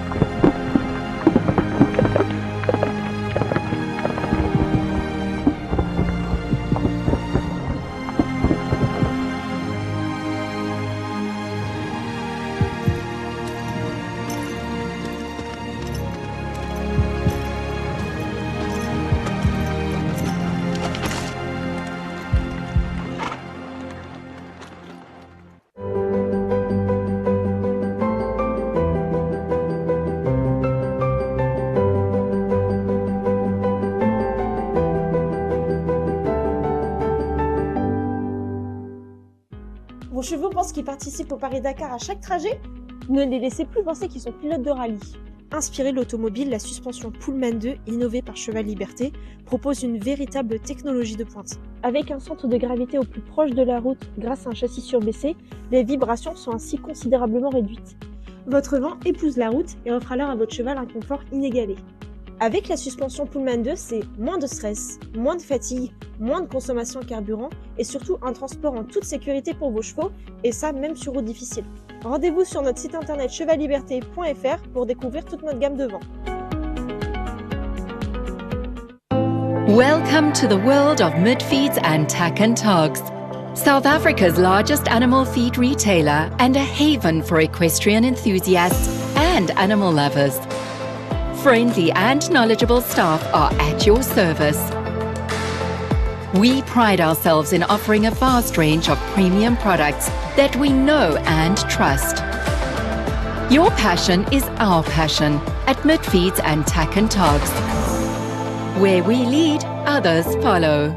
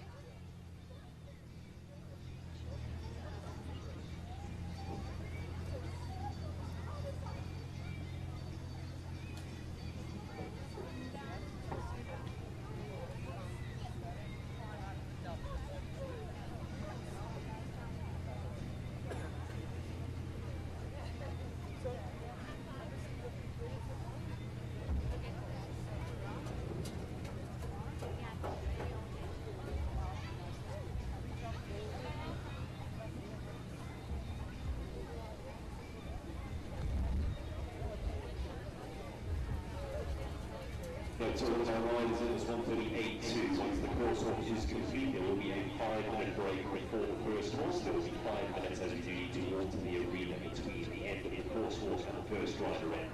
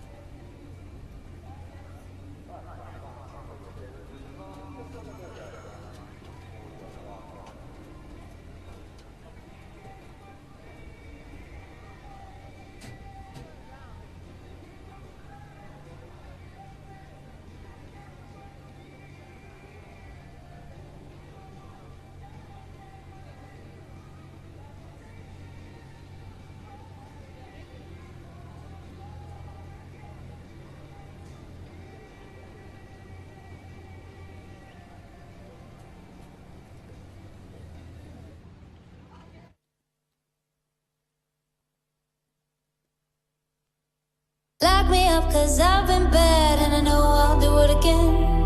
You're the best I ever had, I'm guilty, I confess. Blue lights, red lights, we gon' get real wild tonight. Blue lights, red lights, with you. Anything that feels this good, well it must be illegal.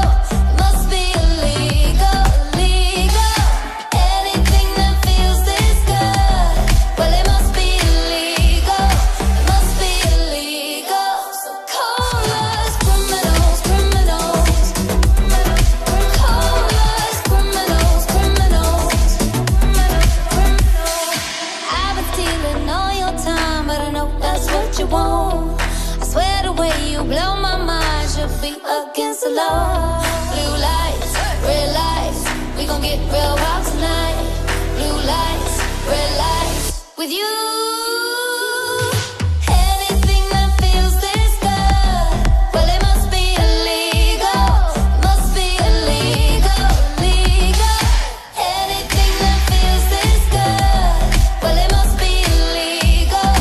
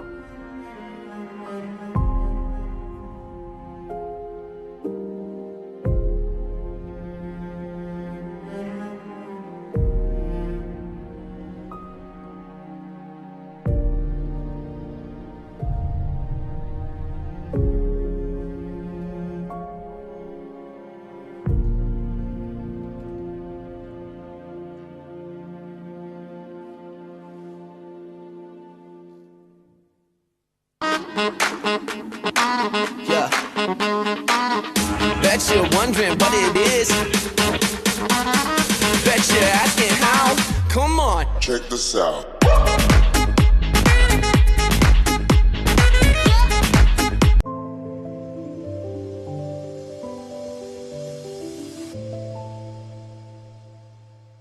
Country Life Properties, a boutique real estate company specializing in sales of equestrian properties, sale of residential, agricultural, and country lifestyle estates in the Greater Kyalami area.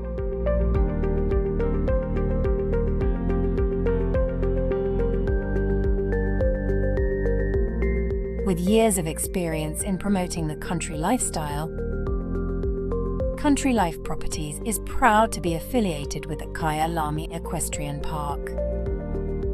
Baloo Country Estate is a secure estate offering 22 kilometers of scenic bridle trails. We provide country estates to suit all your requirements: extended family living, work from home, or just escape the hustle and bustle. A variety of equestrian properties are offered for the keen equestrian. Contact us or visit our website and let us find the right property for you.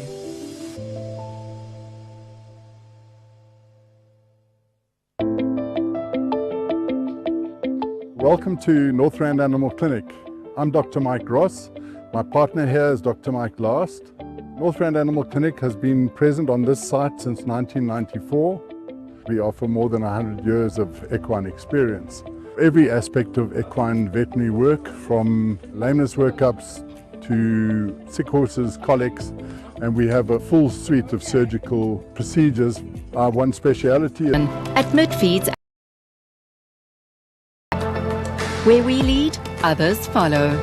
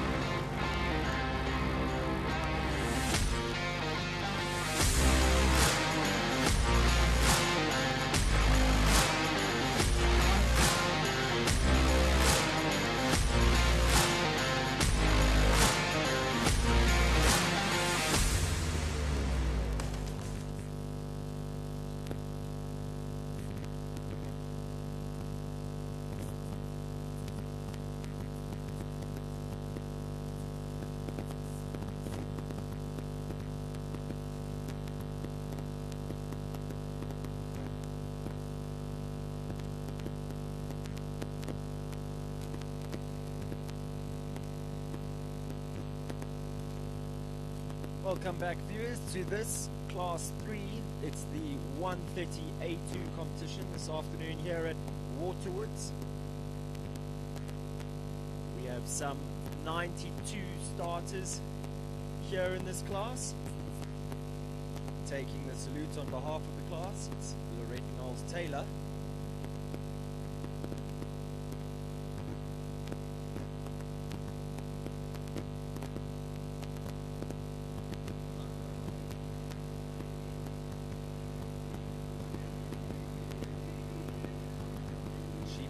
Oxford Special Edition, 7-year-old gelding by I'm Special to Muse, above the red mare. She's going to show us the way around this Bernardo Costa design course. Easy 7, 1 to 2. Horse really kicked off the ground at that Calder Hill Oxa. And they sweep round to the Rainbow Double. Balancing 5.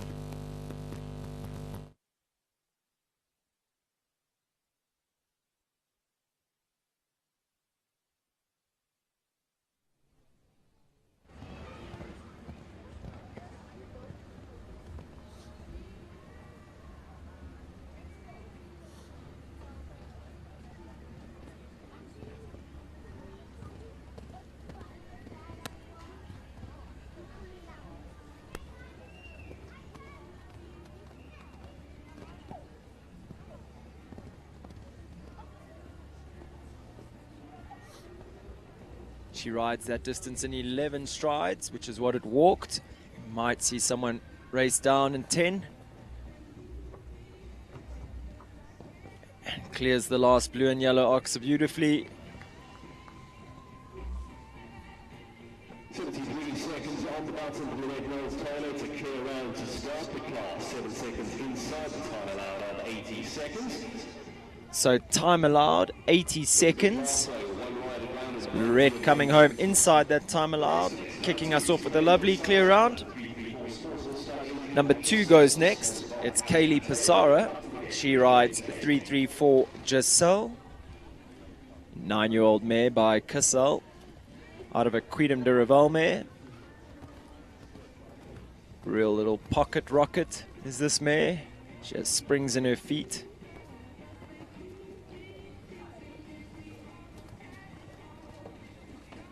Kaylee really is building a formidable partnership with this mare.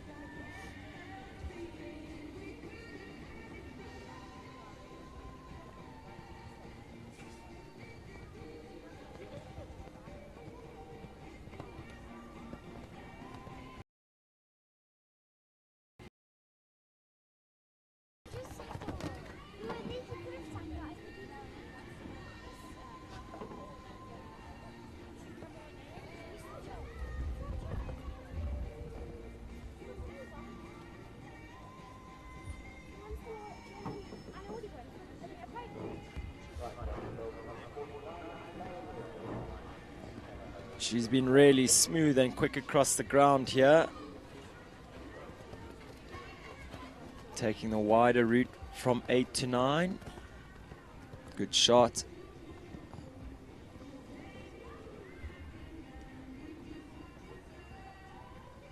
Rolls down in 10 strides to the double.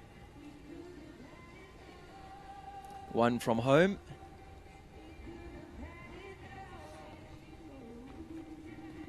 Ooh, and it's going to fall victim to the clock, I think. There comes home, clear for jumping, but in a time of 80.69. It's going to be 1 foot time. That 1 time penalty probably down to a little bit of extravagance at the jump, going a little high, showing off. But a lovely, lovely round, like I said. It's going to be a partnership to watch in the not so far future. From one 334 rider to another. Next up, it's young Ashley Taylor. She brings in 334, Callahoo Stand By Me.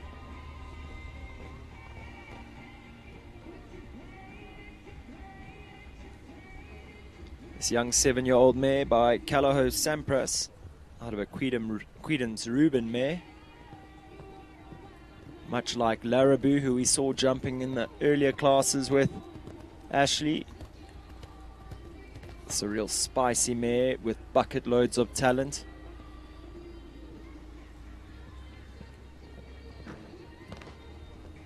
No one better than Ashley with all her tact and feel to produce these sensitive young horses.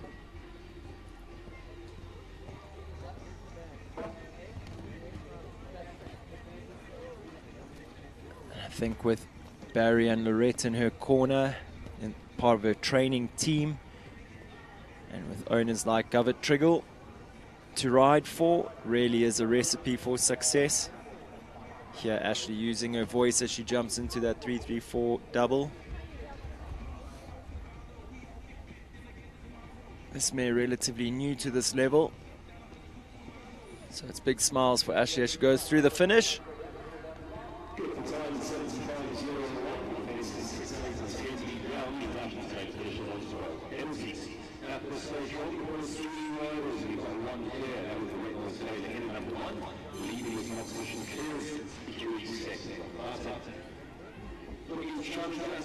James Kane Berman goes next. He brings in number 4, Selahoff Cascada.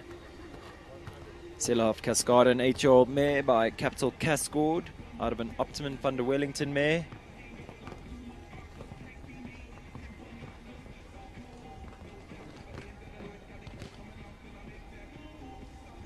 James electing for 8 from 1 to 2. The mare just gently touching the front rail off behind.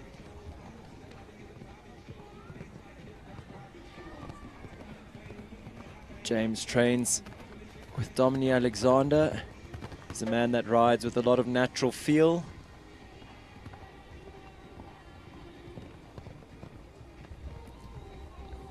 When he knows it's his day, he can really lay down the gauntlet for the other riders. I think with 2 early rails, we're not going to see him going flat out here today. Yeah. Seems to have found his groove in the second half of this track.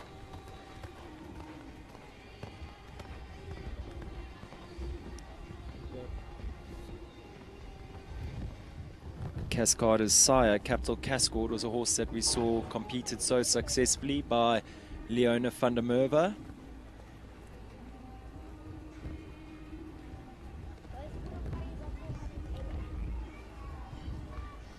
So not their day today, but a horse that, if she's clear come Saturday in that championship class, she'll definitely be one to watch. James, no stranger to speed. Number 5 goes next. It's Ivan van der Sade. He brings in Blue Steel Equestrian Font Inca's boy. Saw Ivan with a great result earlier in the 140 class on PM Corinna. Really making his trip from Plet worthwhile here today. He'll be looking for more of the same.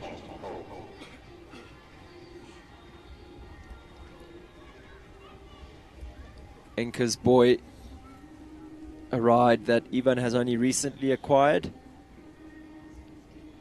Riding the horse for owner Marie Lamont. Marie, if you're watching from PE, good day to you.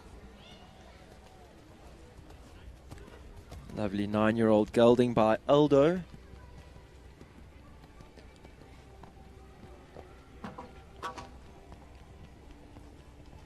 Almost falling victim to a big expressive back end there over number 1. I think the horse actually kicked out at the top rail.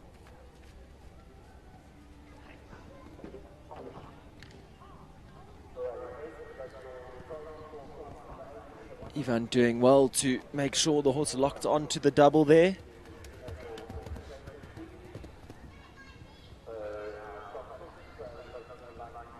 Sometimes that break in communication can be a direct result of what I said earlier, where Ivan's only had this horse a short period of time, so they'll still be learning each other.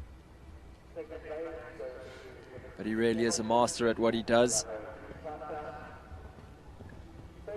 Knows how to get the very best out of all different types of horses.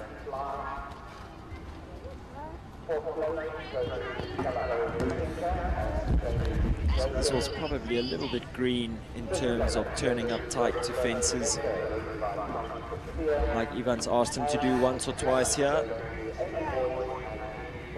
but it'll definitely be a good learning curve for the horse, learning what's going to be expected of him in the not so distant future. Good confident round. 77-74, 12-20,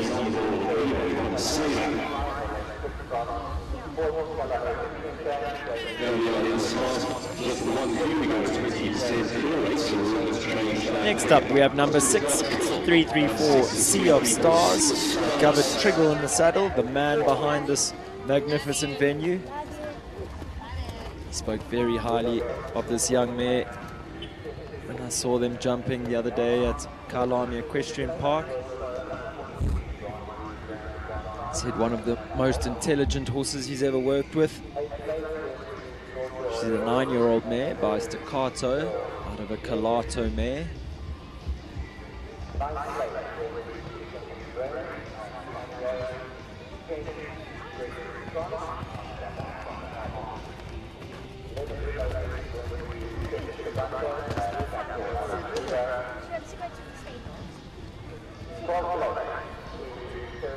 Our viewers at home will be able to see she goes in one of those hoods, a compression hood.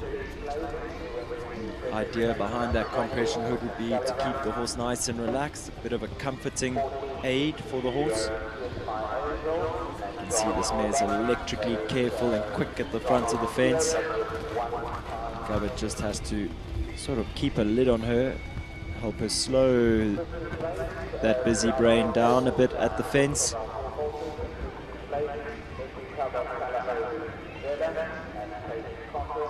Textbook through the double there, the 3-3-4 double.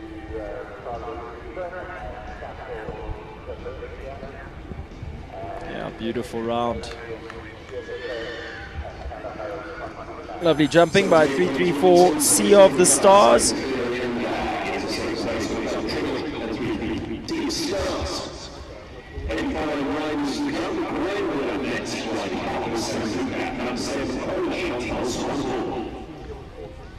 Just an apology to our viewers at home. Sorry, we are having some technical glitches with our timing equipment and the screens. So every now and then, if we don't manage to announce the times, it's not from a lack of interest. On track now, we have number 7. It's Graham Wynn in the saddle, riding for owner Martijn Swanepoel. He brings in Kalaho Sambuca, another striking son of Sampras, out of a Lissabon mare.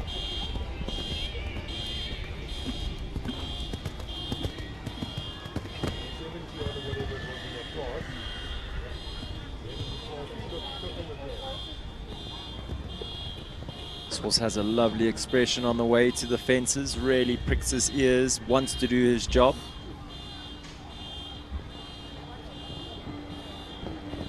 Big effort over the Oxer at number 7.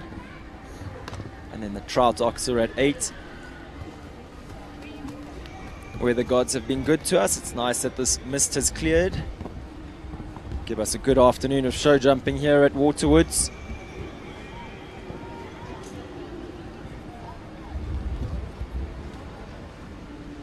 He's one from home with just the 4 faults. Very soft rail at that aquarium fence. Leaves the last up. And a fine performance from that young horse. New to this division. Really putting his best foot forward.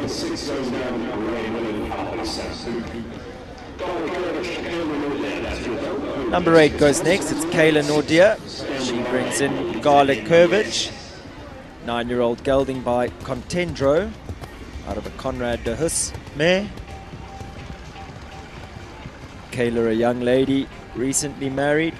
Maiden name was Gertenbach, now a Nordia. And I must say, the Nordia surname suiting her career very well. Kayla's been in some fine form of late. She's always ridden beautifully, but has really hit the ground running these last 2 years, striking up a fantastic partnership with a few new horses in her string that look like they really are set for the top of the sport.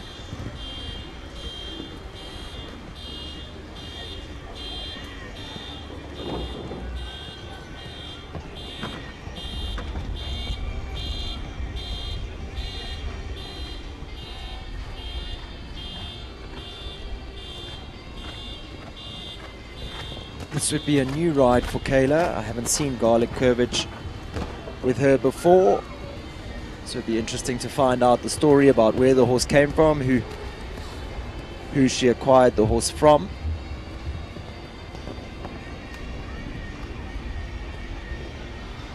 But again, with a lady as talented as her in the saddle, I think this horse is destined for big things. She obviously thinks the world of him.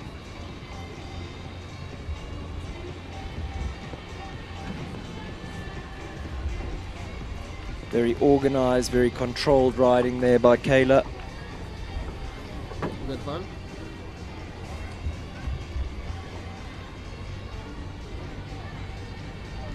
So viewers, number 9 goes next. It's Nariska Prinsloo Hill. She brings in quality NPS. If you want to see how to ride a speed class, don't leave your screens. This is sure to be entertaining here. Nariska never comes to make up the numbers.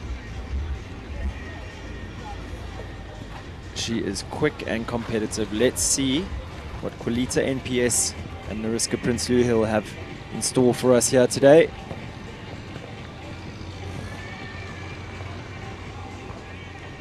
Lands turning after 2. You can see she means business. Stays inside those wings to the rainbow double. Whoa. Kicks out over the oxer, jumping into 3. Little rub at 4, but it stays up. An uncharacteristic back rail goes down for Qualita. So Nariska will probably take her foot off the pedal a little bit now. Put this down to a schooling round. Get the horse ready to win later in the week, because I guarantee you they will win at least one of their classes here this weekend. Goes without saying.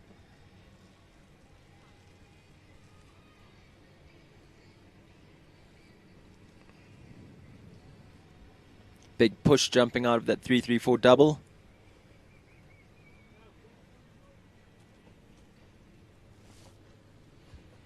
And clears the last. So 4 faults in a good time of 71.83.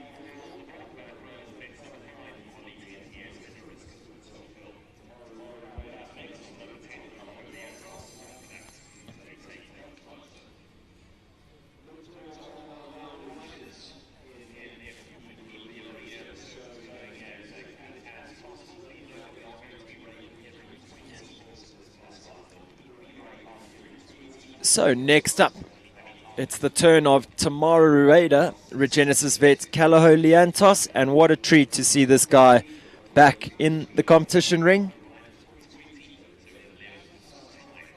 He spent a little bit of time out the sport recovering, I do believe, from an eye injury.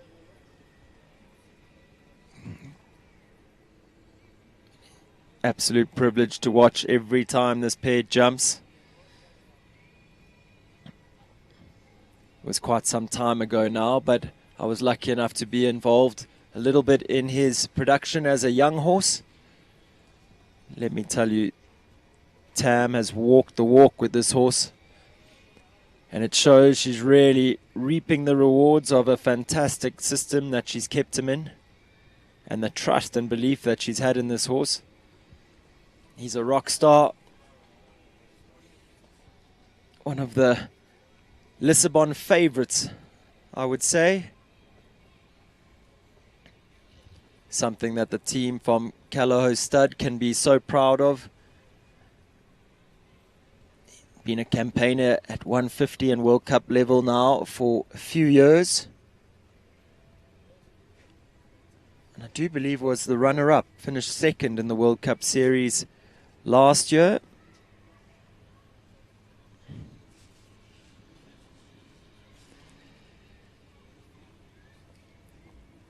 Tam will be gleaming from ear to ear at the end of this round to have this boy back in the ring. She'll still be keeping her reins short and close to the saddle just in case, because he is a playful guy. But like I said, what a treat to have him back and looking so well. Next up, we have number 29. It's Equine Performance Products Theseus with Tatum Hodgson. I'm always amazed by these young ladies. Tatum has just recently had a baby, and she's jumped back into the sport as if she'd never left. Theseus, an 8-year-old gelding by Canaan, out of a Cassini 2 mare. We talk about horses that make our career. I truly believe that this is one that is going to really put Tatum on the map as a top show jumper here in South Africa. She trains with Lynn Piercy, so she's got a fantastic team backing her. And I think this horse has all the qualities to jump right to the very top of the sport. Tatum giving him a lovely trip around.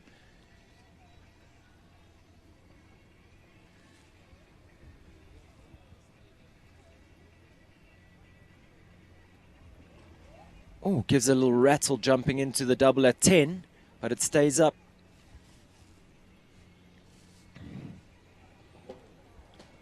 Oh, fractionally deep to the last, and the front rail goes down. Very late, 4 faults. Comes home in a time of 73 seconds.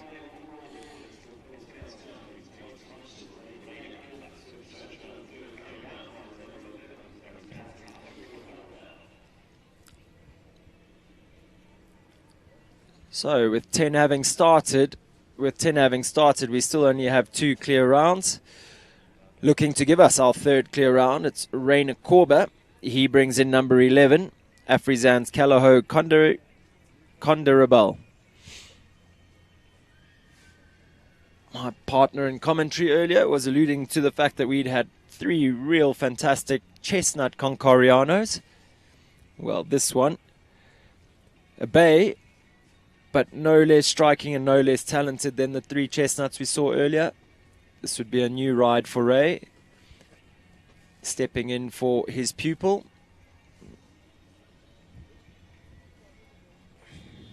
But a man as talented and skilled as Rainer Korber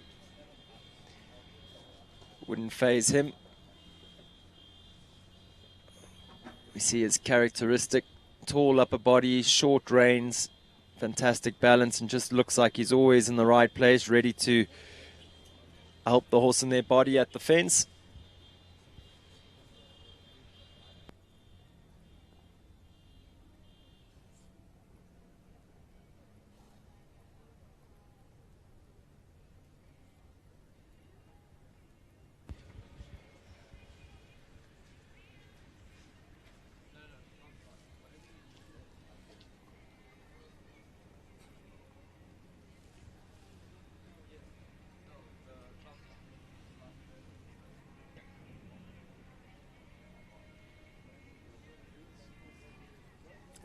Ray rolls up beautifully to that 3-3-4 double. He leaves it up. Just one from home.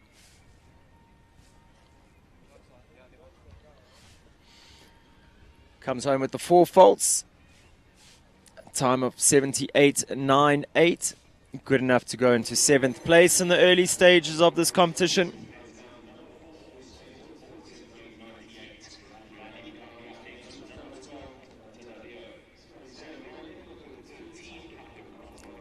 It's the turn of Bradley McCarty up next. He brings in number 12, Valuta Dadeo. 12-year-old mare by Van Helsing, out of a For Pleasure mare. I think Brad will be pleased he's jumping outdoors here today. The recent Maxwell's Indoor Grand Prix. I think he came dangerously close to hitting his helmet high over the fences when she gets a bit buzzy, as you see there. Ooh.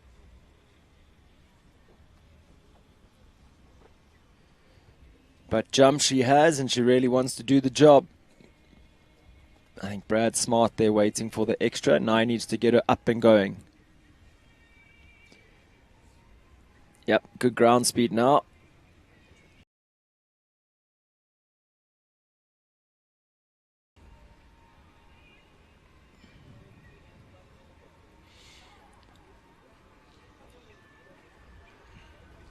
I think so nice for these local horsemen and women who put so much into the sport to have such an amazing venue like this at their disposal.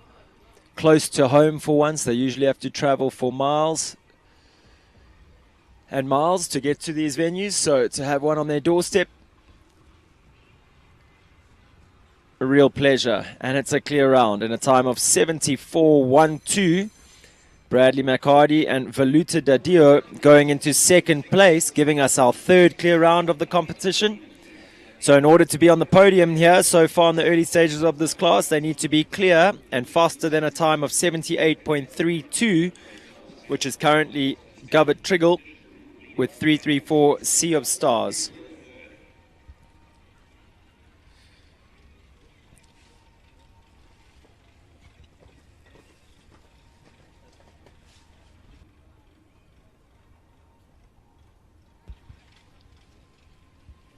On track now, we have the very stylish and consummate professional Jason Phillips. He brings in Calaho Colato, lovely son of Corinth, out of a Pedinus mare.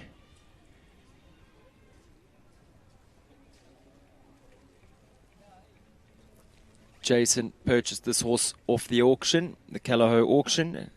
He's had a fantastic production job with the horse so far. This would be one of his first open classes.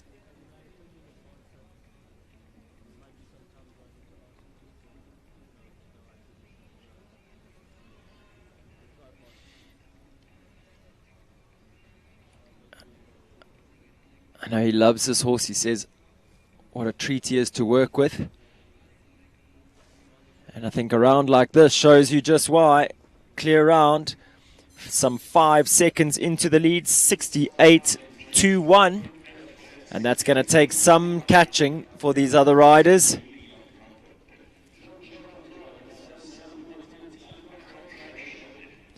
So with 14 having started, Jason Phillips sets that leading time of 68.21.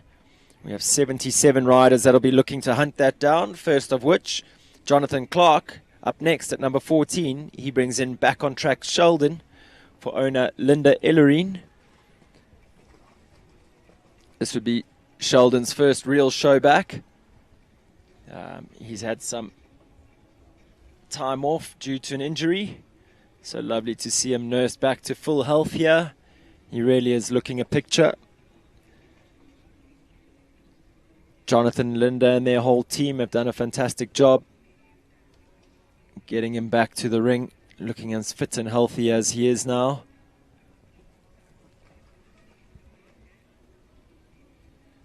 Jonathan really is always just a pleasure to watch. Such amazing body control. Always in perfect balance with his horses. One of those riders with heaps and heaps of natural feel. You can see how well he knows this horse as well. And easy as you like, schooling around in a time of 67.49, puts him into the lead, and you can see Sheldon's very pleased with his efforts here this afternoon.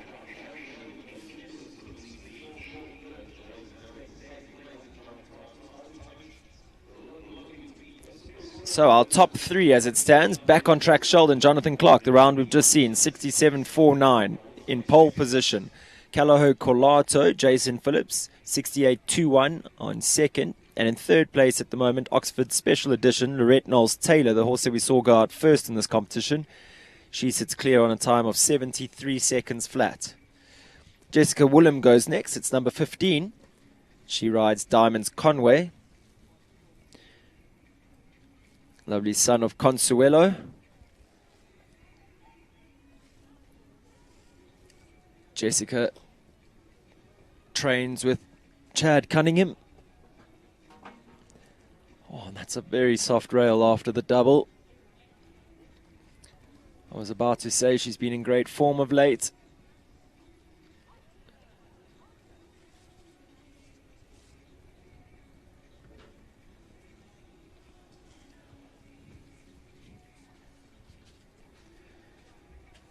Goes a little wide to give herself space to get straight to 7.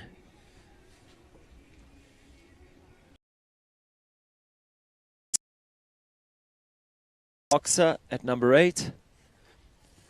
She's just 4 fences from home.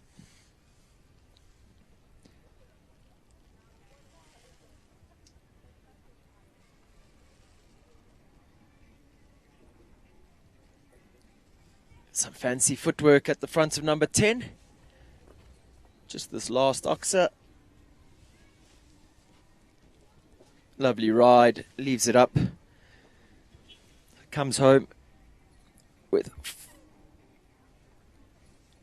2 rails down and 4 for time. Sorry, 4 for jumping, 4 for time. Total of 8 faults. Number 16 goes next. It's Leona van der Merwe. She brings in her own horse, Hamlet. Lovely son of Hammer. That Leona has so masterfully produced up the ranks. I think he was a homebred horse. So he's been bred, backed and produced. No small feat by Leona and her team. For sure some input from the mastermind, Chris van der Merwe.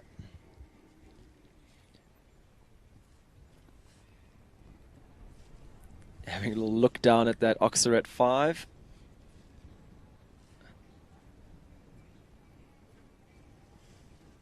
I mentioned earlier that Jonathan Clark is always a pleasure to watch. Leona would be the female duplicate of that. She's stylish, quick, smooth, sympathetic with her horses. They're always so competitive for her in return.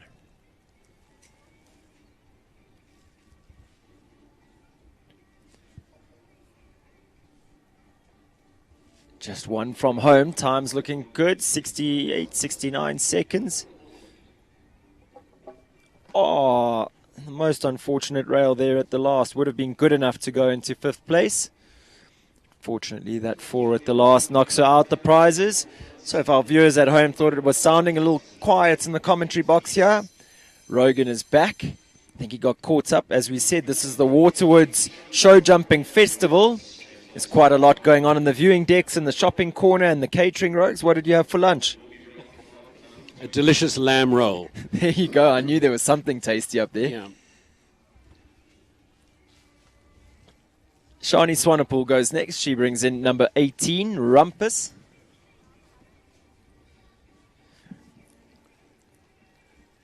Things have got much easier with the visibility, Stan.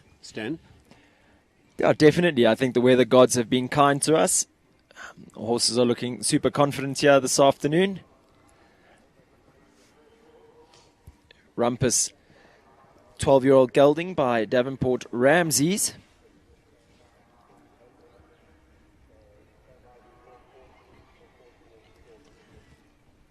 And Ramses by Rex Grana Z, which made so many kind, brave horses and lots of good about them. I was going to say, you could elaborate a little bit more than me on the Davenport stud and their breeding program. Yeah, they did very well with not a lot of financial outlay and perfect environment, but they really did well.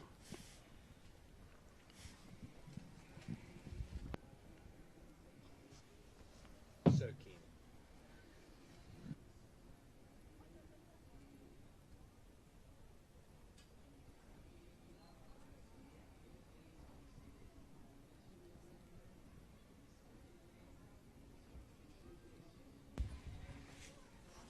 So just the 1 rail going down there, 1 blemish on the record for Shani Swanepoel and Rumpus.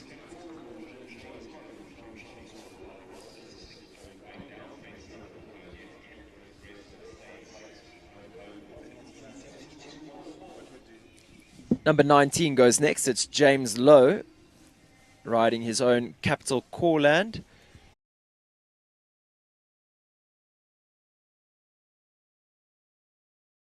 I think Domini has horsed James magnificently here, or paired James magnificently here with this horse. It's a type that really suits James.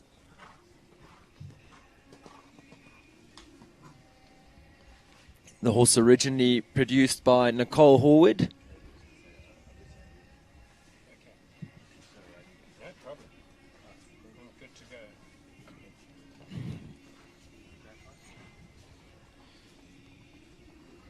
James showing some fancy body control there through the double, looking a picture. I think when you find a horse that suits you so well like this, it's always a pleasure to jump.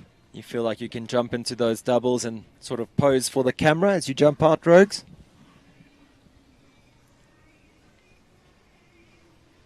You've been a producer of very stylish riders in your time, Rogan, and had a hand in producing many riders. Would you ever say that to them? Just jump into the double and pose for the camera? Certainly not. Not?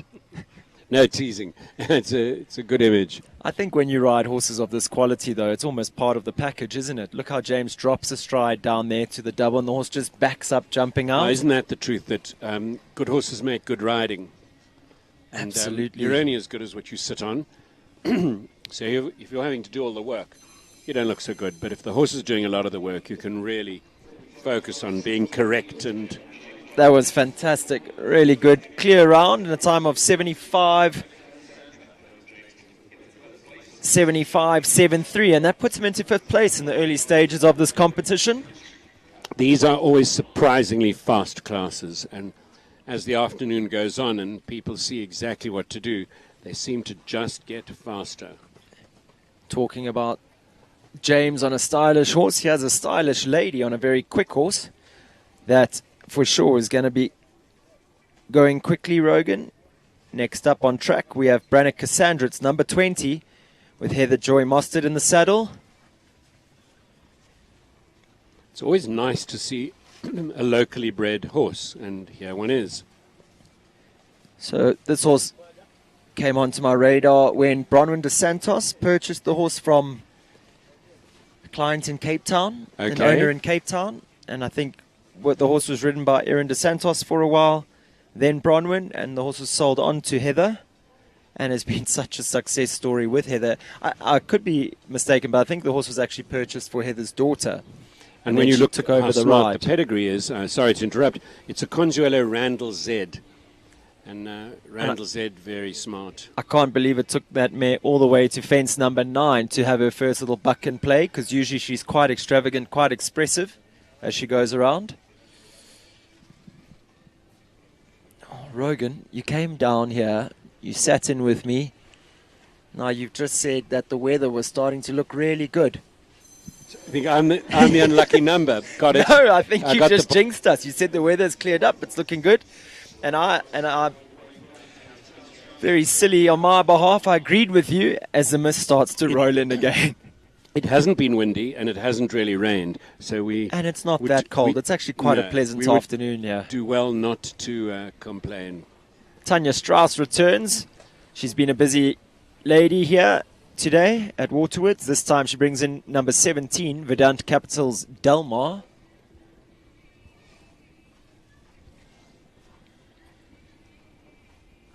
So interesting to see horses play with their tongues. So this horse has got a reasonably... But plays with its tongue, and you wonder if the tongue goes above the bit or below the bit, but it makes for inconsistent contact, and then it's easy to pick up a wrong distance or miss a distance with that difficulty. Obviously a slightly sensitive mouth, Rogan. I see she hasn't got a martingale on. And I think as well, I mentioned earlier, Tanya recently having changed instructors, has moved to train with Graham Wynn.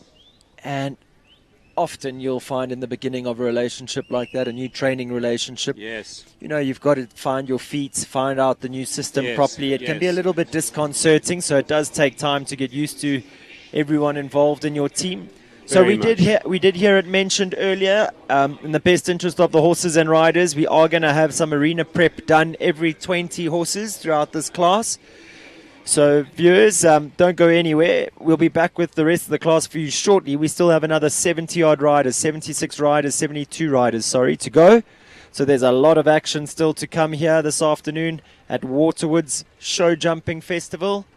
Stay tuned. And it's going to be quick action, fast action.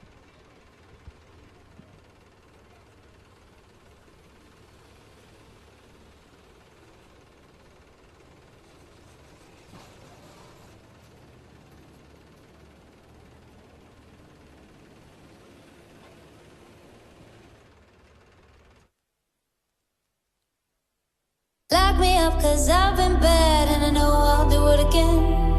You're the best I ever had, I'm guilty, I confess. Blue lights, red lights, we gon' get real wild tonight.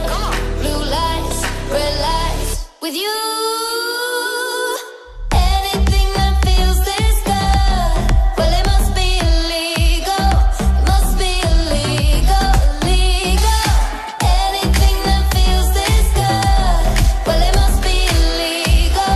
It must be illegal. So call us criminals, criminals. Call us criminals, criminals. I've been stealing all your time, but I know that's what you want. I swear the way you blow my mind should be against the law. Blue lights, red lights, we gon' get real wild tonight. Blue lights, red lights, with you.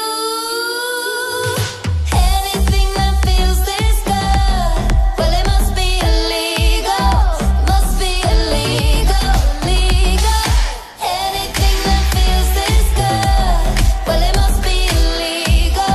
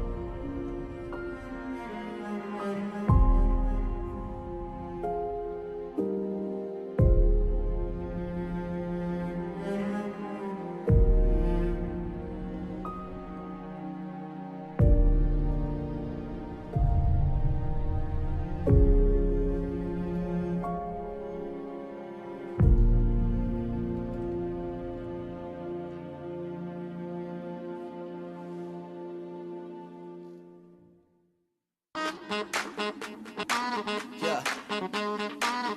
Bet you're wondering what it is. Bet you're asking how. Come on. Check this out.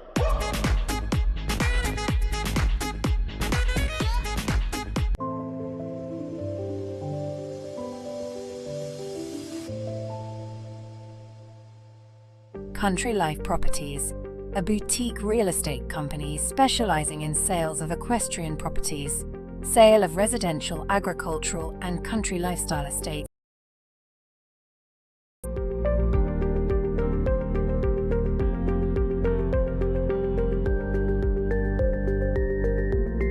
With years of experience in promoting the country lifestyle, Country Life Properties is proud to be affiliated with the Kaya Lami Equestrian Park. Baloo Country Estate is a secure estate offering 22 kilometers of scenic bridle trails. We provide country estates to suit all your requirements: extended family living, work from home, or just escape the hustle and bustle. A variety of equestrian properties are offered for the keen equestrian. Contact us or visit our website and let us find the right property for you.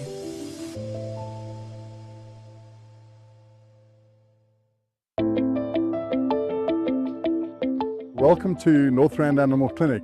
I'm Dr. Mike Ross. My partner here is Dr. Mike Last. Northrand Animal Clinic has been present on this site since 1994. We offer more than 100 years of equine experience. Every aspect of equine veterinary work, from lameness workups to sick horses, colics, and we have a full suite of surgical procedures. Our one speciality is that we spend a lot of time looking at lameness and lameness workups. We also have access to MRI and scintigraphy, a full range of orthobiologic treatment, a full range of ambulatory services, and then we offer a full veterinary appraisal prior to auction. and we've been doing this for a couple of studs for 5 or 6 years. We operate in all fields of equines, including racing, show jumping, dressage, cross-country, and even some endurance work. Northrand Animal Clinic is and would like to remain one jump ahead in the sport horse health industry.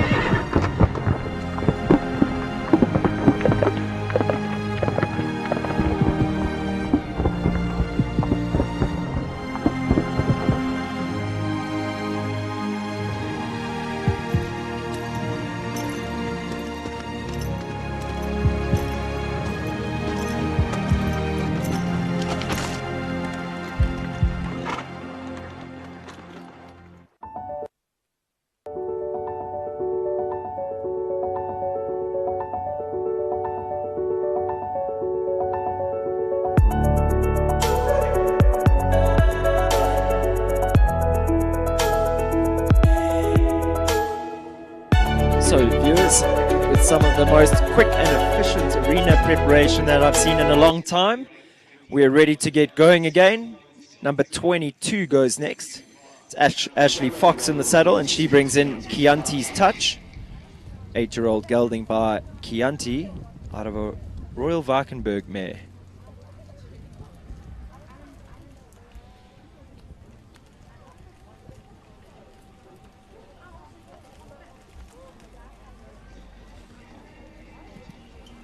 Chianti's Touch is quite an extravagant jumper. I don't know how much of him you've seen, Rogan. No, very little. Ashley does a great job. He looks like he prefers to jump with a bit of space at the fences. But when you give him the space in front, he rewards you with space over the fences as well. Oh, super. Just like that. Just super. Little room, allow him to use his scope, and Ashley does an amazing job at it.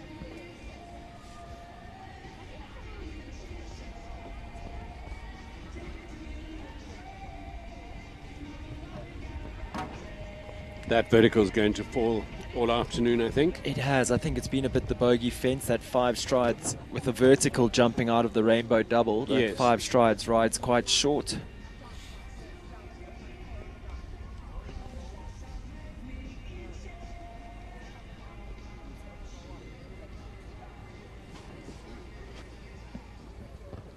Why does the weather get worse all the time?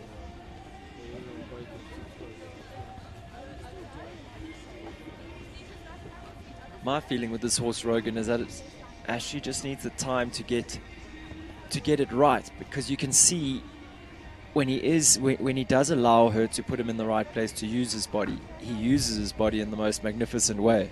Really knows how to clear the fences and give an exhibition. Just all about trying to get that rideability, and I guess that's our job as riders. These days the horses are bred to jump, and all we've got to train is the rideability along the way to allow them to best do their jobs.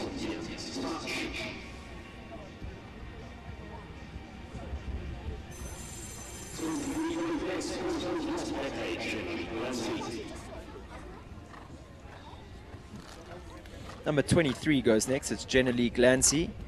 She brings in Cornerstone's Los Pepe. It's rather very exciting jumping happening here with this grey.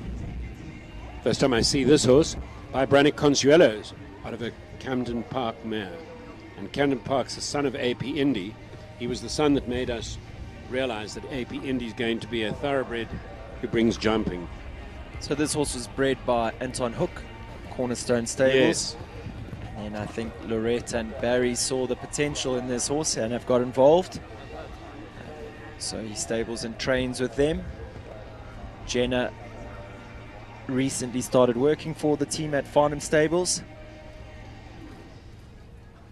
think Jodie Peters was riding this horse before Jenna. Okay. It's interesting how Araby some of the warm bloods can look. When you look at this, you think there's a bunch of Arab in here with the pretty head and high head carriage.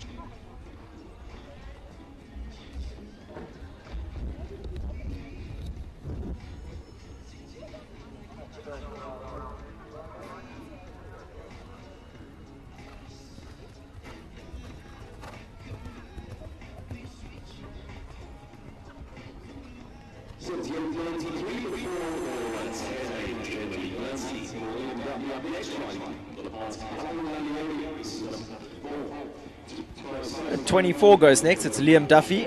He brings in Callagho Laleri for owner Pierre Lepart. Liam has been a fierce competitor in the 120s for quite some time with this horse. He's now making the step up to the open classes.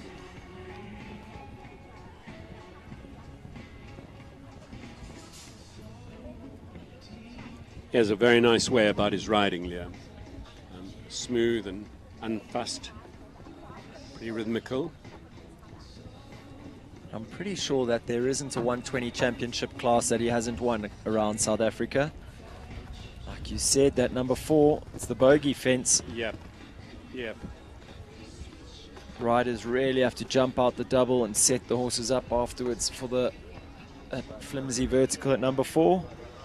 I'll tell you what though, on a law of averages, this horse has had 4 faults. He's not going to have another 4 faults for the next 6 months.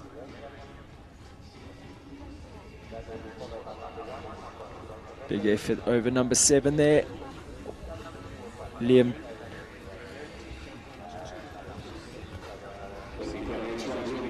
Liam doing well. A look going down yeah, Liam doing very well just to encourage the horse towards the end of the distance there. As you said, he's got a very quiet, calm way of riding. Even there where he's encouraging the horse on, it's still very effective, very calm, very relaxed. Yeah, easy as you like. So the bogey fence going again, number 4. The only blemish on the record. It was a good time, 67.4. Would have been good enough for second place.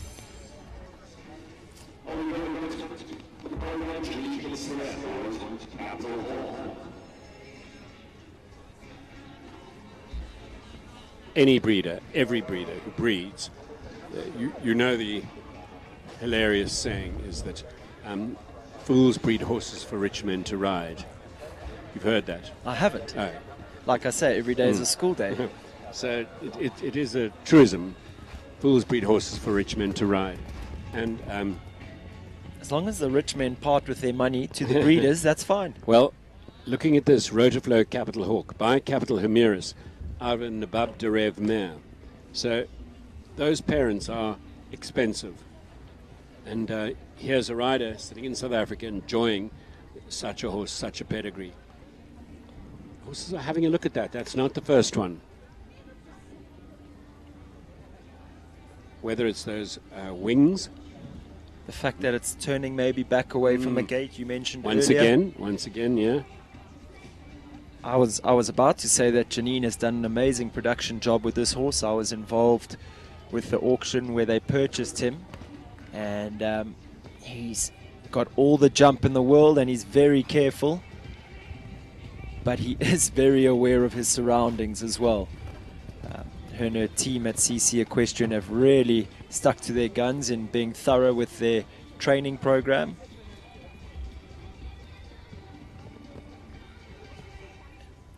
Having a bit of an uncharacteristic day here today, usually a lot more settled, a lot more organized.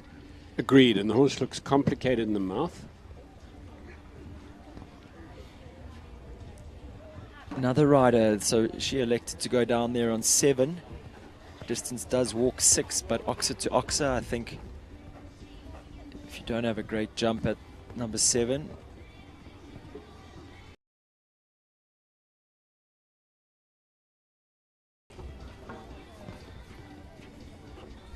I was about to say that the this is what good riding can do for a horse, Rogan. It can help them, you can watch a horse get more and more relaxed as the track goes on. And I think to some degree that horse did relax towards the end. Yes. Maybe she'll need another round to get the horse truly relaxed, but definitely looked better towards the end of the track than the way he started.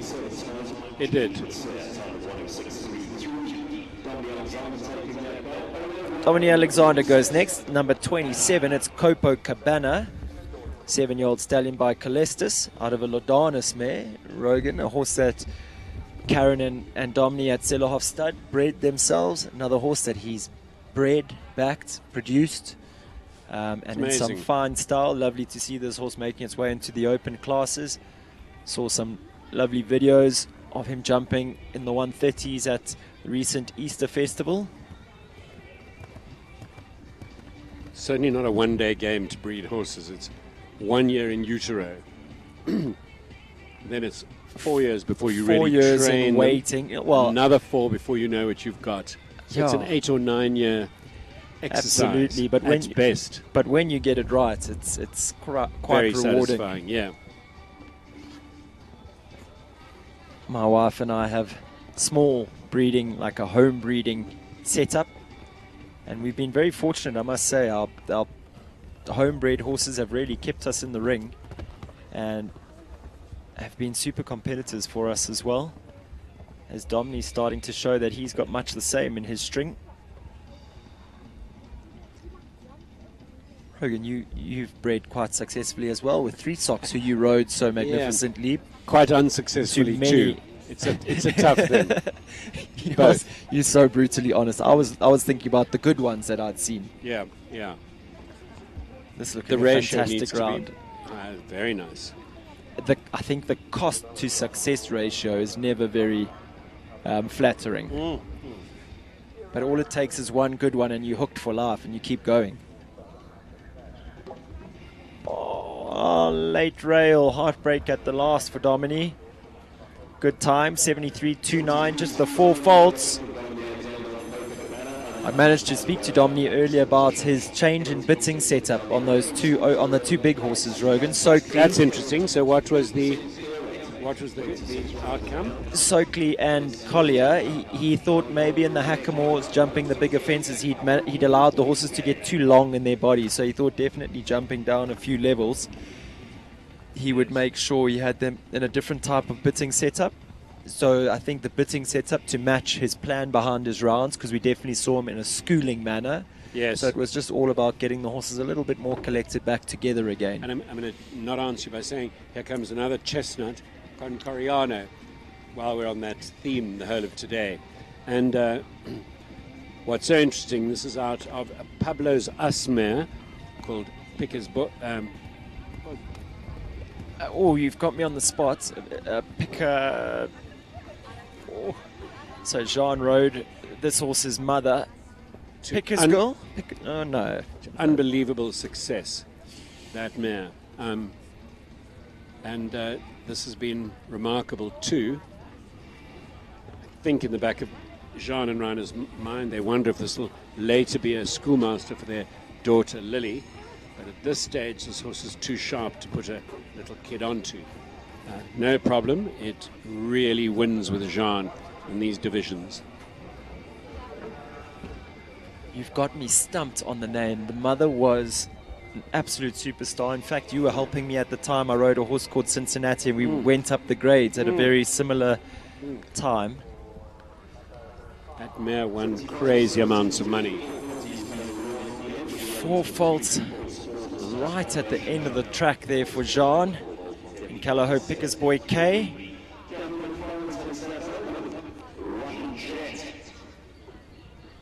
Rogan, the rider that you spoke so highly of earlier, Catherine McFarlane goes next.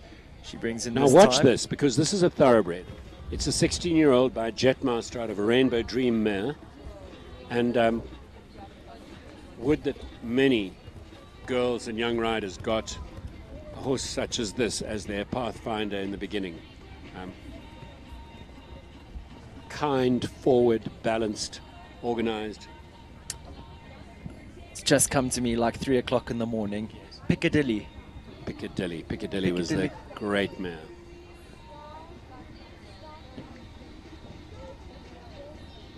Piccadilly was the winner with Jean Corbin, jumped right up to the 150 level. And could I say almost beyond her ability, but just her heart for the jumping took her there. Technique, rideability. But at 1.45 m, there was nothing that would catch her when she was on form. Nothing.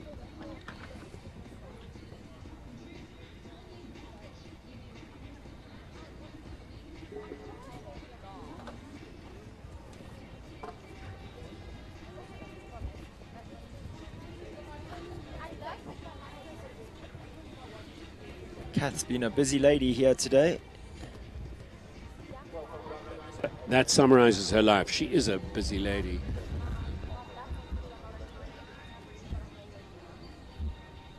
It's always a new business venture on the cards, always a dealing horse, always an extra horse, always something going on at their property. They're building, they're improving, they try very hard. Very busy couple with a good client base. You notice how many times that 3-3-4 double has caused a rail here and there. So the riders are under pressure to go fast. This is their first sighting of this arena, and as they go fast, carefulness can creep out of the window. Martin Minette now for the Brandenburg stud. Brandenburg keep the faith.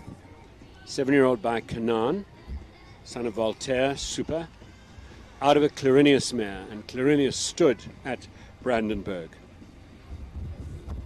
So again, very fitting that we have Brandenburg horse jumping at this magnificent venue. That was the old Brandenburg stud. Yes, very much.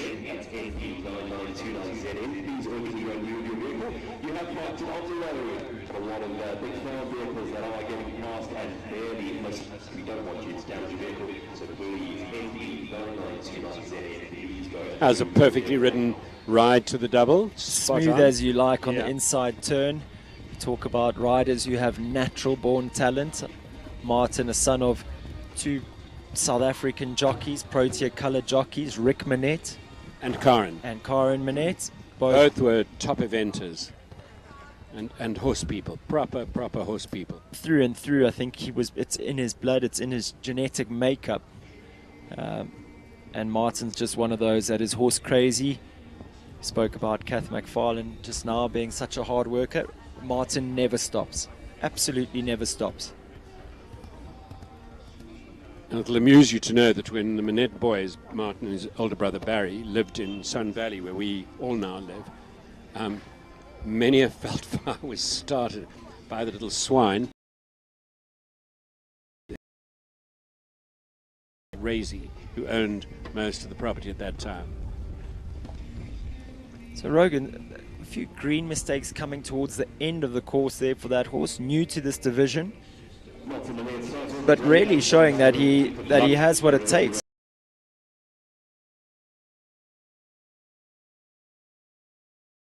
Being a son of Canaan, often slightly later developers, I believe. Yeah. And at only 7 years old, like you say, a lot to come. Jethro Bauer goes next. He brings in number 32, riding for the Berg Equestrian. It's the Berg's Callahoo Lars. Lars, a 7-year-old son of Larison, out of a Clinton mare. Hasn't this got a nice canter? I follow Jethro quite closely on his social media accounts. And I don't think he's had this horse very long. It's a new partnership. Really looks, like you say, brilliant canter. And puts in a big effort at every fence.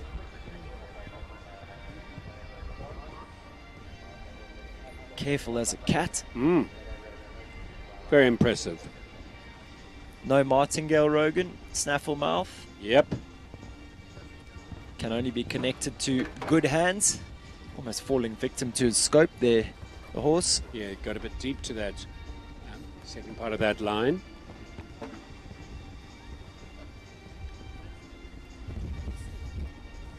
I'd love to ask Jethro maybe about this horse, Rogan. I've noticed that his stirrups look about 2 holes longer than what he would normally ride. I've watched him a lot. It definitely looks like he's got a longer stirrup with this horse than with his others.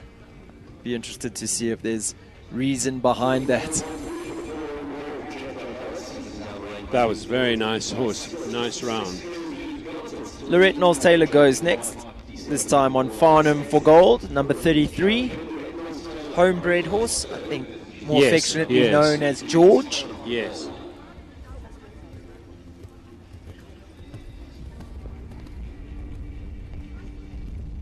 I haven't seen They were George trying in a to while. repeat the Fibonacci pedigree here.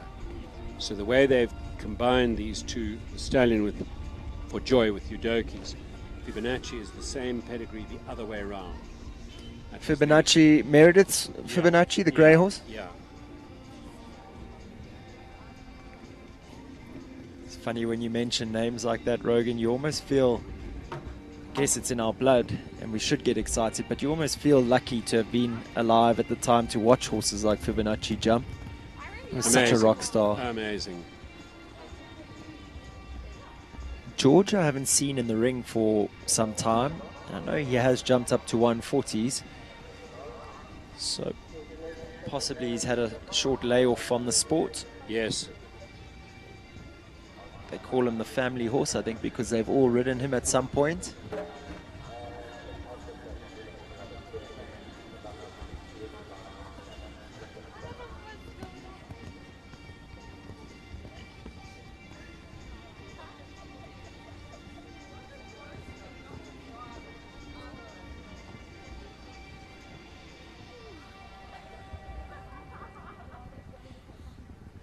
Am I right in saying that you were involved a bit in Lorette's production as a rider in the early days? When she went to do high From school in Namibia. Johannesburg and Yes. came from Namibia and was a wild pony rider. Truly wild pony rider. She can still be a wild cocktail partier occasionally these days too. But she did some very nice work and wound up jumping in the Gauteng team and doing all the things you'd ever want a rider to do in her junior career. It was super. Diligent girl. Went to St Andrews High School, then off to Wits University for a business degree. So she ain't just a pretty face. So there's a bit of feedback on Lorette's earlier days. Ronnie Healy on track now, number 34, Evita S, riding for owner Bronwyn de Santos. Evita, daughter of Asaro W, out of Radamus.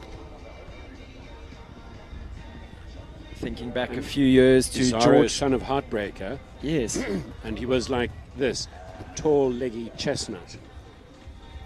Out of a Radamus mare, and anyone who can think back a few years to George Philippides and Radamus, on a bad day they came third in a 150 class. Wonderful horse. Stallion by Burcraft. Absolutely, and back in the day when we still had that Riders, what was it, the Riders Championship, where yes. you had to qualify to ride in the top four, and if you Yes. qualified to ride in the top four riders rode at Burlington, and they Each swapped other's their horses. horses. That's right. And I'm pretty sure, I think Radamus definitely, I'm sure of it, won the Grand Prix. He was the winner. So they had the winner, the overall winner was the rider, and then they had the winning horse, and Radamus was the winning horse. And one of the qualifiers was a Grand Prix, and George won that Grand Prix with Radamus.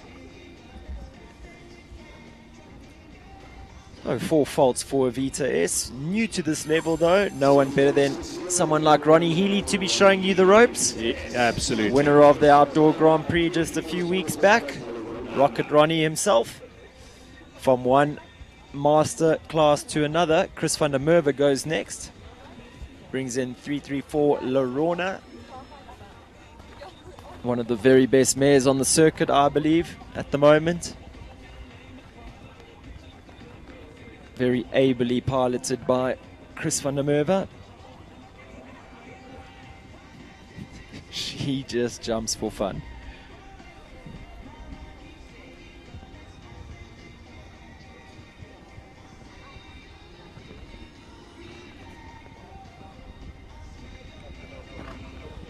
Grand Dorado.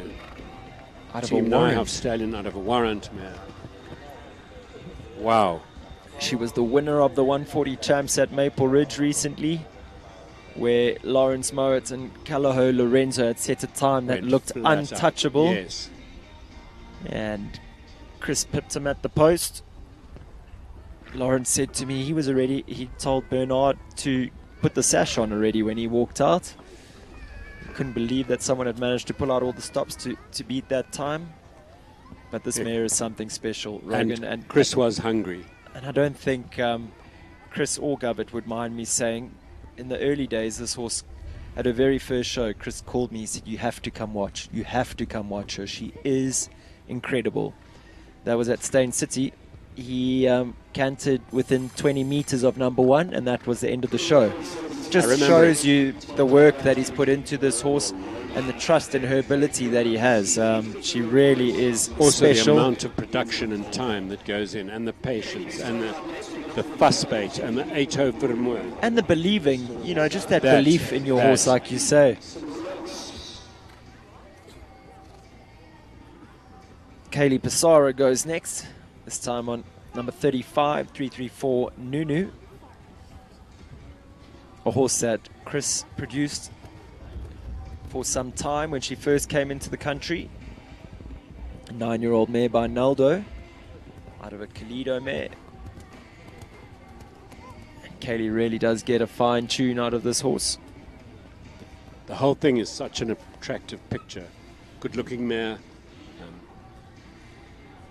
good-looking girl, and then some harmonious proportions of the horse in a very mild pelham.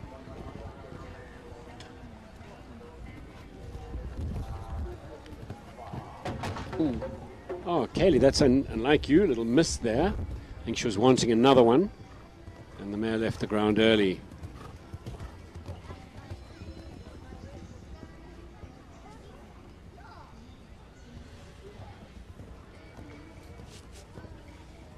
Quite a few times today we've seen the sheepskin pull pad, and the nerve endings of the spine are up there behind the ears where that sheepskin goes, and it's fascinating how riders have worked out horses' sensitivity and how much they compensate for it and try to make the horses as comfortable as humanly possible.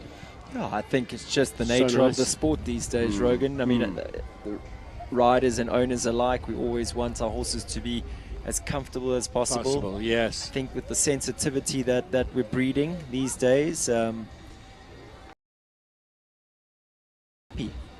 they're bred to jump, they're electrically careful, they know their jobs, and all our job is to sort of stay out the way of them and keep them happy. And I think keeping them happy gets more delicate as they get more sensitive, because they are breeding them so sensitive now. Absolutely, absolutely. Kelly O'Connor goes next. This time she brings in number 36, 334 Senderelos.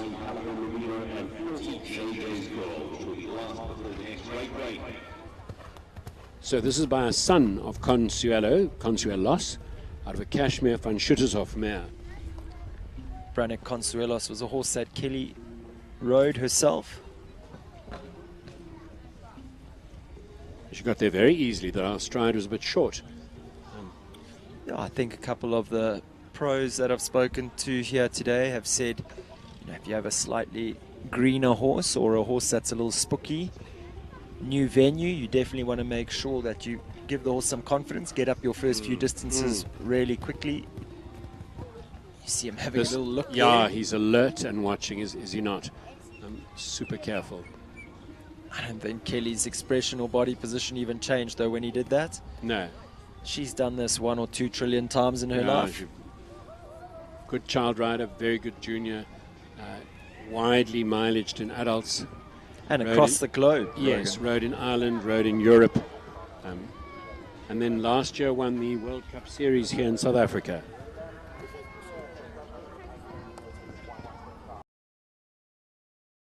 Get to train these days? Yes, and unfortunately he had a colic surgery, so he's out for a bit. Sure he'll be back in no time though. Good horses like that love the sport. I'm sure he's chomping at the bit to get back. He's a wonderful horse. Kelly doing a fantastic production job with 334 Cinderelos. Stand to be corrected, but I think the horse is still owned by her sister Aisling O'Connor. Aisling Triggle, sorry. Yes, absolutely. So our last here's horse... Here's an interesting one. James Kane Berman. And as you see, he's a big guy. On this Callahert Chilton.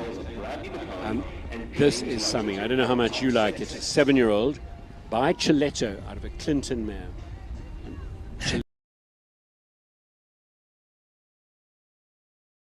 our loss. I think he must have been a marvelous stallion.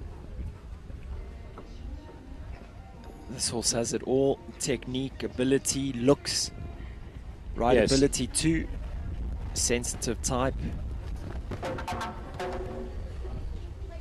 That's similar to the ride that Kaylee had. They didn't pick up the distance. It's a tricky line that I think you've got to be really careful slight not to angle fall off in. the fence, and whether the horses fall in away from the public stand there. And as you turn and if they Suddenly look there. up, then also the restaurant area there, or the viewing area, Yes. right up in front of the horses. They get distracted for a minute. That fence, the landing can't be more than 15 meters away from the edge of the school, so it is quite a lot for them to look at. I mentioned earlier James trains with Dominique Alexander, but he does a lot of work on his own. They have a beautiful farm. They have a bunch of beautiful farms out in Middelburg. They farm on a massive scale, Rogan, him and his family. Running a little deep to the last, but like you said, that's a proper horse. That is a rock star. Lovely animal. So like we mentioned earlier, every 20 horses we are going to... Oh, it looks like we're going to have 2 more horses before they do their rake break, Rogan. Sorry, even though I went to government school, I should have put 2 and 2 together. That was 37.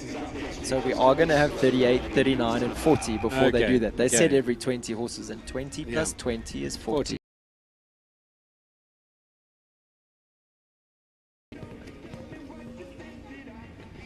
Alexandra Wexler Snow on track now on the forever speedy, forever young Moon Zapper, number 38.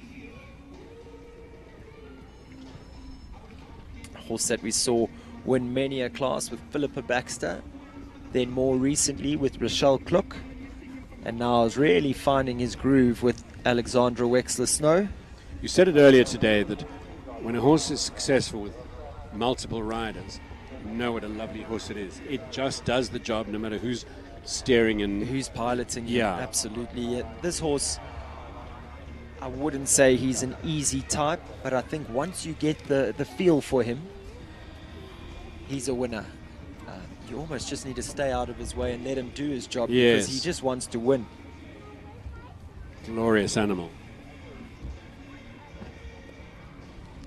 That was unbelievable. 10A rocked back and forth about 6 times before it fell. It's a little onward bound. Horses like him always, Rogan, whenever I've had a speed horse or the similar type, they fill you with confidence, because you know, like today you've had 2 down, guarantee you now, you know, on a law of averages with the number of rails that horse has, you've got to win in the tank for every show with a horse like that. Absolutely. Very smart. Calaho Laruna up next with Ivan van der Sade, number 39. By one of your favorite stallions, Rogan, I think. Larison, I think he's a good stallion out of a For Joy mare.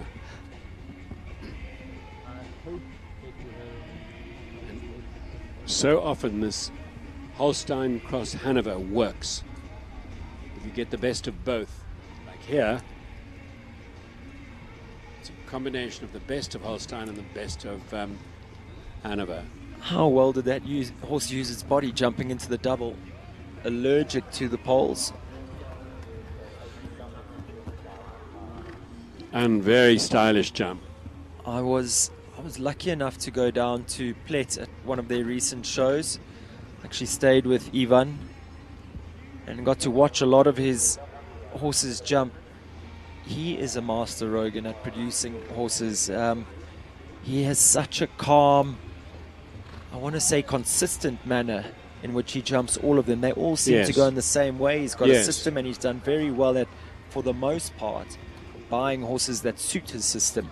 Yes. And sticking to it. And I think that's when riders really find success, when they learn what suits them and they stick to it.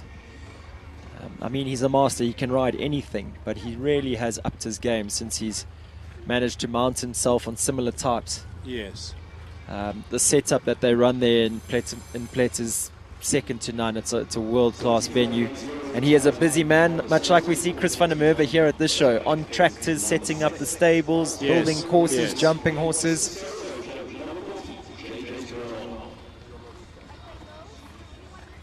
So another thoroughbred. Sarah Lopes in the saddle. JJ's Girl by J Peg out of a Jetmaster mare. So viewers that have been watching us here this afternoon would have seen Jethro Bauer riding throughout the day. This is a horse that he produced, I believe up to 135 level before he sold the horse on. She's a hot, buzzy, careful type. Sarah really looks like she's got this horse in a much more relaxed way, possibly Zimbabwe lifestyle, suiting the horse down to a T. You'd often see her, I mean, she was incredibly successful with Jethro. I'm not taking anything away, just saying you'd often see the horse in a muck sweat when she came into the school. And I that mean, can be here, the difference between the response to a boy or a girl rider. Absolutely. It's fascinating how genders make a difference. Some horses like girl riding, some like boy riding. I mean, if you watch this horse, Rogan, I think the way I just described her as little tricky and quirky and hot and buzzy, I don't think this picture would give you that impression, would it? No.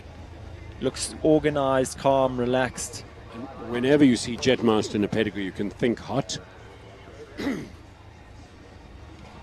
Oh.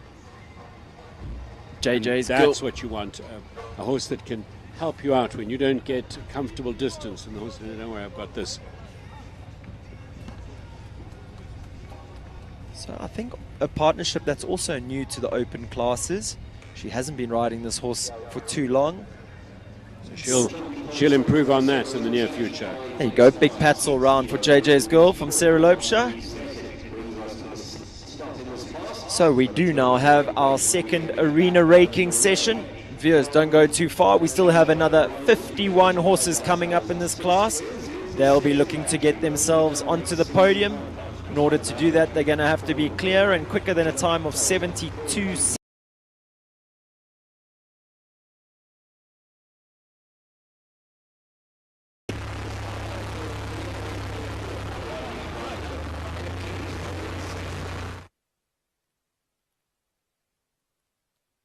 Lock me up 'cause I've been bad and I know I'll do it again. You're the best I ever had, I'm guilty, I confess. Blue lights, red lights, we gon' get real wild tonight. Blue lights, red lights, with you. Anything that feels this good, well it must be illegal. It must be illegal, illegal. Anything that feels this good, well it must be illegal. It must be illegal. So call us criminals, criminals. Call us criminals, criminals. I've been stealing all your time, but I know that's what you want. I swear the way you blow my mind should be against the law. Blue lights, red lights, we gon' get real wild tonight.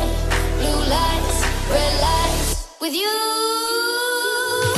Anything that feels this good, well it must be illegal. Must be illegal, illegal. Anything that feels this good, well it must be illegal.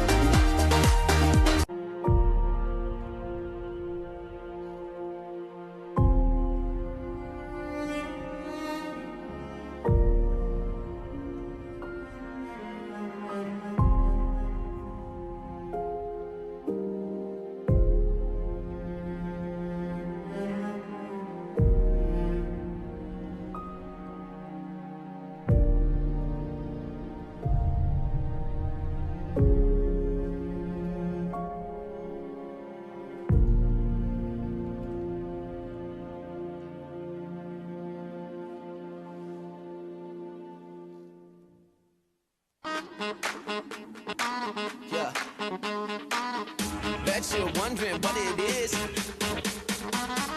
Bet you're asking how.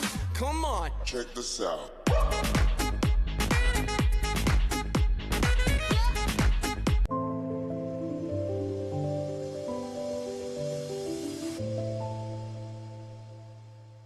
Country Life Properties, a boutique real estate company specializing in sales of equestrian properties, sale of residential, agricultural, and country lifestyle estates in the Greater Kyalami area.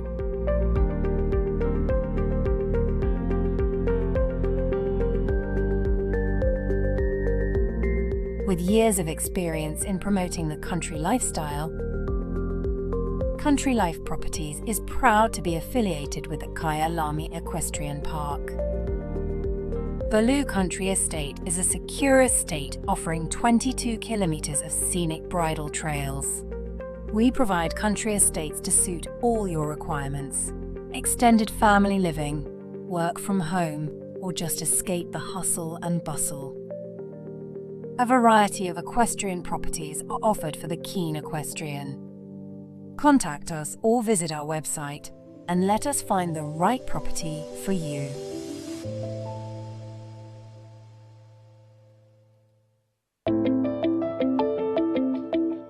Welcome to Northrand Animal Clinic. I'm Dr. Mike Ross. My partner here is Dr. Mike Last. Northrand Animal Clinic has been present on this site since 1994. We offer more than 100 years of equine experience. Every aspect of equine veterinary work, from lameness workups to sick horses, colics, and we have a full suite of surgical procedures. Our one speciality is that we spend a lot of time looking at lameness and lameness workups. We also have access to MRI and scintigraphy, a full range of orthobiologic treatment, a full range of ambulatory services, and then we offer a full veterinary appraisal prior to auction. And we've been doing this for a couple of studs for 5 or 6 years. We operate in all fields of equines, including racing, show jumping, dressage, cross country, and even some endurance work. Northrand Animal Clinic is and would like to remain one jump ahead in the sport horse health industry.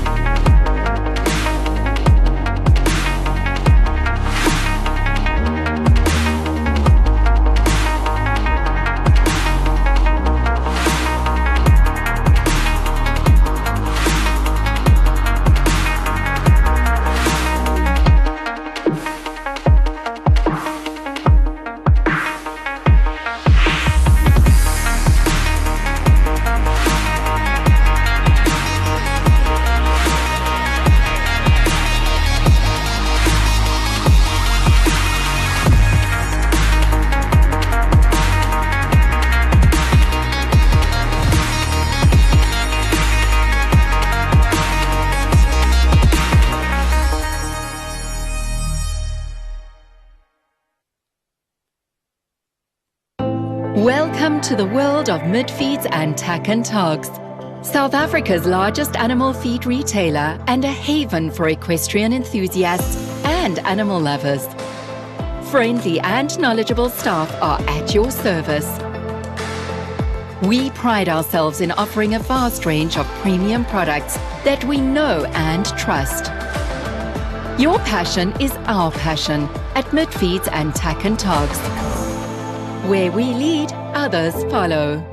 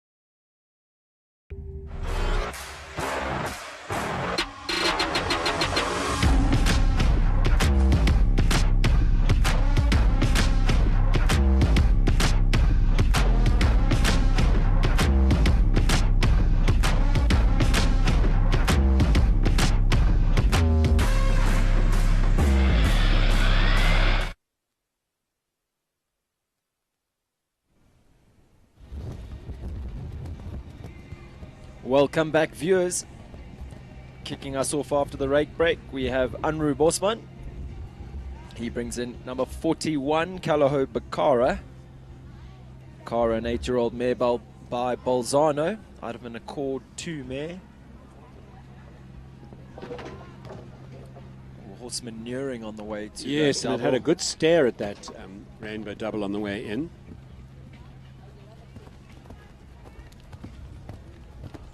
Another look there. These are the younger horses, the greener horses. They'll be on their way to 100 horses in classes such as these.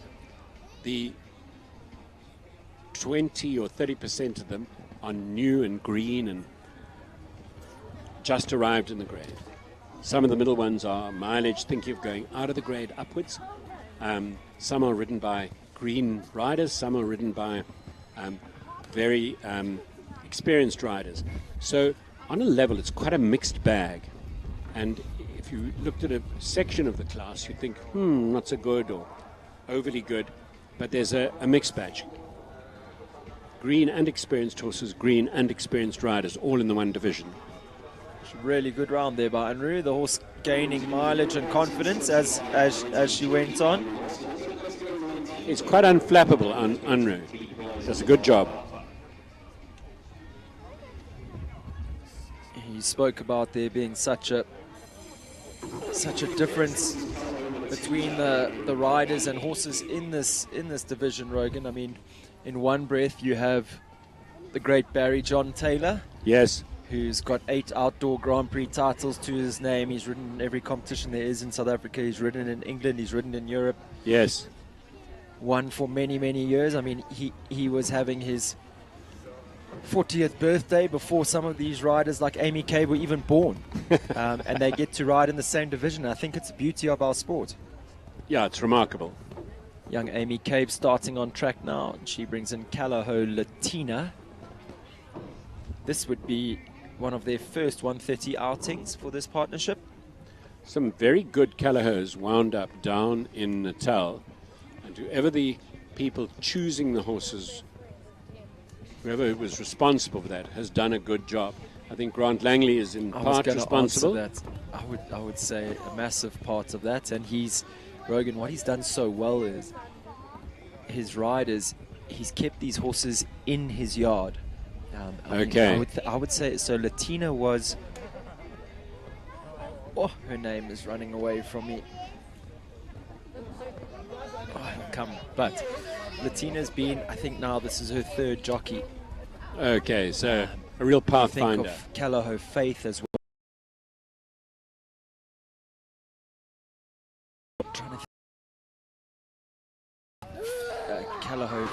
fly. And I'm not sure if you could hear the air jacket pop like that. It's impressive. The horses aren't as scared of it as I thought they'd be, and maybe they're getting used to it. Most of them aren't. I had one in a lesson the other day, Rogan, that ran at 1,000,000 miles an hour in the opposite direction, but then didn't carry on galloping, ran 30 meters, snorted, spun around and stared at her rider, just staring at the ground, thinking, what on earth was that? But as safety standards improve, the protection of horses with the going and the facilities and the lighter jumps and the protection of the riders, better helmets. It's become paramount. We touched on it earlier about the pole pieces, the pole protectors that the horses wear. We've become so in tune with what the horses enjoy, what they don't enjoy, and just in terms of making them as comfortable as possible.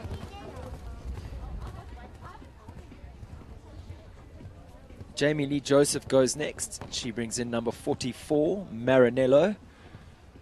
Horse originally owned by Lizzie Purbrick, purchased by a client of mine, Leanne Carus, who rode Maranello very successfully in some amateur classes. And you see there in the pedigree, Swazilis Cars Lagos, who was the son of Lindenberg, who was the son of Landgraf.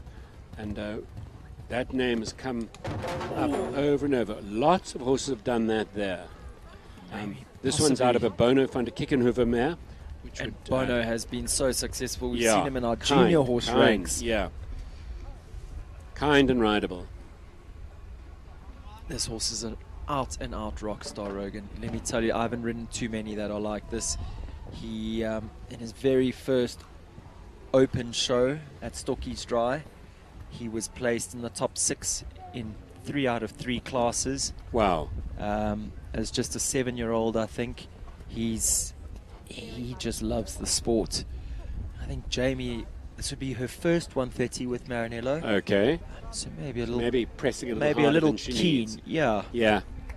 But he gets a big pat. And she's pleased with him. Yeah. I think a sigh of relief, and first one out the way, and she'll be able to relax the rest of the show, knowing that he's confident and happy in here. I think it's always a big deal for the riders going up a level. And she's also recently purchased Kalaho Katinka. Another fine horse that she's going to have in her string. The daughter of Kotoki. Chad Cunningham goes next, number 45, riding Capital My Friend. Nabab Derev Heartbreaker. What dream pedigrees are made of, Rogan? Yeah, it's a lovely pedigree, and he's got a stylish jump. Good-looking horse with a nice canter. I saw him do this the other day at one of the Gauteng shows. I have not seen him do that. So obviously a new thing. You wonder if he's got a little niggle, if something's worrying him. It's just cut out a little bit on the way to the Oxa. You can see 2 I saw him strides do away. that. Where was it? Or maybe it's Maple Ridge. But I did that recently in Gauteng, and was Chad for some reason not enjoying the job. Chad is a master. He's very thorough in his way of training and in his management style. So I'm sure they'll get the vets involved if that is the case. So this is the Acrobat horse. I don't know if you saw, Rogan, Ryan's display at Maple Ridge. Next up we have Ryan Andrews riding KP Quarter Lemon. Canaan out of Sebastian, reading the wrong thing. Quality Time out of a Crusader mare. And lovely horse this. There was a fantastic series of photos of Ryan jumping, I think out of a double, where the horse had, I think he'd had a slightly deep ride in. The horse had chipped in a stride in the double and then ballooned out. And Ryan is vertical with the horse, but vertical the wrong way around. His feet were higher than his head. His feet were the top end. I've never seen something quite so spectacular in my life, I don't think. A very good jump, huh? And little horse, he's a tall man, he's slim, but he's a tall man. What amazes me even more is that he came out unhurt. Probably a little battered and bruised, but nothing seriously injured. Isn't that a careful, good horse? You see him get up the 5 strides a little quick and the horse just backs off. And I'm thinking that the Quarter Lemon means it's related to Limoncello. His wonderful broodmare Limoncello, wonderful competition horse, and then broodmare Limoncello. I think he calls her the matriarch of the stud. She should be. She deserves the title. Lovely animal. Making relatively light work of this track so far. Just 3 fences from home. The time is good, 57 seconds. Oh, little rub jumping in, but leaves it up. Keeps moving around to the last. Easy as you like, 69.64. Good Into enough third. Good enough to go onto the podium here today. That'll see him finish well, because we're well down the class, and if he's third already, very good. So we've 44 horses down, 46 to go.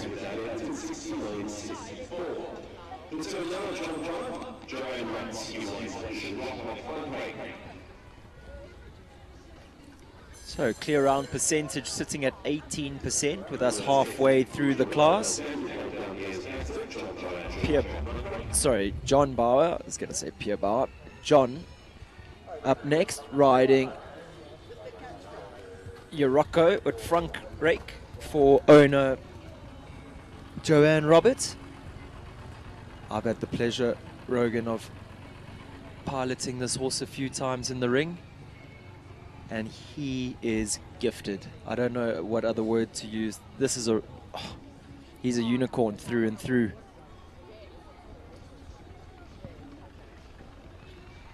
So John's obviously done something really right today that he's got the ride, because I see Joe is down here.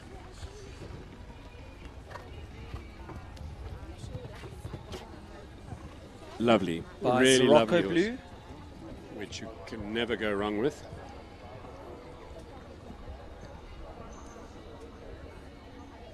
By Sirocco Blue out of a Zandigo mare.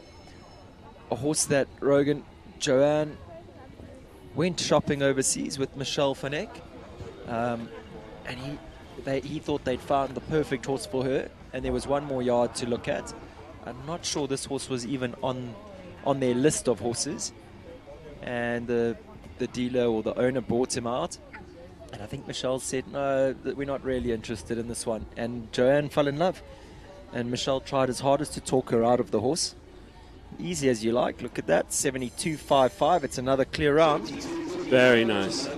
Goes into 4th place. Lovely catch ride there for John Bauer. Yeah, so Michelle tried to talk her out of it as hard as he could, and she stuck to her guns. And he's been a fantastic horse for Joanne. Rain Marshall goes next. She brings in number 47, Caspar.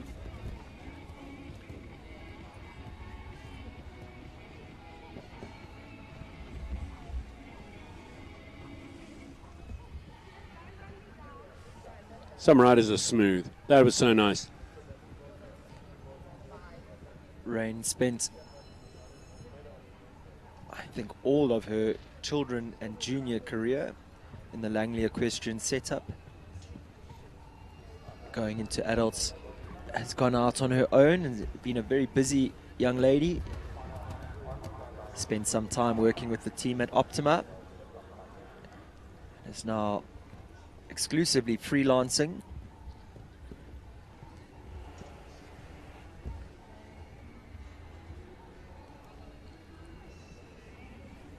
Caspar, 9-year-old gelding by Kanan, Rogan. She is consistent. Moves very little, very smooth. Yeah, and Kanan, always something good to go on.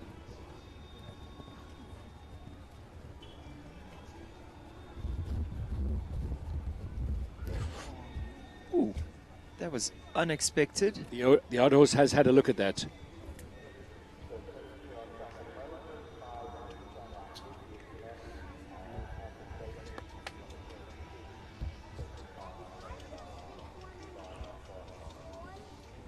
Second time round, no mistakes.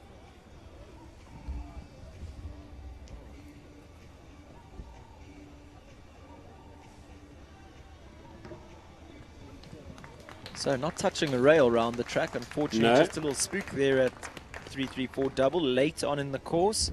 like you say, it has fallen quite often this today. Yes. 48 goes next. It's Diamonds Kalaya. Harry Butcher in the saddle. So from one Kanan to another, Rogan.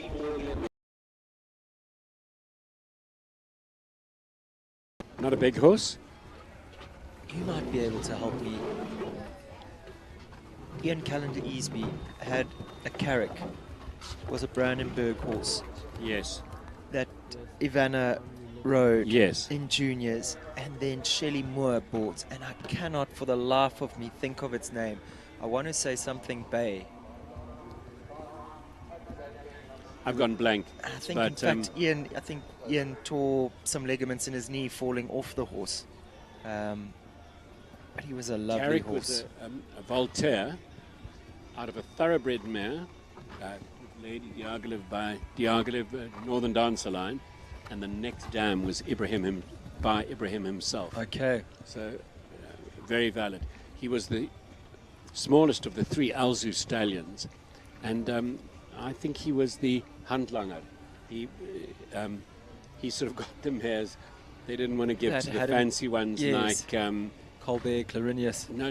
Sorry. At Alzu. Sorry. So Bambix and Optimum van der Wellington got the pick, and then I think Carrick a little bit got the mop-ups, and he did so well even then. That's only my opinion. It's not necessarily a statement of fact. That's why they pay you the big bucks to sit here and talk for your opinion, Rogan. Well, that's all it is, an opinion. It's nice to, for once, have someone very knowledgeable in the commentary box rather than just Brendan or myself. You've been around the block, both of you, quite efficiently.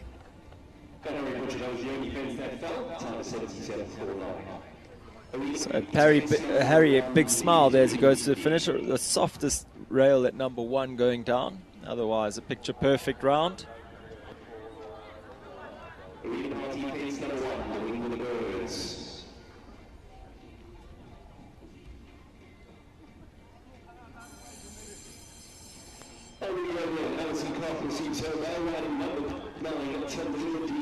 So with the fences all back in their cups, number 49 goes next. It's Alison Koch.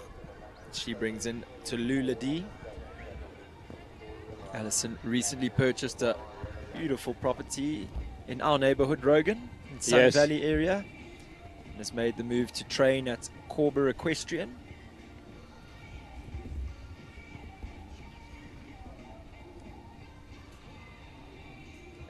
A daughter of Chilano out of an Ubagaba mare. Bred by the Neils. Relatively plain, but watch the canter. Wow, she had her work cut out for her to get her back in the 5 there, did Ali.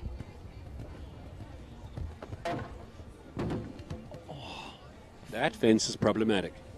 And it fell backwards. It was the lightest toe on that rail.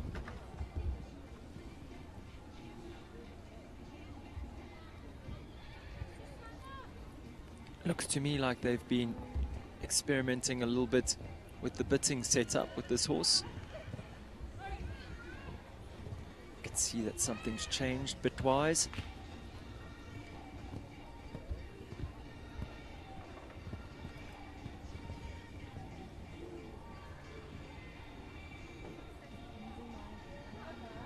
Whoa. Just a little big in there, Sten. Yeah, horse getting a little quick inside the double. She's going to be flirting with a few time faults here as well. But just the 1 down. 2 down, sorry. And 2 for time. For Alison Koch and Tallulah D.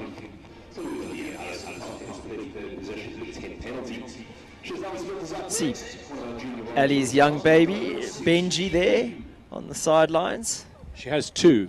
I saw her at the catering with one in front and one at the back. And it's hard to decide which is better looking. Cheapers, they're good looking boys. I'm sure Timothy Koch, her husband, must have something to do with that. And she's a good looking girl. Chazelle Smith goes next, number 50. She brings in Diamond Susie Q. This horse by Spartacus, who's a son of Staccato, and it's out of an Esprit mare. Rogan, you're very friendly with Oh, that's a very uncharacteristic Whisker rail forward, from that yeah, horse. Yeah. You're very friendly with Diane. Yes, progeny. I mean, this is a pupil of Diane's, and she's done great with it. Gosh, horse a little bit sticky there. We've seen that with a few of the horses here today. I was going to ask you if you knew about this horse's unplanned pregnancy. It was so amusing. The Smiths had a stallion and a mare, and surprise, surprise, the birds and the bees happened. But the mare got fatter and something. Must have. And was I right? It was at Maple. Happened at their plot. Yes. But at Maple Ridge, the horse sort of went a little off form. Got slower and slower and fatter until they took her for a test, and she was pregnant. She's foaled down a gorgeous little foal and back in the ring. And I think it wouldn't surprise you if that horse is running a virus to see that kind of form today. I've never seen the horse look like that, and I've watched her closely because I saw her at the show at Plett a few weeks back, and then more recently at Maple Ridge. You'll know we're at the tail end of the summer season with viruses. As soon as the cold comes, they slow down again. But we have the... Joburg has been littered with viruses, with the horses. Track now, she brings in number 51, Locarno Matador. Super girl, super rider. Super pedigree. Totally. Kirsten, daughter of Graham Wynn and Michelle Wynn. They run a very big setup called Winstead Stables. Kirsten is a diligent producer of young riders, their riding school setup. Not only does she have her magician of a father, Graham Wynn, in her corner, these days she also trains with Jonathan Clark, so gaining very valuable tuition along the way. She almost had me fox like she was going to go to number 11 backwards. Matador would be very new to this level, Rogan. I was saying the horse looks slightly tense and maybe a whisker green. Going to develop nicely. Just an 8-year-old.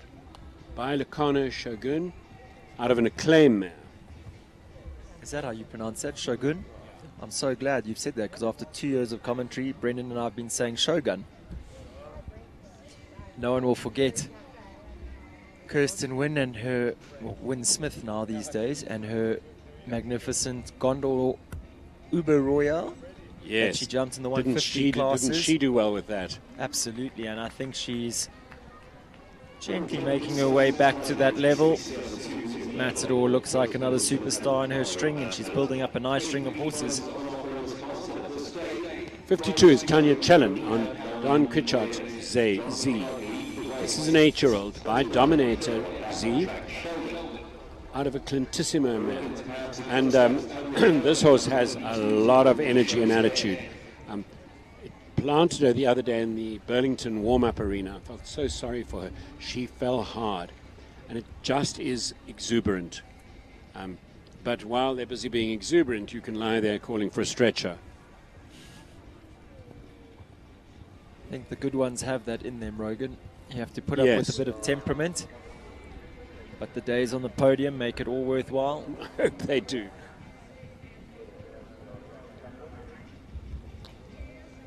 See how nice that is. That jump like smart that. as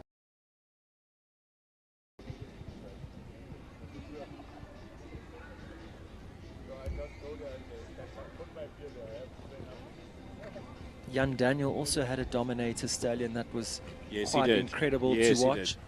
And I must say, I don't think I've seen one yet, Rogan, that isn't a superstar. Maybe we just haven't had any of the non-superstars come into our country, No, but I'm I pretty sure really he's a top stallion. Dominator has bred with some fine success. Magnificently, yeah.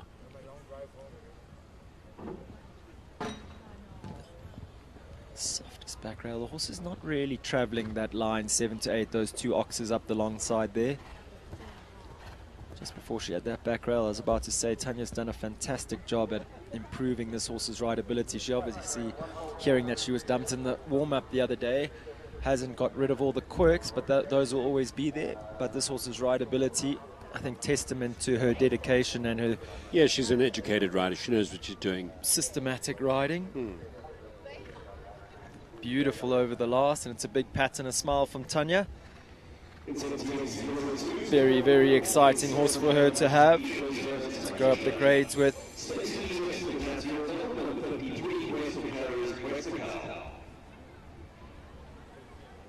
Stacey Lee Weston goes next, this time on number 53, Western Farriers Quetzalcoatl.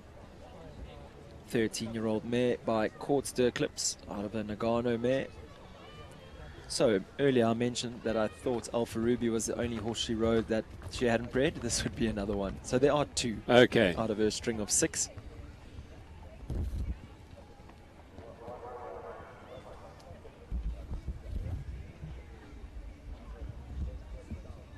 Big press there at number 2. Yeah, he didn't quite go down the distance the way she probably planned.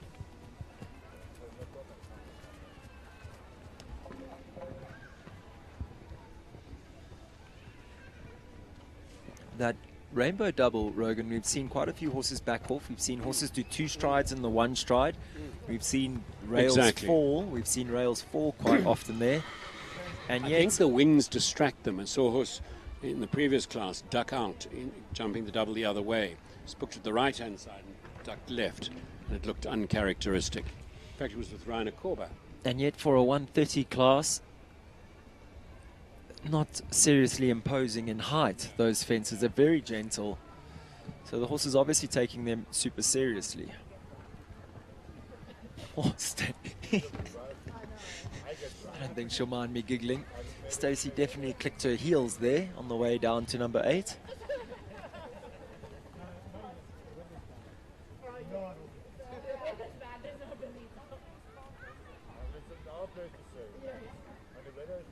Throwing a lovely shape there through the double.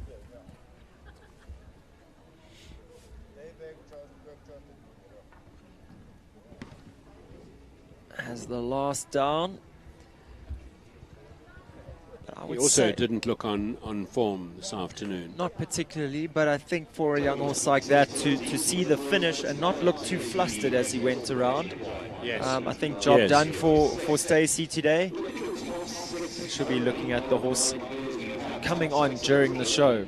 So with 52 having started, we have 9 clears. Clear round percentage sitting at 17%. That's very low. I was going to say relatively low by South African standards.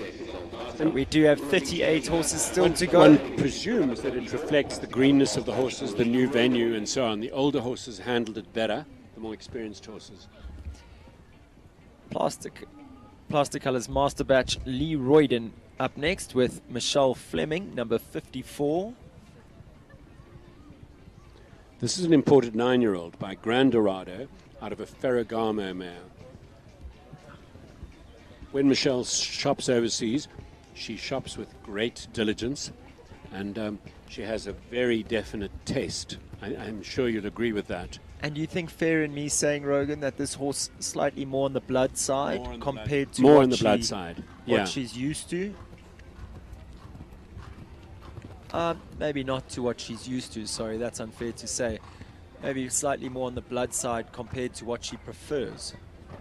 Yeah. Because I think back to her grey horse, nicknamed Basil, that jumped very high. He was a lot of blood as well. Right.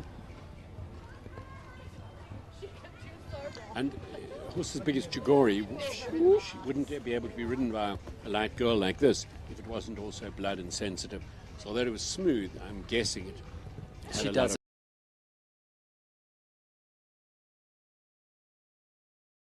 it all every now and then. Always a bit disconcerting when they shift from gear 3 to gear 5 in a split second.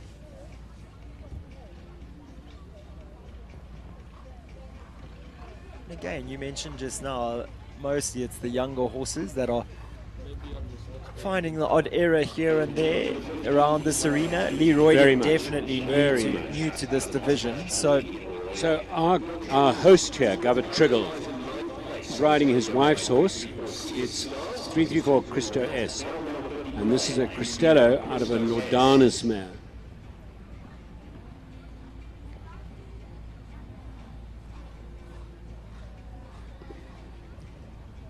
It's a very smart horse, very stylish, correct, lovely animal, lovely way of going.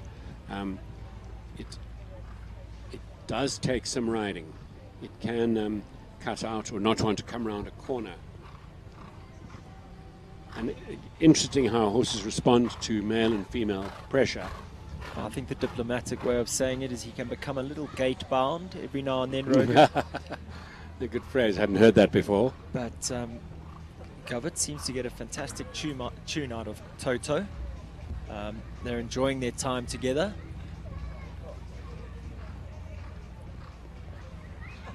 After a long layoff with a back injury, it's nice to see Govett back in the competition ring.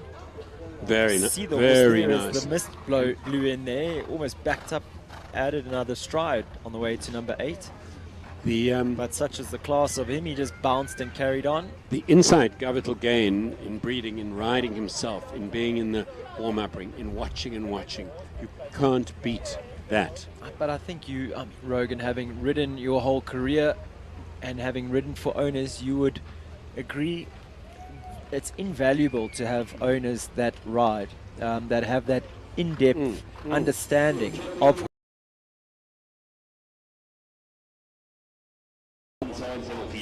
just one for time for Govett and 334 Christo. You'll be very happy with that, no doubt. Number 56 goes next. It's Capital Cole with Utman Minty in the saddle. Chicoletto Colnado. Nice opening jump.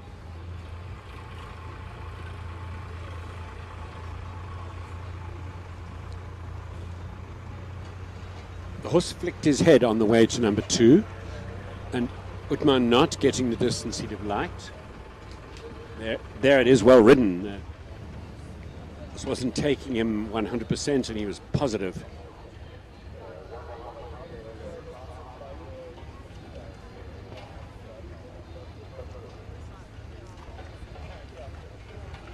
I was lucky enough to be involved with this horse as a young horse. Bronwyn Meredith de Santos purchased him off the Capital Stud auction. Oh, he had a big look there. I think she had great vision, because I must say, as a young horse, he felt like he had all the attributes of a big no time doubt jumper. Bronwyn can pick a horse. Yeah. When she came back with Babisi, I did not foresee that round at the Indoor World Cup final. Wow. I think after those rounds, Bronwyn rode magnificently, and I think she had to run away as soon as she got off her horse, because she had to avoid people trying to offer her money. They were throwing blank checks at her. Bet they did. And kudos to her, because she's done the production with that horse. And they'll underrate her ability. You see this? They think a little amateur from Africa. Well, they couldn't be more wrong. She's done her apprenticeship. She's done the hard yards. Here we go with Bronwyn de Santos' stepdaughter. It's Erin de Santos. She's riding a horse by Capital Kronos out of a Capriccio mare, and it's called Capital Kenzo. Kenzo was purchased off the Capital Stud. Stevens and Shannon, his partner, up to 130 level, and then purchased by Erin.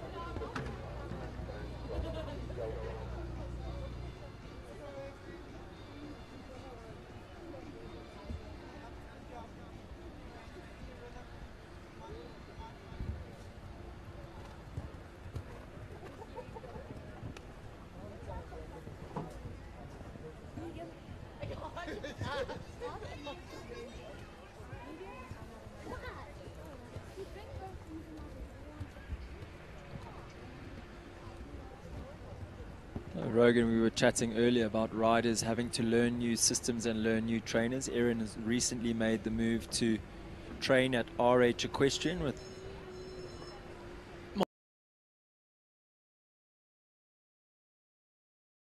so she'll be learning a whole new system and a whole new way of training. with Kenzo, finishing off really confidently the last 3 lines. She was a very successful junior, and there's no doubt she will get back there because she's stayed the road and she's keen and motivated.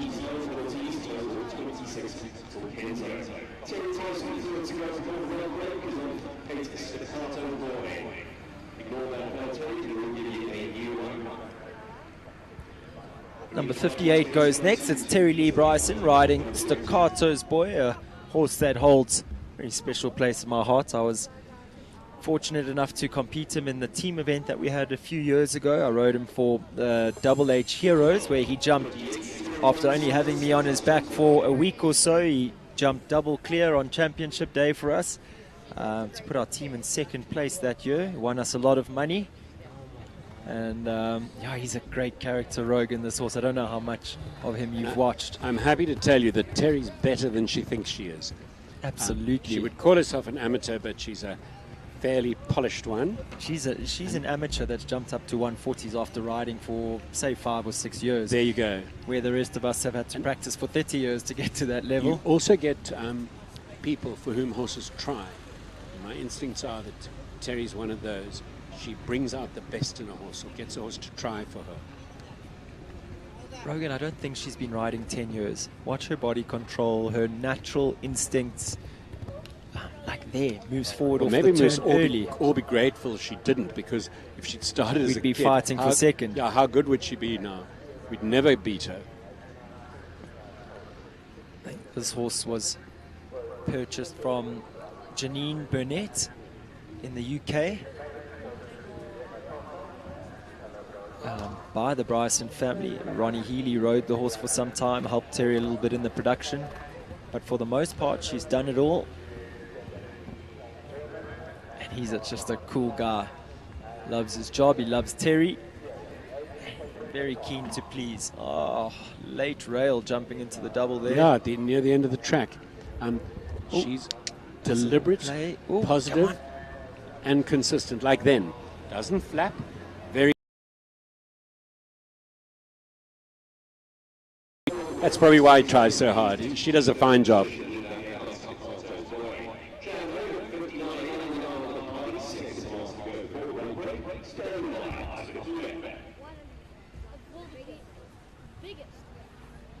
Chad Hogan goes next, number 59. He brings in Emerald Isle Bacardi. Lovely 8-year-old gelding by Bentley van der Heffing out of an Emerald Isle Sandor mare. Those that have been around for some time will remember Sandor with Tracy Kahn. Very well, and what a good Grand Prix jumper he was. What a great tune she got from him.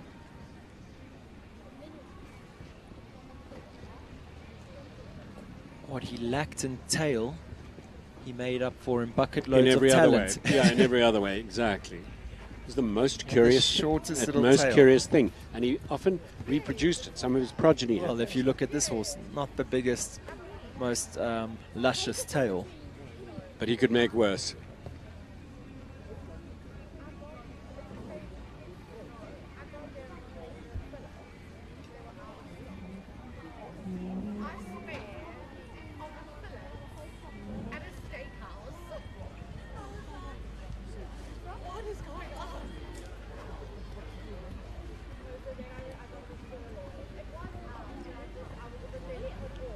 Chad having a super trip around the track here so far this afternoon. Just 2 from home. He's the 3-3-4 double up, just the last to go.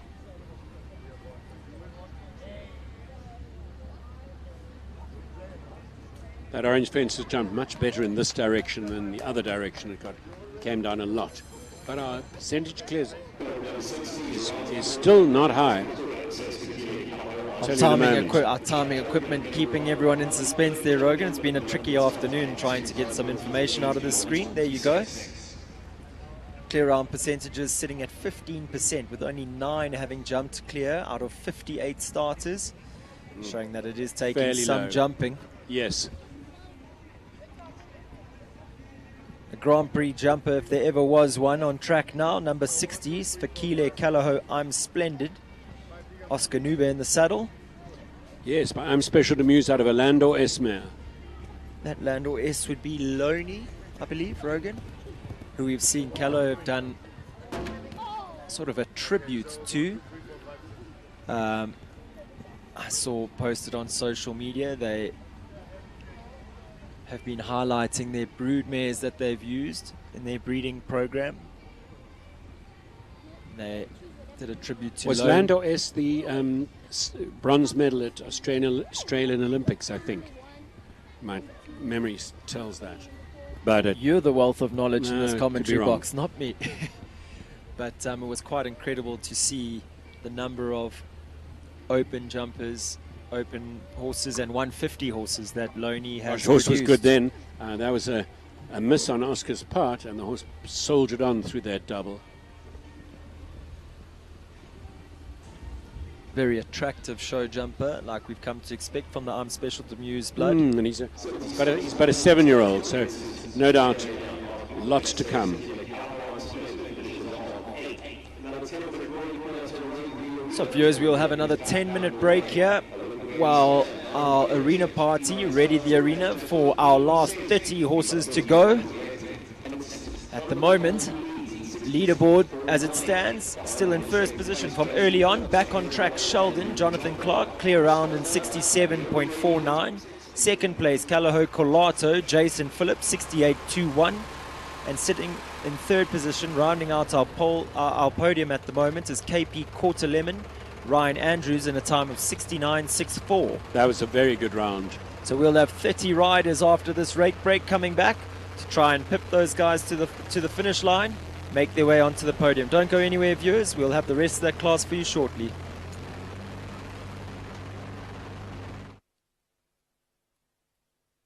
Lock me up 'cause I've been bad and I know I'll do it again. You're the best I ever had, I'm guilty, I confess. Blue lights, red lights, we gon' get real wild tonight. Blue lights, red lights, with you. Anything that feels this good, well it must be illegal. Must be illegal, illegal. Anything that feels this good, well it must be illegal. Must be illegal. So call us criminals, criminals. Call us criminals, criminals. I've been stealing all your time, but I know that's what you want. I swear the way you blow my mind should be against the law. Blue lights, red lights, we gon' get real wild tonight. Blue lights, red lights, with you.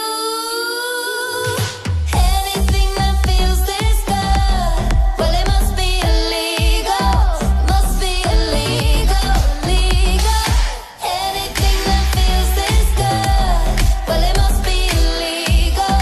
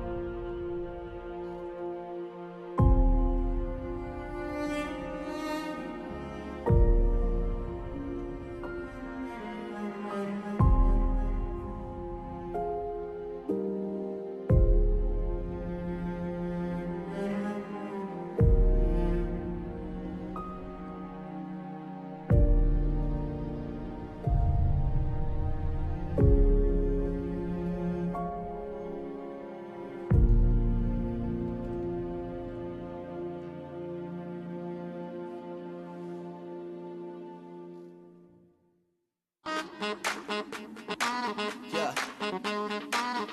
Bet you're wondering what it is. Bet you're asking how. Come on. Check this out.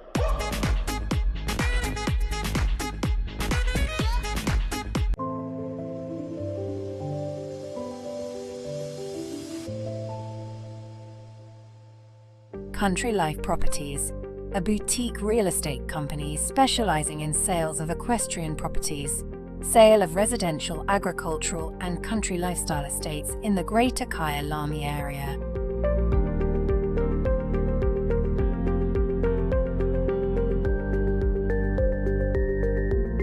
With years of experience in promoting the country lifestyle, Country Life Properties is proud to be affiliated with the Kyalami Equestrian Park. Baloo Country Estate is a secure estate offering 22 kilometers of scenic bridle trails. We provide country estates to suit all your requirements: extended family living, work from home, or just escape the hustle and bustle. A variety of equestrian properties are offered for the keen equestrian. Contact us or visit our website and let us find the right property for you.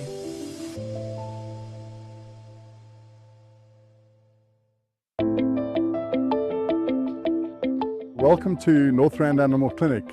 I'm Dr. Mike Ross. My partner here is Dr. Mike Last. Northrand Animal Clinic has been present on this site since 1994. We offer more than 100 years of equine experience. Every aspect of equine veterinary work, from lameness workups to procedures. Our one speciality is that we spend a lot of time looking at lameness and lameness workups. We also have access to MRI and scintigraphy, a full range of orthobiologic treatment, a full range of ambulatory services, and then we offer a full veterinary appraisal. This for a couple of studs for 5 or 6 years. We operate in all fields of equines, including racing, show jumping, dressage, cross-country, and even some endurance work. Northrand Animal Clinic is and would like to remain one jump ahead in the sport horse health industry.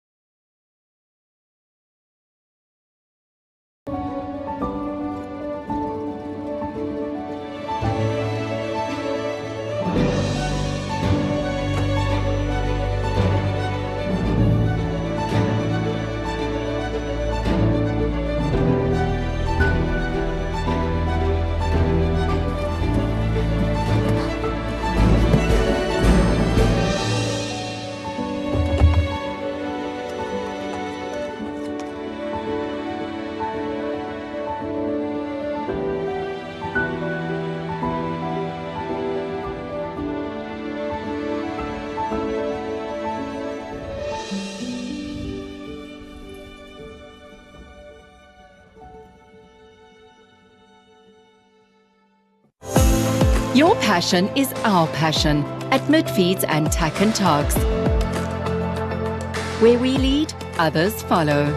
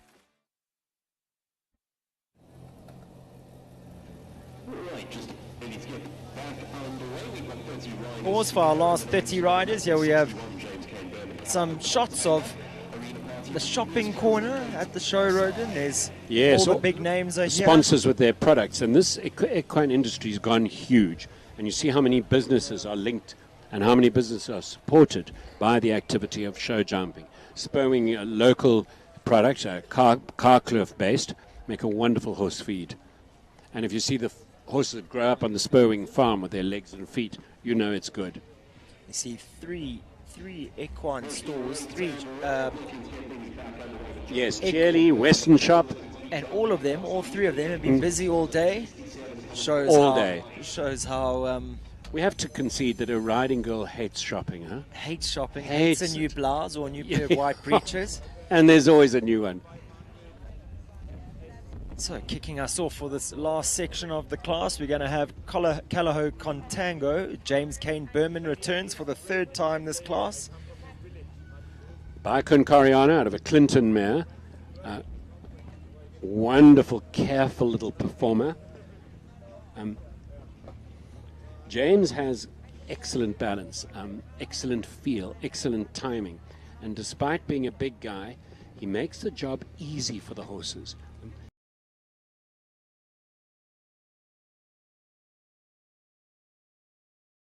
Forward light rider. That has caused that. He's not the first person to not pick up a good distance there. It's that tiny angle out of the corner away from the public stand. And perhaps the horse is having a little gawk at the red box at the bottom of the fence. As we see the mist starts to roll in again here this afternoon. Yes. For some of our local viewers, if you're watching and listening, if you're in the area or there and thereabouts, there's going to be a big cocktail party here at Waterwoods tomorrow evening, Friday evening. And then some more weekend entertainment. There's the big 6-bar competition. Always popular and always exciting. After the Bronze Tour Grand Prix on Saturday afternoon. So 2 good reasons to make your way down here. Come support the show jumpers and everything that Govert and Aisling have going on here at Waterwoods. So unfortunately, with that 4 faults at number 5, won't be good enough for the tickets. The time was good though, 72.15. Would have been good enough to go into 4th place. SD Dearbub goes next. Lorette Knowles-Taylor in the saddle, number 62.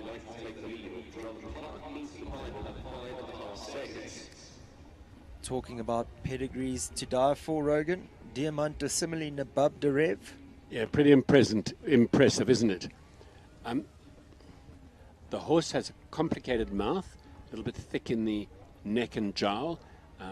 They've done a very good production job because its rideability has come up amazingly. You see how early Lorette looked at that to pick up a distance. It's possible that the riders are looking slightly late and not focusing quickly enough, early enough. It's tricky. It's caused enough problems to identify that's a tricky part of the track. Now looking very smart. This horse has come on in leaps and bounds under the tuition of Lorette and Barry. Yes, Jody Peters rode it for a bit. Oh yes, super successfully as well. I think the horse has had some really good knowledge and input imparted to him. There ain't no shortcuts. This is a game of work and method. Yeah, easy as you Super. like. Clear round, 66. Into number one. 66, There it is. 37. Into number one. So goes a second faster than Jonathan Clark, and back on track Sheldon to take the lead. I was mentioning to you off air, Rogan, that you had a little bit of a lull. No one was really having a dip here. Lorette If she holds on to that, that's worth 2,000 Rand to brighten up her afternoon. Go down as a good bar tab for the evening. Well. Oh, this is lovely to see. Callao Lisabel back in the ring. Comes in at number 63 with owner and rider Kaylee Pissarro. Lissabon out of an Alligator Fontaine mare. That was a very successful Salle-Francais stallion. So this has been sensitive and tricky. They've done a very good production job. I think, didn't that look nice? I think Kaylee would forgive me for saying, but I think she spent a lot of time in the early years staring at this mare from the ground. And she's, you mentioned earlier with Lorette, there's no shortcuts. Kaylee's walked the long road with this horse. Yes. Jumped her up successfully into the 140 level before she had a small injury. So really good to see her back. Very. And it'll be exciting to see, because she was looking just before she got injured like she was ready to step up to Grand Prix level. And lovely when you see the riders get their horses back in the ring like this. You can see Kaylee knows this horse inside and out. It fits like an old shoe or an old glove. Very attractive looking old glove is Lisabel. She does so many good things, doesn't Isn't it she, nice? Logan? Yeah, yeah. Uses her body in all the right ways. And it gives us a chance to evaluate what a nice rider Kaylee is. A lovely ride.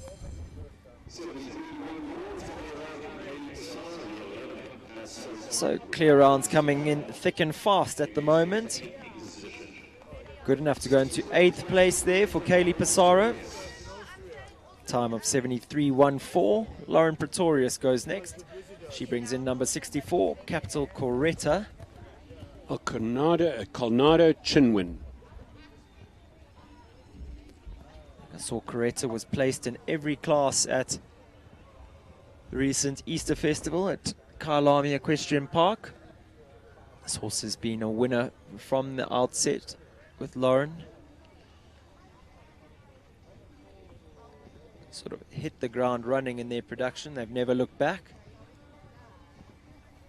Lauren training out of the Corba equestrian setup these days. She runs a very, very successful riding school and stable setup in Hartbeespoort called Millstream Stables.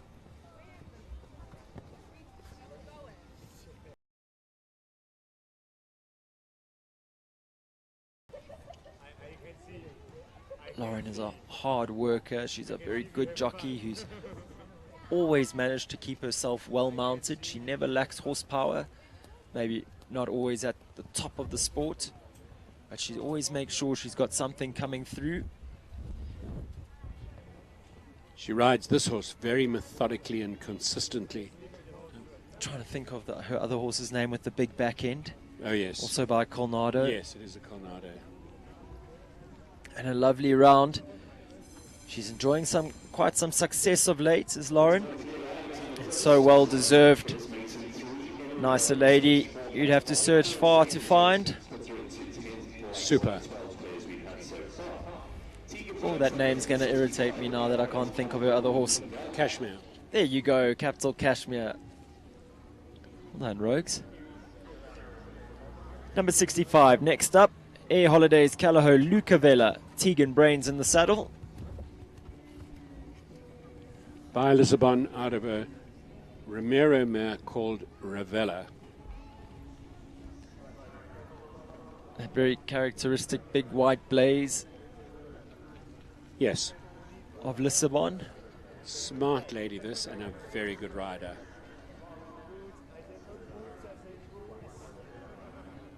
See how She read the situation there. The horse short jumped out the double a little bit. She rode up in what has been a steady 5 for most other people. Didn't she ride that turn to the wall well? She rode it patiently, smoothly, consistently. Very good. For the next 2 or 3 horses, I want to count the distance round.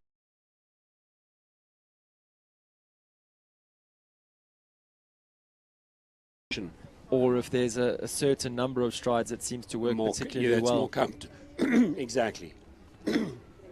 Is there a more comfortable one?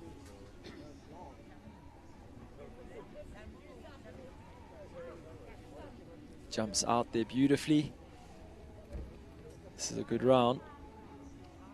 She's going to be in the prizes. 72 seconds into flat. 5th. 72 seconds flat, like you say, into 5th place with only 25 to go. And the clear round percentages sitting a little healthier, Rogan. 13 clears out of 64 starters. So clear round percentage sitting at 20%. Oh, that went right up suddenly. Looking to add to those clears. Grant Langley goes up next. Number 66, Foresight Merlin. Another lovely example of what Grand Stallion Casper has bred out of a Balabé de Rouet mare, who would be Fly D-I-N-J.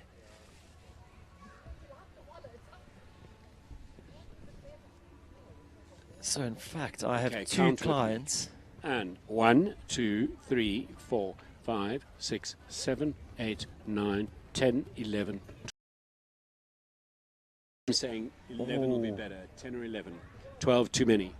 Let's see. This horse also still pretty new to this level. Yes, he'd be protecting it and looking after the horse. Yeah, you saw him very diligently land after 4 and stay a little wide. Rogan, I was going to say this horse has 2 full siblings that I've over the last year acquired for clients of mine, and it's amazing how different they all are. Okay. And how talented they all are as well. It's just amazing with pedigrees that you can have one really big grey horse. I've got one of the full siblings, a mare that is small, bay and hot, and then sort of the middle runner, a medium-sized light bay with a big white face, and they're all identically bred. Merlin putting in a good performance there. Shame just the lightest of touches on the back rail there of number 5 on the 12 strides that you mentioned, Rogan. So in the tickets, where do we start with poles down? The first 10 are all clear. So we have... And that's...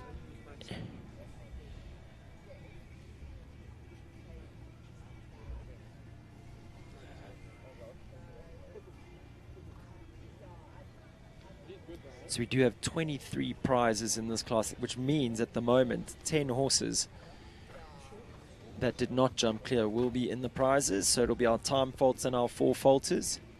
On track next, number 67. It's Isabella Saunders, and MRM supports Calaho Corrado. This is a lovely son of Carnival Lacia, and they're new in the 130s.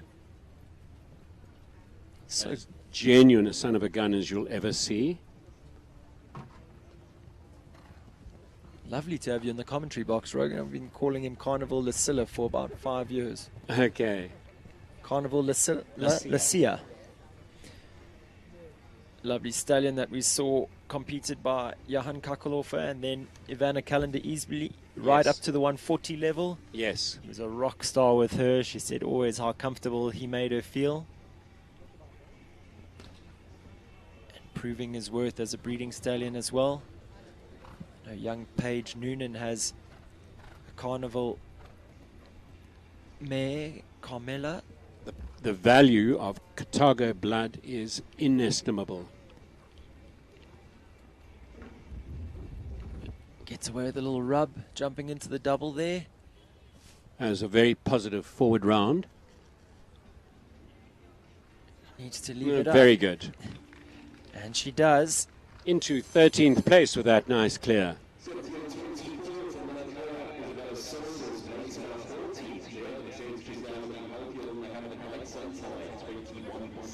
Who have we got next? Ivan. So count the number of strides from 4 to 5 for Ivan. What do we say, Greg? Grant was round in 11, and Grant was in 12, 12. and you thought that 11 More would like be a pick. I think maybe 10 even 10. better. Yeah, Ivan van der Seder up next. Number 68, Equine Librian Davenport Caprice. I think it's something that Ivan won't... This is rather nice. Ivan won't mind me mentioning. Rogan is a very lucky man to have the entire Equine Librium team behind his horses. I think he gets to every show with the horses in tip-top condition, feeling their best. Oh, and then I forgot to count. 11. Well done. Saw a lovely training video of Caprice the other day at home.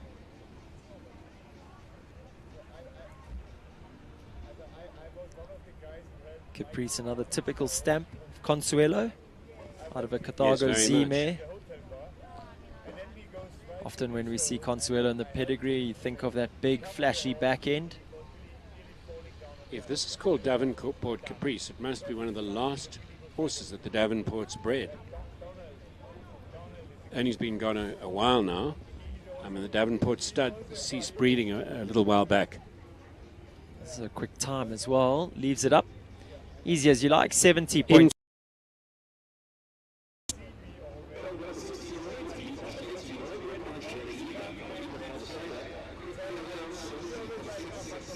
Number 69 goes next. It's Mythos 89. Jenna Eager in the saddle. Talking about striking looking horses. Yeah, isn't he spectacular?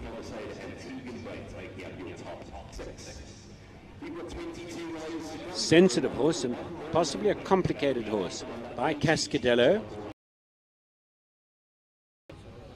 It's a very typical Holsteiner type. And had a look there. Good recovery, Jenna. Had a real look at those two rainbow wings. A horse that was originally brought into the country by Martijn Swanepoel. Correct. Very ably piloted by Leona van der Merwe.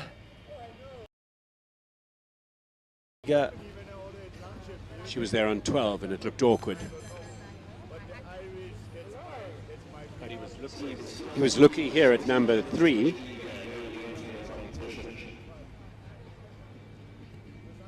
Jenna electing to jump number 1, give the horse some confidence. And out they go, yeah.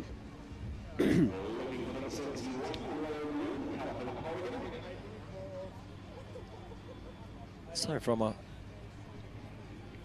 one horse that Martijn Swanepoel brought into the country to the next horse, Callahoo Corrigan, owned by Martijn Swanepoel, ridden by Graham Wynne.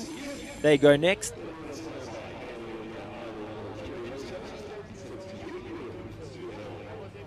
The heartbreaker mare concerned here is Wellingen, and she's been one of the foundation mares of Callahoo. Le Cadeau. I was about to say, Le Cadeau. Hello.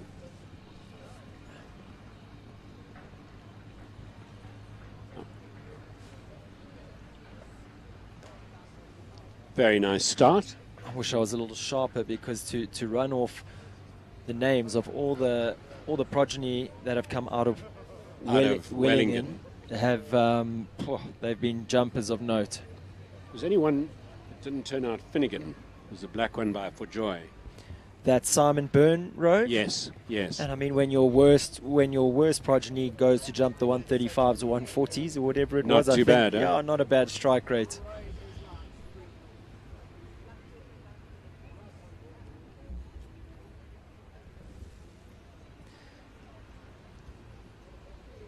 Corrigan by Callahoo Corinth, Rogan, who yes, I really do believe in as a breeding stallion.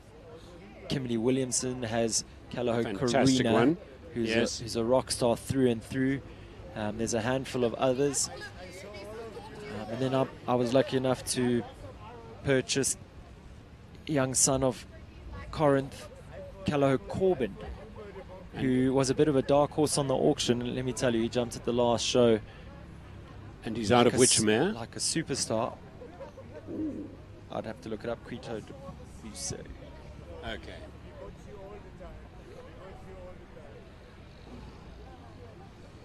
All the while I was rambling on, Graham Wynne just giving us a quick exhibition there on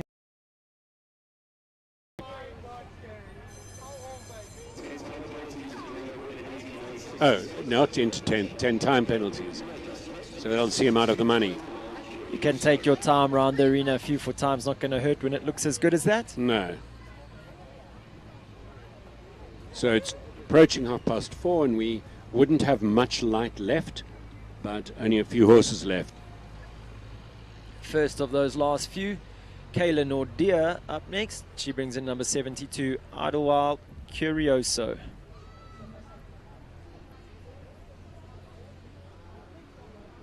Another Consuelo. Fancy that, Rogan. He's grey. And has a big back end. And now we're going to count. 1, 2, 3, 4, 6, 7, 8, 9, 10, 11, 12. 12 looks hard work to me. But maybe if you go on the more forward, the horses get insecure. You know what could also be, Rogan? Those are 3-meter poles, I think. They're not wide, and I think when you're trying to line up to get straight for that fence, it's a little disconcerting.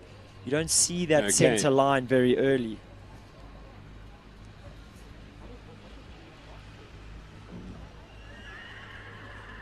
Just going back to our earlier conversation, Corbin by Corinth out of a Quick Star mare. Quick Star. Wonderful.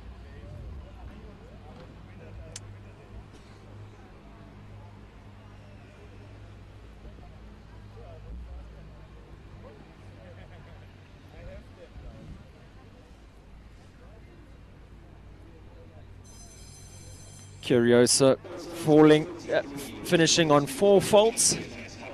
Right late in the course there, 10A going down. Nariska Prinsloo Hill goes next. She brings in number 73, GCS Max Fantastique NPS. Mentioned earlier, Nariska, a lady that loves to win.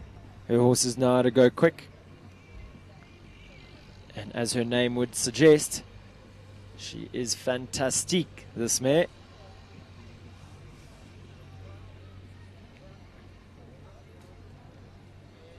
Very tidy turn inside there to the double. Like a cat over the fences is fantastique. Did you count? No, I've done 12. No, I'm eating humble pie now.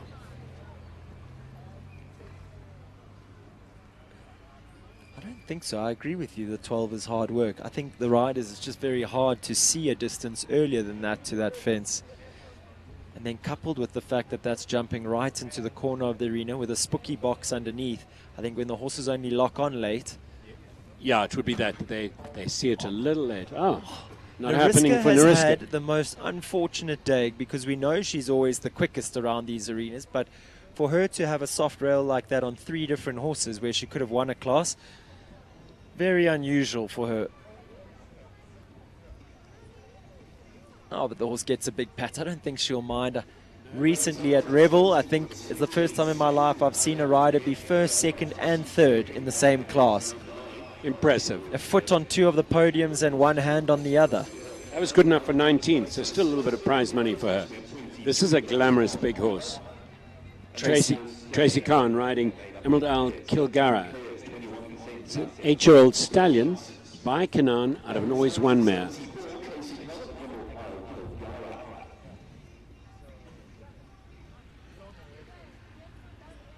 I can say with absolute certainty I haven't seen him have a front rail like that before. And he shows you just why. He doesn't make that mistake again at the double. Yeah, that looks very nice.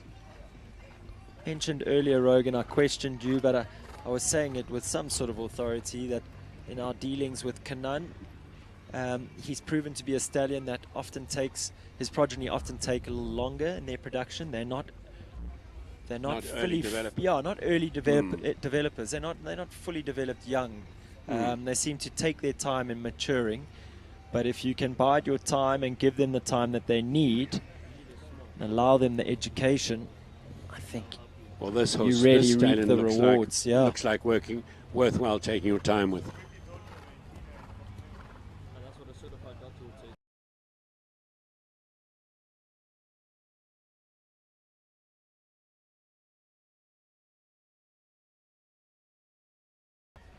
Gives the horse a foot of room jumping into the double. So nice. Allows him time to use his body. She really is a master at her trade, as Tracy. And he gets a good boy and a whoa through the finish. For a fine young lady, or for a fine lady, Rogan, sorry, losing words towards the end of the day, for a fine lady, he's a really big horse, goes in simple tack, a little snaffle, no flash noseband, a very loose cavesson. Very classical. Testament to their training program, I would believe. Rainer Korber goes next. Brings in number 75, Elmo van den Hoek Z. 8-year-old gelding by Amir R. Out of a Belurado mare.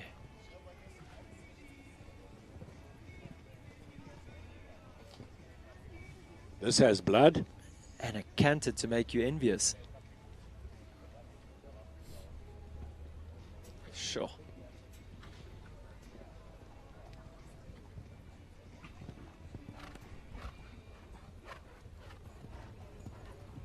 There's your 11, Rogan. And it worked Very beautifully. nice.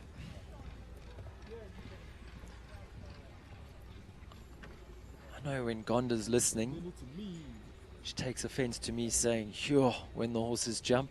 But I think sometimes we end up a bit speechless. There's not much more to say than, yo, when they jump that well. It's quick and to the point.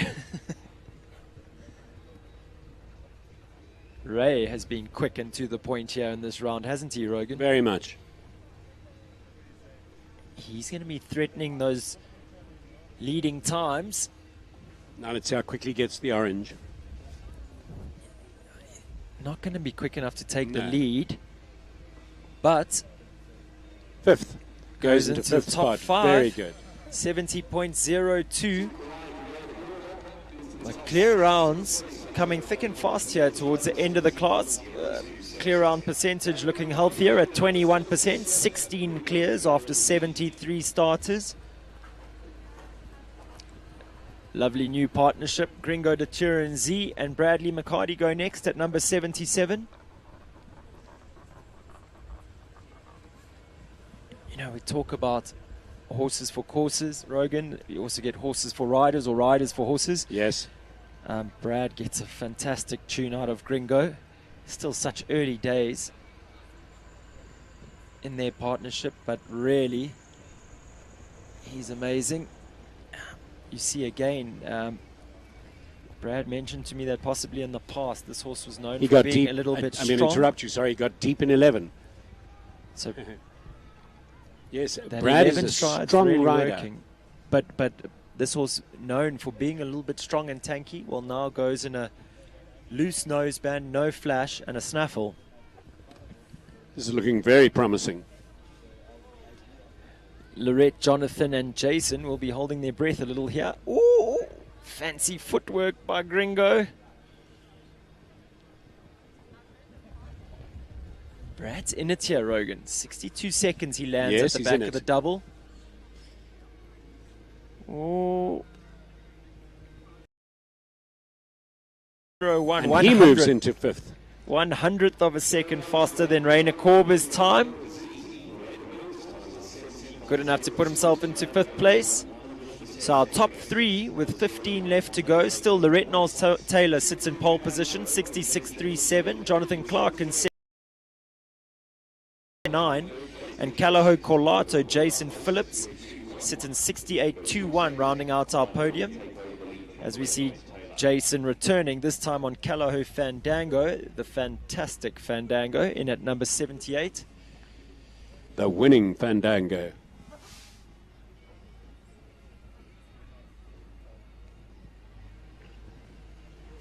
This is one of those horses that just keeps moving. We're going to counter them.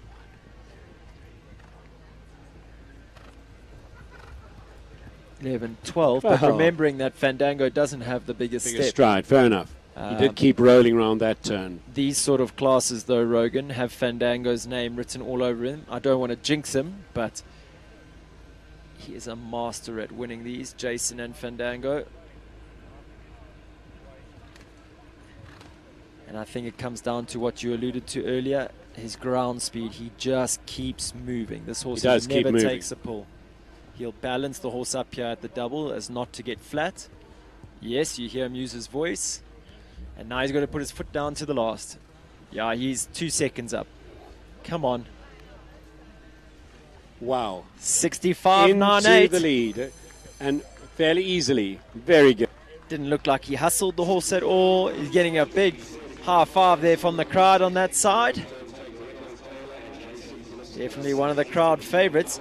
He does, however, knock himself out of 3rd place. But I think he'll be happy enough going into 1st. No complaints. Back on track, Nero goes next. Jonathan Clark, currently sitting in 3rd place on back on track, Sheldon. Back on track, Nero, owned by Linda Ellerine. Out of the same mare as Eldo. Oh, a little spook there at the double. The horse's eyes have looked big this afternoon. Fairly green young horse. Who had such a fantastic show now at Kyalami Equestrian Park. Yes. But I think possibly this arena a little bit more overwhelming than the Peter Mini Arena at Kyalami. Definitely.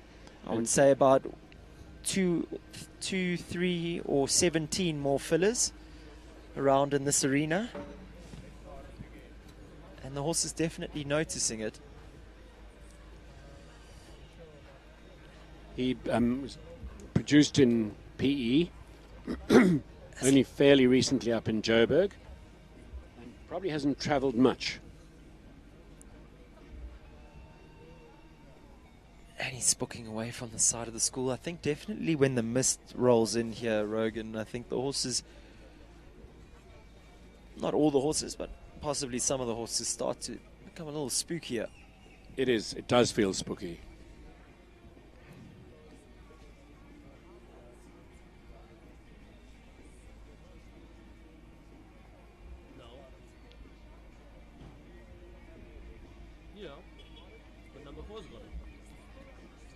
So Jonathan will put that down to some mileage gained for Nero. Which is what it takes, this game mileage. You can see Nero still staring with his eyes popping out of his head at those cranes.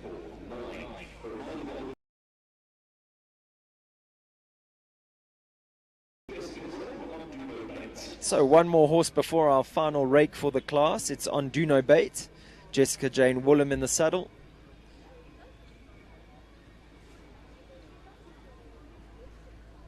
The Onduno stud in the Kommas Hoogland outside of Windhoek produced so many good horses back in the day. It was the jumping stud.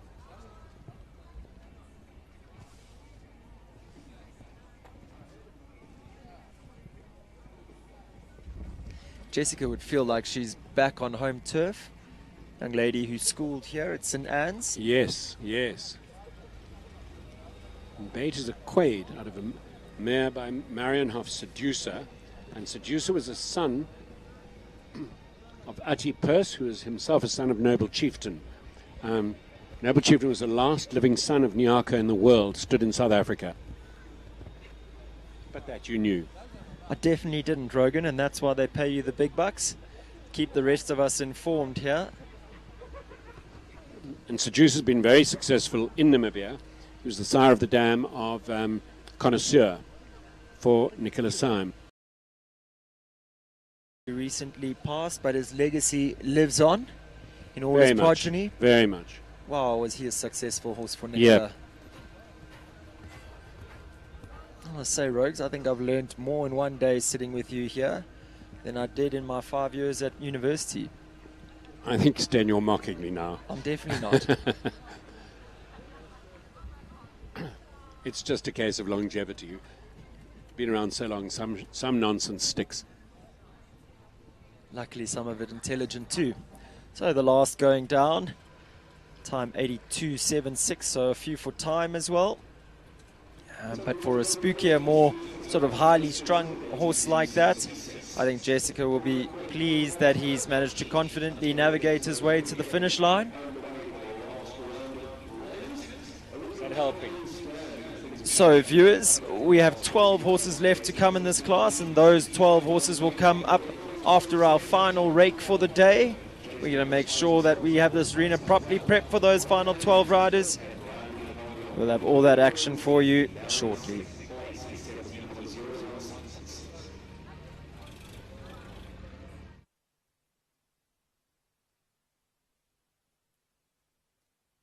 Lock me up 'cause I've been bad and I know I'll do it again.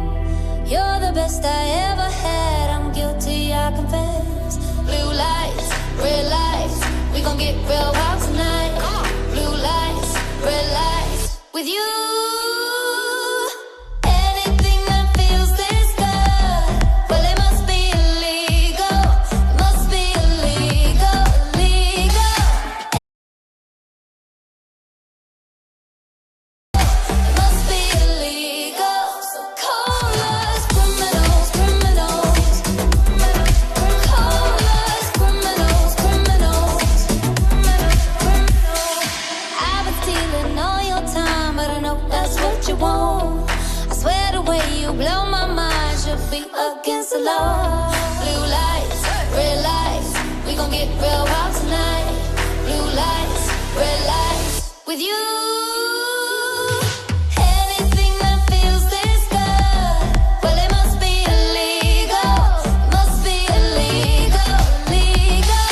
Anything that feels this good, well it must be illegal.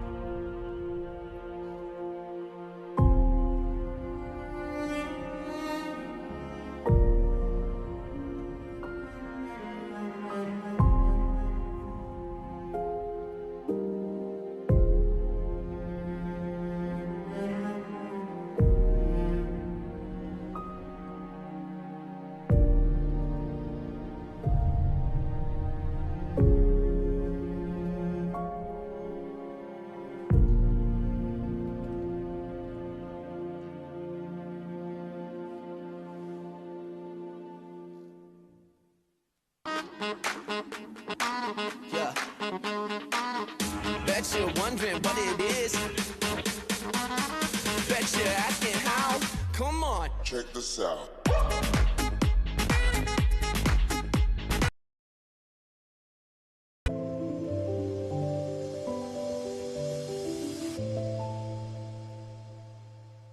Country Life Properties, a boutique real estate company specializing in sales of equestrian properties, sale of residential, agricultural, and country lifestyle estates in the Greater Kyalami area.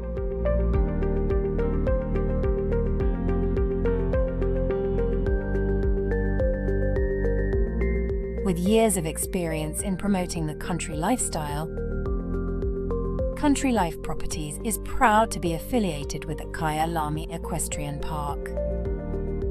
Baloo Country Estate is a secure estate offering 22 kilometers of scenic bridle trails. We provide country estates to suit all your requirements: extended family living, work from home, or just escape the hustle and bustle. A variety of equestrian properties are offered for the keen equestrian. Contact us or visit our website and let us find the right property for you.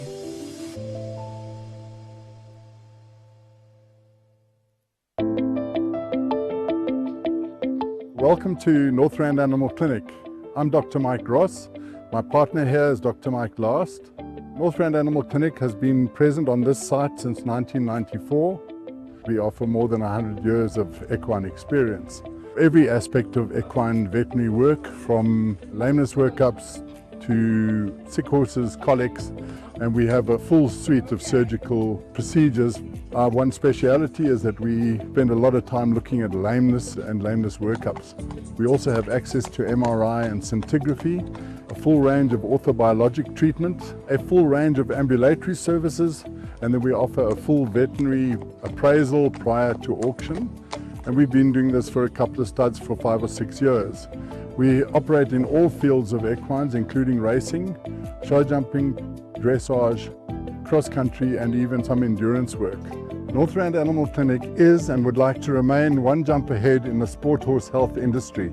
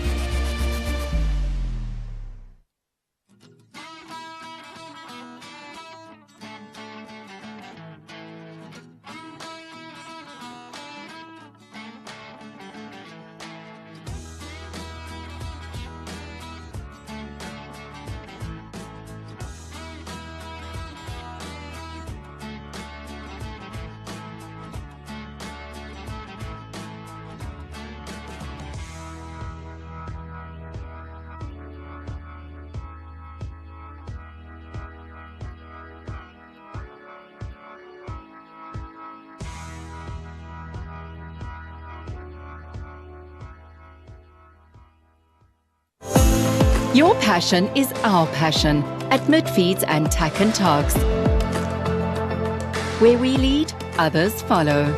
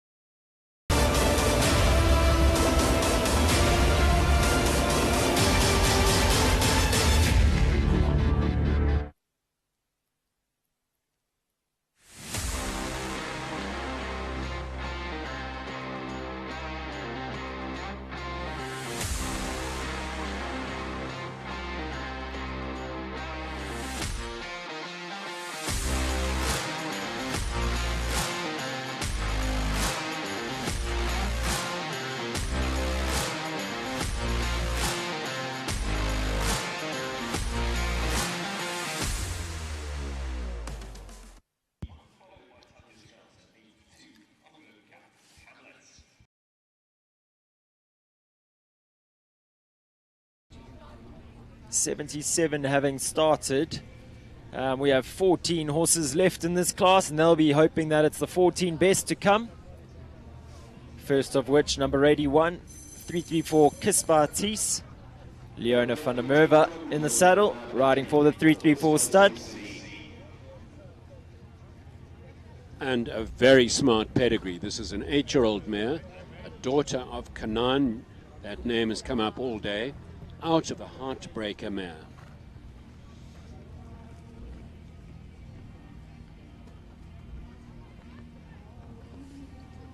It's got the Heartbreaker color, bay with white on the face.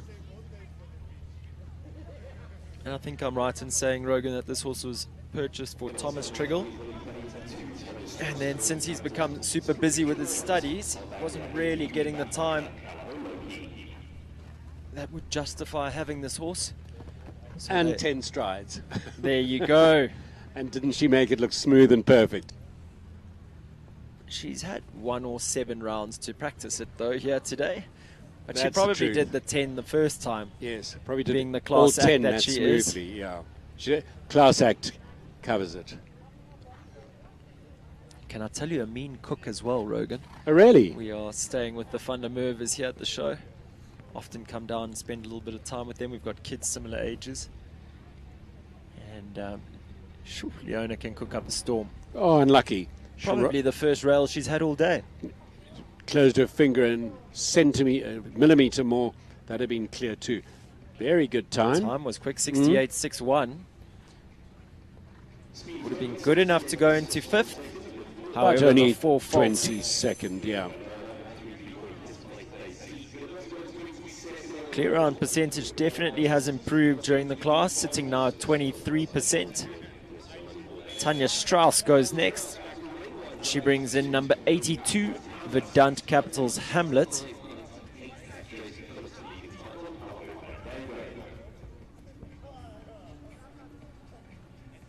Hamlet by Capital Hamiris, out of an Armani mare. Really kicked off the ground at number 2. Riders bring things to horses. There's no question in my mind, Tanya does.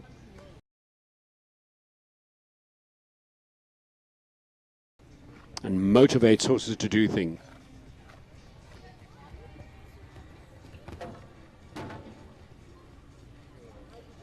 Did you count, Rogues? I didn't. Did you? And that's distracted her a little. And she's decided to call it quits, I think, after having a rail. I say, well, he's yanking down with her. Yeah, no, she's coming out. I do believe I saw her put her hand up earlier. Now Sabrina Barbaglia.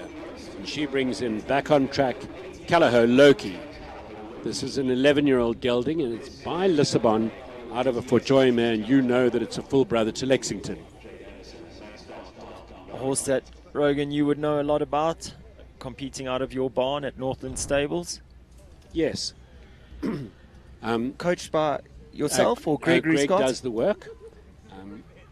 There's a bit of a team effort there, though. Yeah, he's always extra input from all directions with the Northlands team. He's very good at system and method. And I can hear in my head him shouting to her, sit. 'Cause when she gets excited, she likes to stand up a little bit.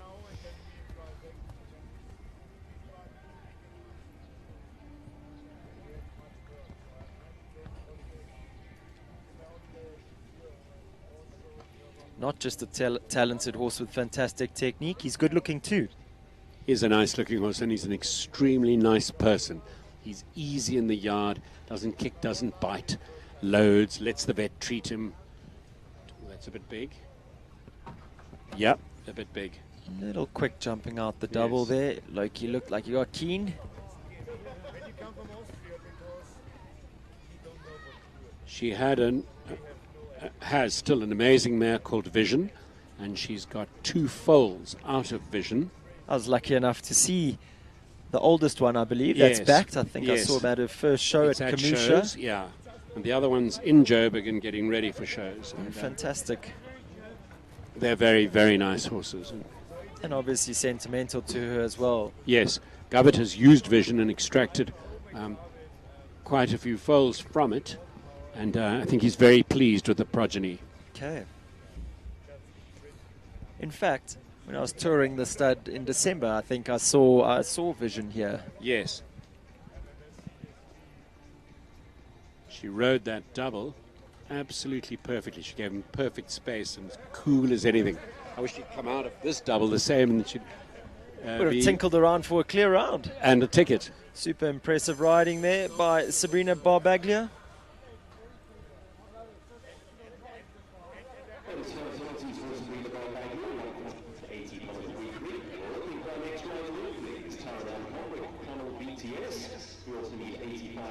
Anderson is into the arena standing by. Complete your warm-up, please. Royal O'Neill and 86 Tilu FZ.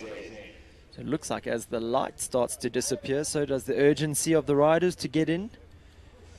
That was wittily put. Very sarcastic there, Sten. So if Barry Taylor's in the warm-up arena, it could just be because he's walking in front of the vertical of someone.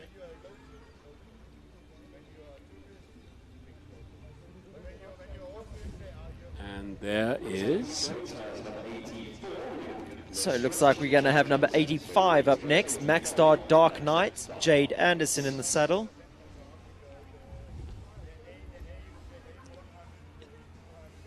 Young lady training out of the Shamborne setup. Oh, yes.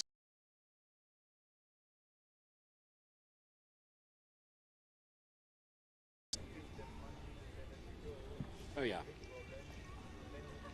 And this is by Maxstar Obi-Wan Kenobi that cantered round the Derby with Graham Wynne for a very creditable third place. This is out of an Olympic Pharaoh mare.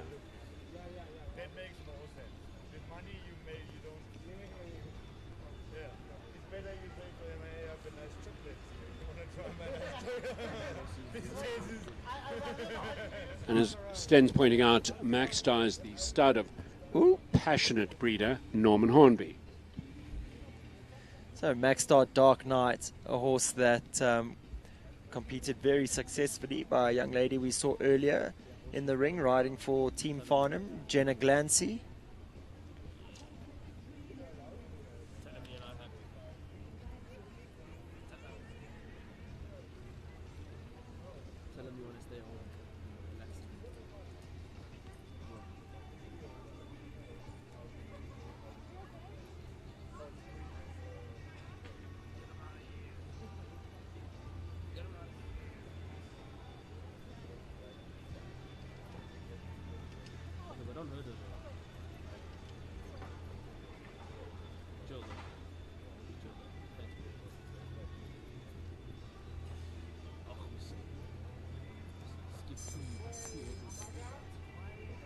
So it's experience for Jay Anderson and that Dark Knight leads to an early end of their round.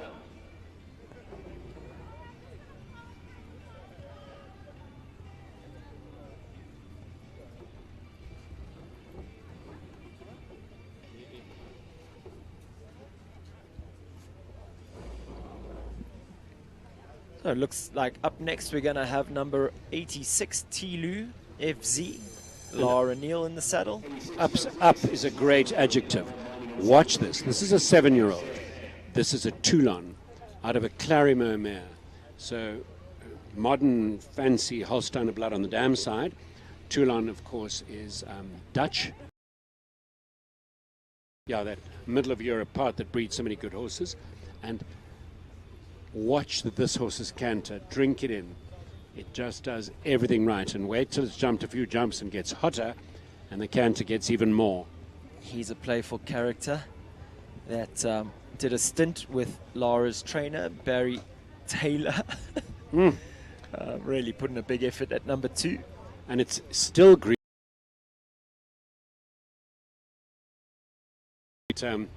Doesn't this horse excite you and row your boat? It doesn't know exactly what to do with its jump other than to go as high as he can sometimes, Rogan.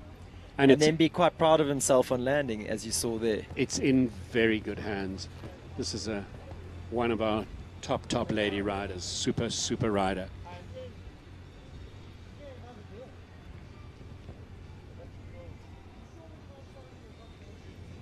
She's another person that you wonder when she sleeps.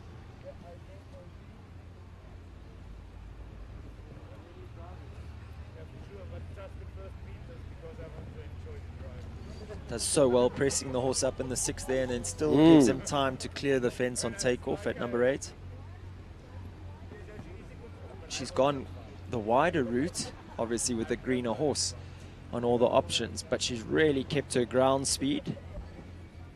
I would say he's not completely strong. He's probably about 90% strong, but he still has moments where you think a little bit juvenile. Glorious animal, very exciting. Clear out, 2 for time, which is, I think, will be allowed for a young horse, but when they're that green and that spooky on day one, you still manage to leave all the fences up. I think it's a job well done for today. Super. Tilu FZ, watch out for that horse. Gregory Scott goes up next, 87 Rogan, Camaro. Am I right, riding for owner Rachel Slack? No, this is owned by Rachel's sister Rebecca. And Camaro is a casino out of a Granus mare. Johan Kachelhofer, who's coming this weekend apparently, spotted the horse, sent video footage, and Rebecca bought it on site, produced it in Cape Town. She did a lot of work with it in Cape Town. I think she deserved danger pay because he was wild. Not naughty, but bounced all over the place. I've noticed that now in his training regime, he spends a lot of time out doing track work. Almost, I would say, 50-50. He's out the school as much as he's in it. Would that be correct in saying? Yes. He's a glorious horse. He tries hard. And Greg, I think, tries to keep him mentally sweet and fresh. Doesn't look like it's that difficult to keep him mentally sweet and I fresh. must say, at the moment, he's looking a class act. Jumps in such an easy way, Rogan. Beautiful. And if you stand up to him, he's old-fashioned looking. But when you see him go like this and you see his elasticity... He's a modern athlete, yeah. Any criticism just fades away. This is looking good for a prize here. Leaves it up. Comes home clear in a time 76.72. Good enough for 17th. Out of a class just short of 100. Not a bad effort there. No. Coming in late and dubious light, I would say. Callagho Chinnigan up next with Gareth Neal, number 88. Possessed of a super pedigree. This is a breeding stallion. He's a 7-year-old. He's a chin-chin heartbreaker.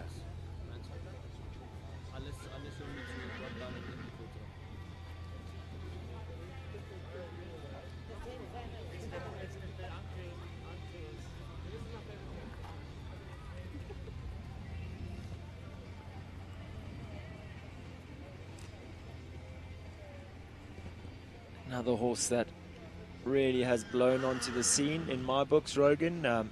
Feels like just the other day I saw him jumping his first show at Burlington. Literally a year later, and he's skipping around the 130s. When you have as much mileage as Gareth does, you do the job so nicely. You do it without urgency. You do it patiently. And as you get older and better in riding, and Gareth's now a mature, experienced rider, you make far less mistakes. So you really do these horses a favor.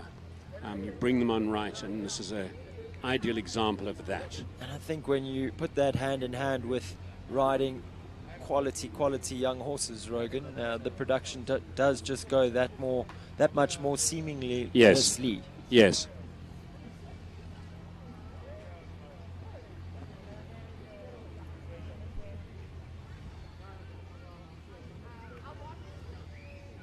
The horse is adjustable, compresses, looks like fingertip pressure. Really has his mind on the job at all times, just waiting for Gareth to tell him to do something. Comes home clear, 81.68. And I think will be a very good addition to the South African sport horse gene pool. Really.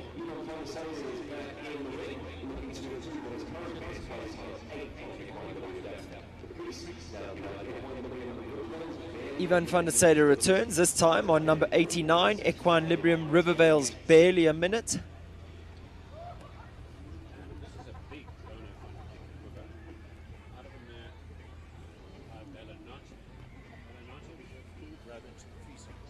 Okay.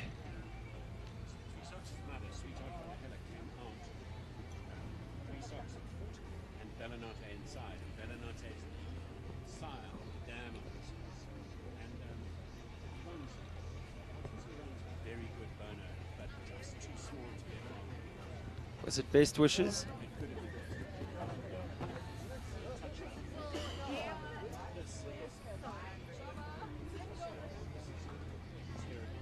The real deal. Bellanotte was purchased by Derek van Rooyen. at that stage and came okay with Bellinotte. Okay, Bellinotte came to Grant Langley at Langley Equestrian Setup for his early production.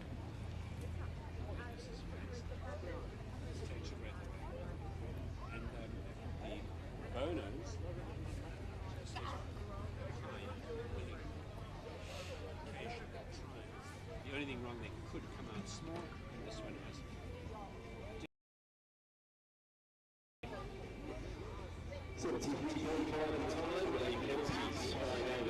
This is definitely one for the future.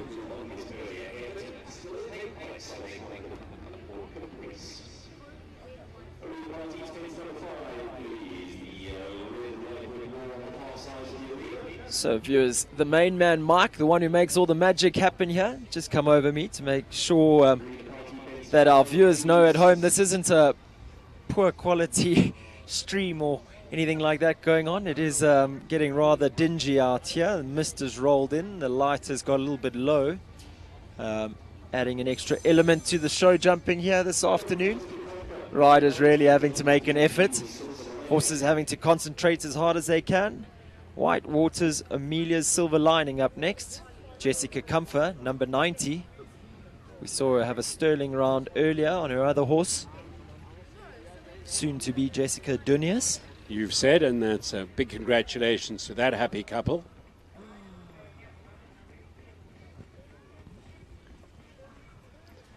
So interesting that Ondel V is the grandsire here. Ondel V was brought into South Africa by Diane Snodgrass from Jeanette Neyhoff. So Diane brought in a couple of stallions, and she did so well in her choice. Ondel V is bred on and on, so his sons have been good sires, like On Track in this case. Claim was her first imported colt, and has left his mark on South African sport. I rode in juniors with a young lady called Kira Brandon, who had two acclaims. Amex. Oh yes, I remember. Amex, and there was another one who was even better. And I bet they were really, I bet they were useful. They were fantastic. Amex and Aces. Okay. And then Ivan van der Sade had After Dark, who was just Beach Haven After Dark was fantastic. And Jessica Comfer has just absolutely obliterated the wow. other riders. We were too busy yapping. 63.40. What a round. Well, you didn't what manage a to round. get through more than 2 sentences in 63 seconds, I'm No, sure, Rogan. Fantastic. What a round. Smiles all round. As Brendan McNiven would say, if she didn't have 2 ears on her head, that smile would wrap right the way around her head. Super effort from well Jess. Well done, Jessica. Man will be looking to hunt down that time up next. Sean Neal, he brings in number 91, Bokatov Kiss and Tell. Interesting about Kiss and Tell, Rogan, when he was used in the equitation, I think it was 2 years ago at the Philip Smith, when the riders were interviewed and asked if they could choose one horse out of the 4 that they rode, or obviously out of the 3 other horses that they rode that wasn't their own, who would they choose? And 4 out of 4 riders all said Kiss and Tell. Oh, wow.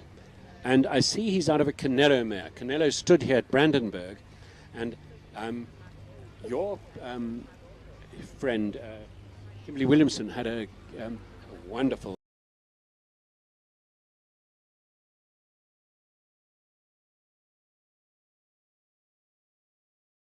Neil enjoyed some super success with the mare as well. And I think Canelo was also a bit the Huntlanger. He wasn't big and flash. He was a plain bay Holstein and not very big. And so he might have been overlooked and underused. On my so Sean retiring. On my 18th birthday, as a birthday present, Grant allowed me to jump Cedarwood the one day. That's a cute story. Laid up a very simple line, easy approach. And I got to jump like my first 140 fence. That's how kind and brave she was. And she went on eventually to compete very successfully with Candice Webber, Courtney Webber's older sister. I remember. Callao Casey up next. Georgia Scribanti, the fabulous Georgia Scribanti. Rogan, I mean, we weren't even getting paid to talk about it earlier. And she took over most of our conversation at how talented she is. How polite was that? Beautiful. She jumps number 1. Arena party still in the way of number 2. She gently said, sorry, watch out. So these talented young riders, they have got temperament. Smooth, this girl is. Quiet. She gives the impression of being ice cold in the arena. Tall, slim, elegant. Rogan, is there a feature of her riding that you would say sticks out for you? Do you know, she goes you know what around? the hallmark, I think, of a good rider? No feature sticks out. You've got to really look. Why is she so good? What does she do? And the best ones look like they're doing nothing. Looks like she points a little, occasionally hoots, like at that ground person. But for me, her hands are always, she's always with the horse. She's got Quiet, such fantastic yes. feel. Another phrase would be she makes it easy for the horse with her smoothness. Yes. She's glorious. Such consistent contact, 70.82. Wonderful, wonderful, wonderful. Good enough to go into 10th place. And deserved. So nice.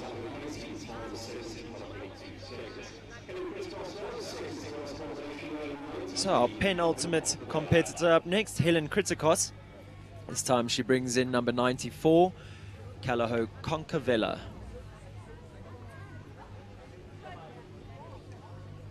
So quite a different ride. So this would be a Concoriano out of Ravella. And quite a different ride for what Helen is used to. I think she's been so good on Liberia. Another cool girl. Another girl that makes it easy for the horses. She was saying earlier at lunchtime that this is probably too big for her, and she'd think of selling it, but she does find, despite his size, she finds him easy. I'd be impressed if there's anything that she doesn't find easy, Rogan. But I agree with her about her size. Her leg barely comes below the bottom of the saddle, and there's a lot more horse after that where her leg ends. Hasn't he got a nice expression, sort of looking for the work, calm? Concoriano Ravella, it's a smart pedigree. And I'd go as far as saying also a lovely example of the training system there at Langley Equestrian Centre. He wasn't the easiest horse in the beginning in terms of, I think, connection. And I think what you mentioned just now, Helen being a smaller girl, quite difficult for her to keep this horse organized. Yes, until he got his strength and balance. Absolutely. Did you see that? That was so nice. How he used his body jumping out the double. Oh, well done. Well done. Oh, falls victim to that time allowed. Just looking to see if, 0.54. does she sneak a minor prize? No? Yes? Maybe?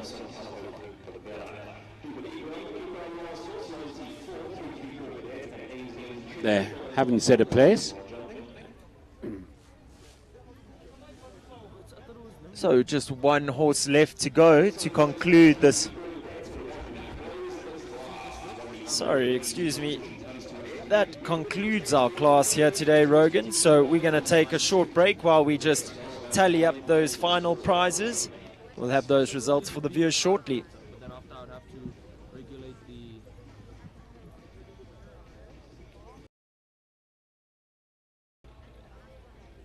So, Helen Kritikos goes into 22nd place with that time fault round. How nice she gets something. Then Govert Triggle at 21st Sea of Stars. Isabella Saunders at 20th with MRM support Calaho Corrado.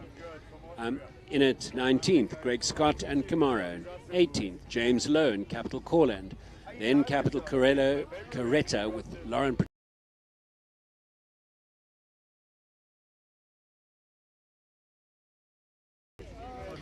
Kaylee Pissarro, 15th with Calaho Lisa Bell.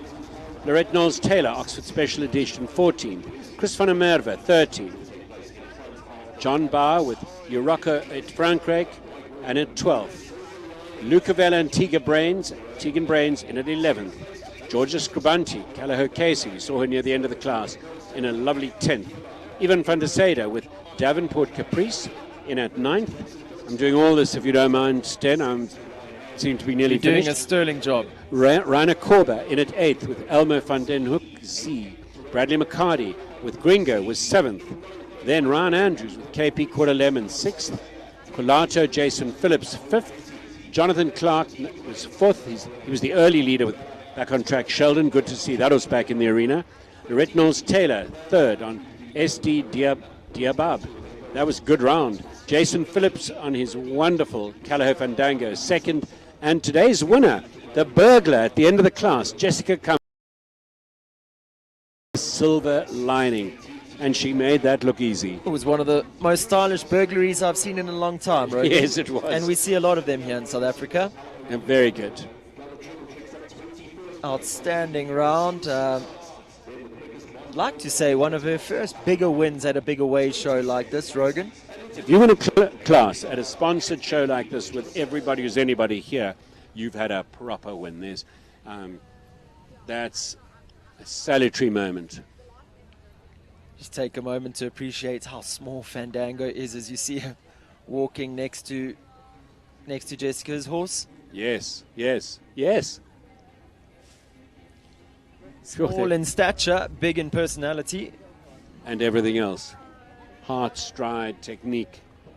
Marvelous. Rogan, I don't know if anyone's mentioned to those riders in the warm-up arena, but it is dark now. And they're still training their horses. Just goes down to the diligence of these riders here at the show. Something they want to perfect or polish before tomorrow. Well, remarkable to finish it in this light, and it was just okay. 5:15. Long day's jumping was got through. Despite the pause for the mist. There was a half-hour pause for the mist middle of the day. And fantastic that the show venue and arena party was so diligent in maintaining the arena. I think if we hadn't had that slight delay because of the mist, we would have still finished in good lighting. They were quick, they were efficient, and they made sure that the going was as fair for everyone as possible. So a few of our riders in on foot. I'm sure their horses have already been put to bed by this time. What's not visible on the screen is the remarkable stable blocks that have been built. Wonderful showers and hot showers for the hard-working, long-suffering staff. So much attention to detail. This is just going to become the definition of a venue. It was purpose-built, and purpose-built by passionate horse people. Govett and Aisling Triggle. Remarkable. There we have it, viewers. Jessica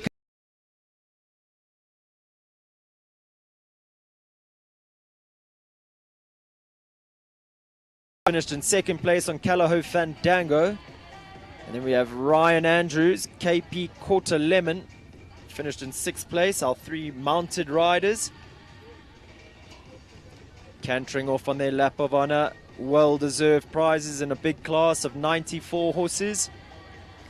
So viewers, I hope you've enjoyed the show jumping as much as we have here today. Had an absolute treat of a day with Rogan Askin. Gained some valuable knowledge throughout the day. And I spent the day getting teased by Sten, so don't fall for that. So viewers, tomorrow, I think the show jumping is going to kick off again at 8 a.m. South African time.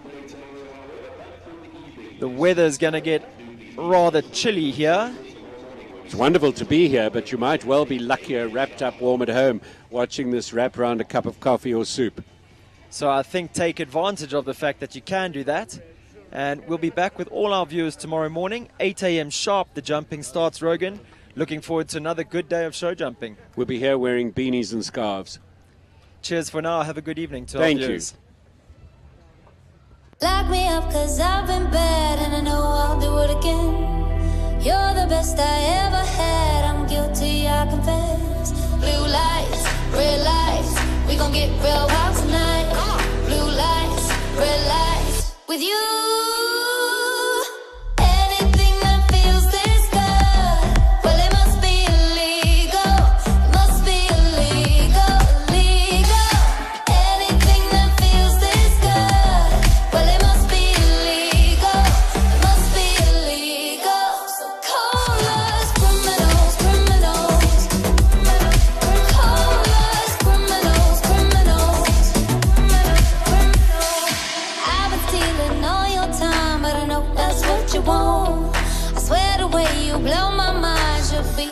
dance alone.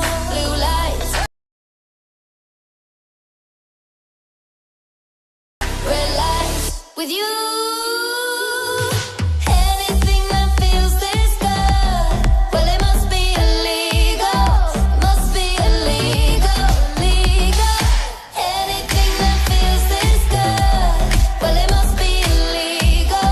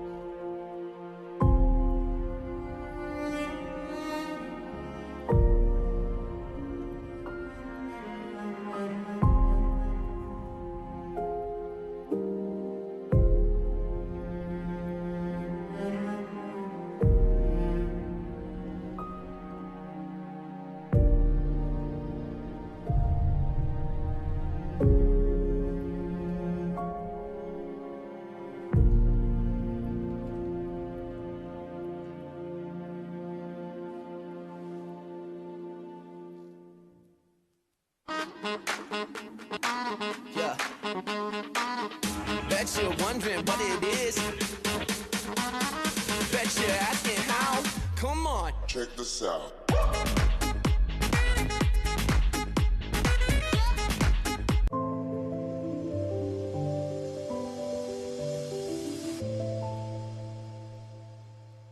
Country Life Properties, a boutique real estate company specializing in sales of equestrian properties, sale of residential, agricultural, and country lifestyle estates in the Greater Kyalami area.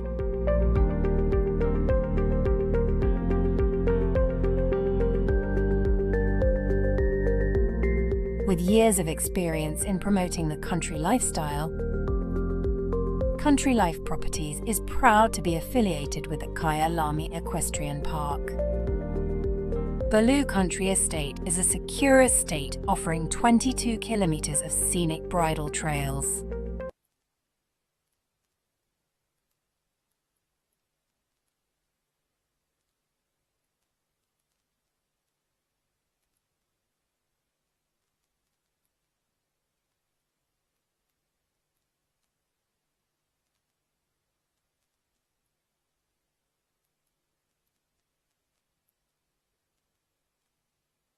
We provide country estates to suit all your requirements. Extended family living, work from home, or just escape the hustle and bustle. A variety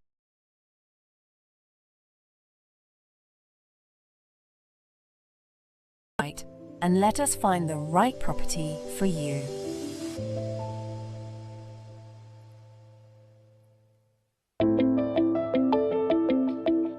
Welcome to Northrand Animal Clinic. I'm Dr. Mike Ross. My partner here is Dr. Mike Last. Northrand Animal Clinic has been present on this site since 1994. We offer more than 100 years of equine experience. Every aspect of equine veterinary work, from lameness workups to sick horses, colics, and we have a full suite of surgical procedures. Our one speciality is that we spend a lot of time looking at lameness and lameness workups. We also have access to MRI and scintigraphy, a full range of orthobiologic treatment, a full range of ambulatory services, and then we offer a full veterinary appraisal prior to auction. And we've been doing this for a couple of studs for 5 or 6 years. We operate in all fields of equines, including racing, show jumping, dressage, cross-country, and even some endurance work. I'd like to remain one jump ahead in the sport horse health industry.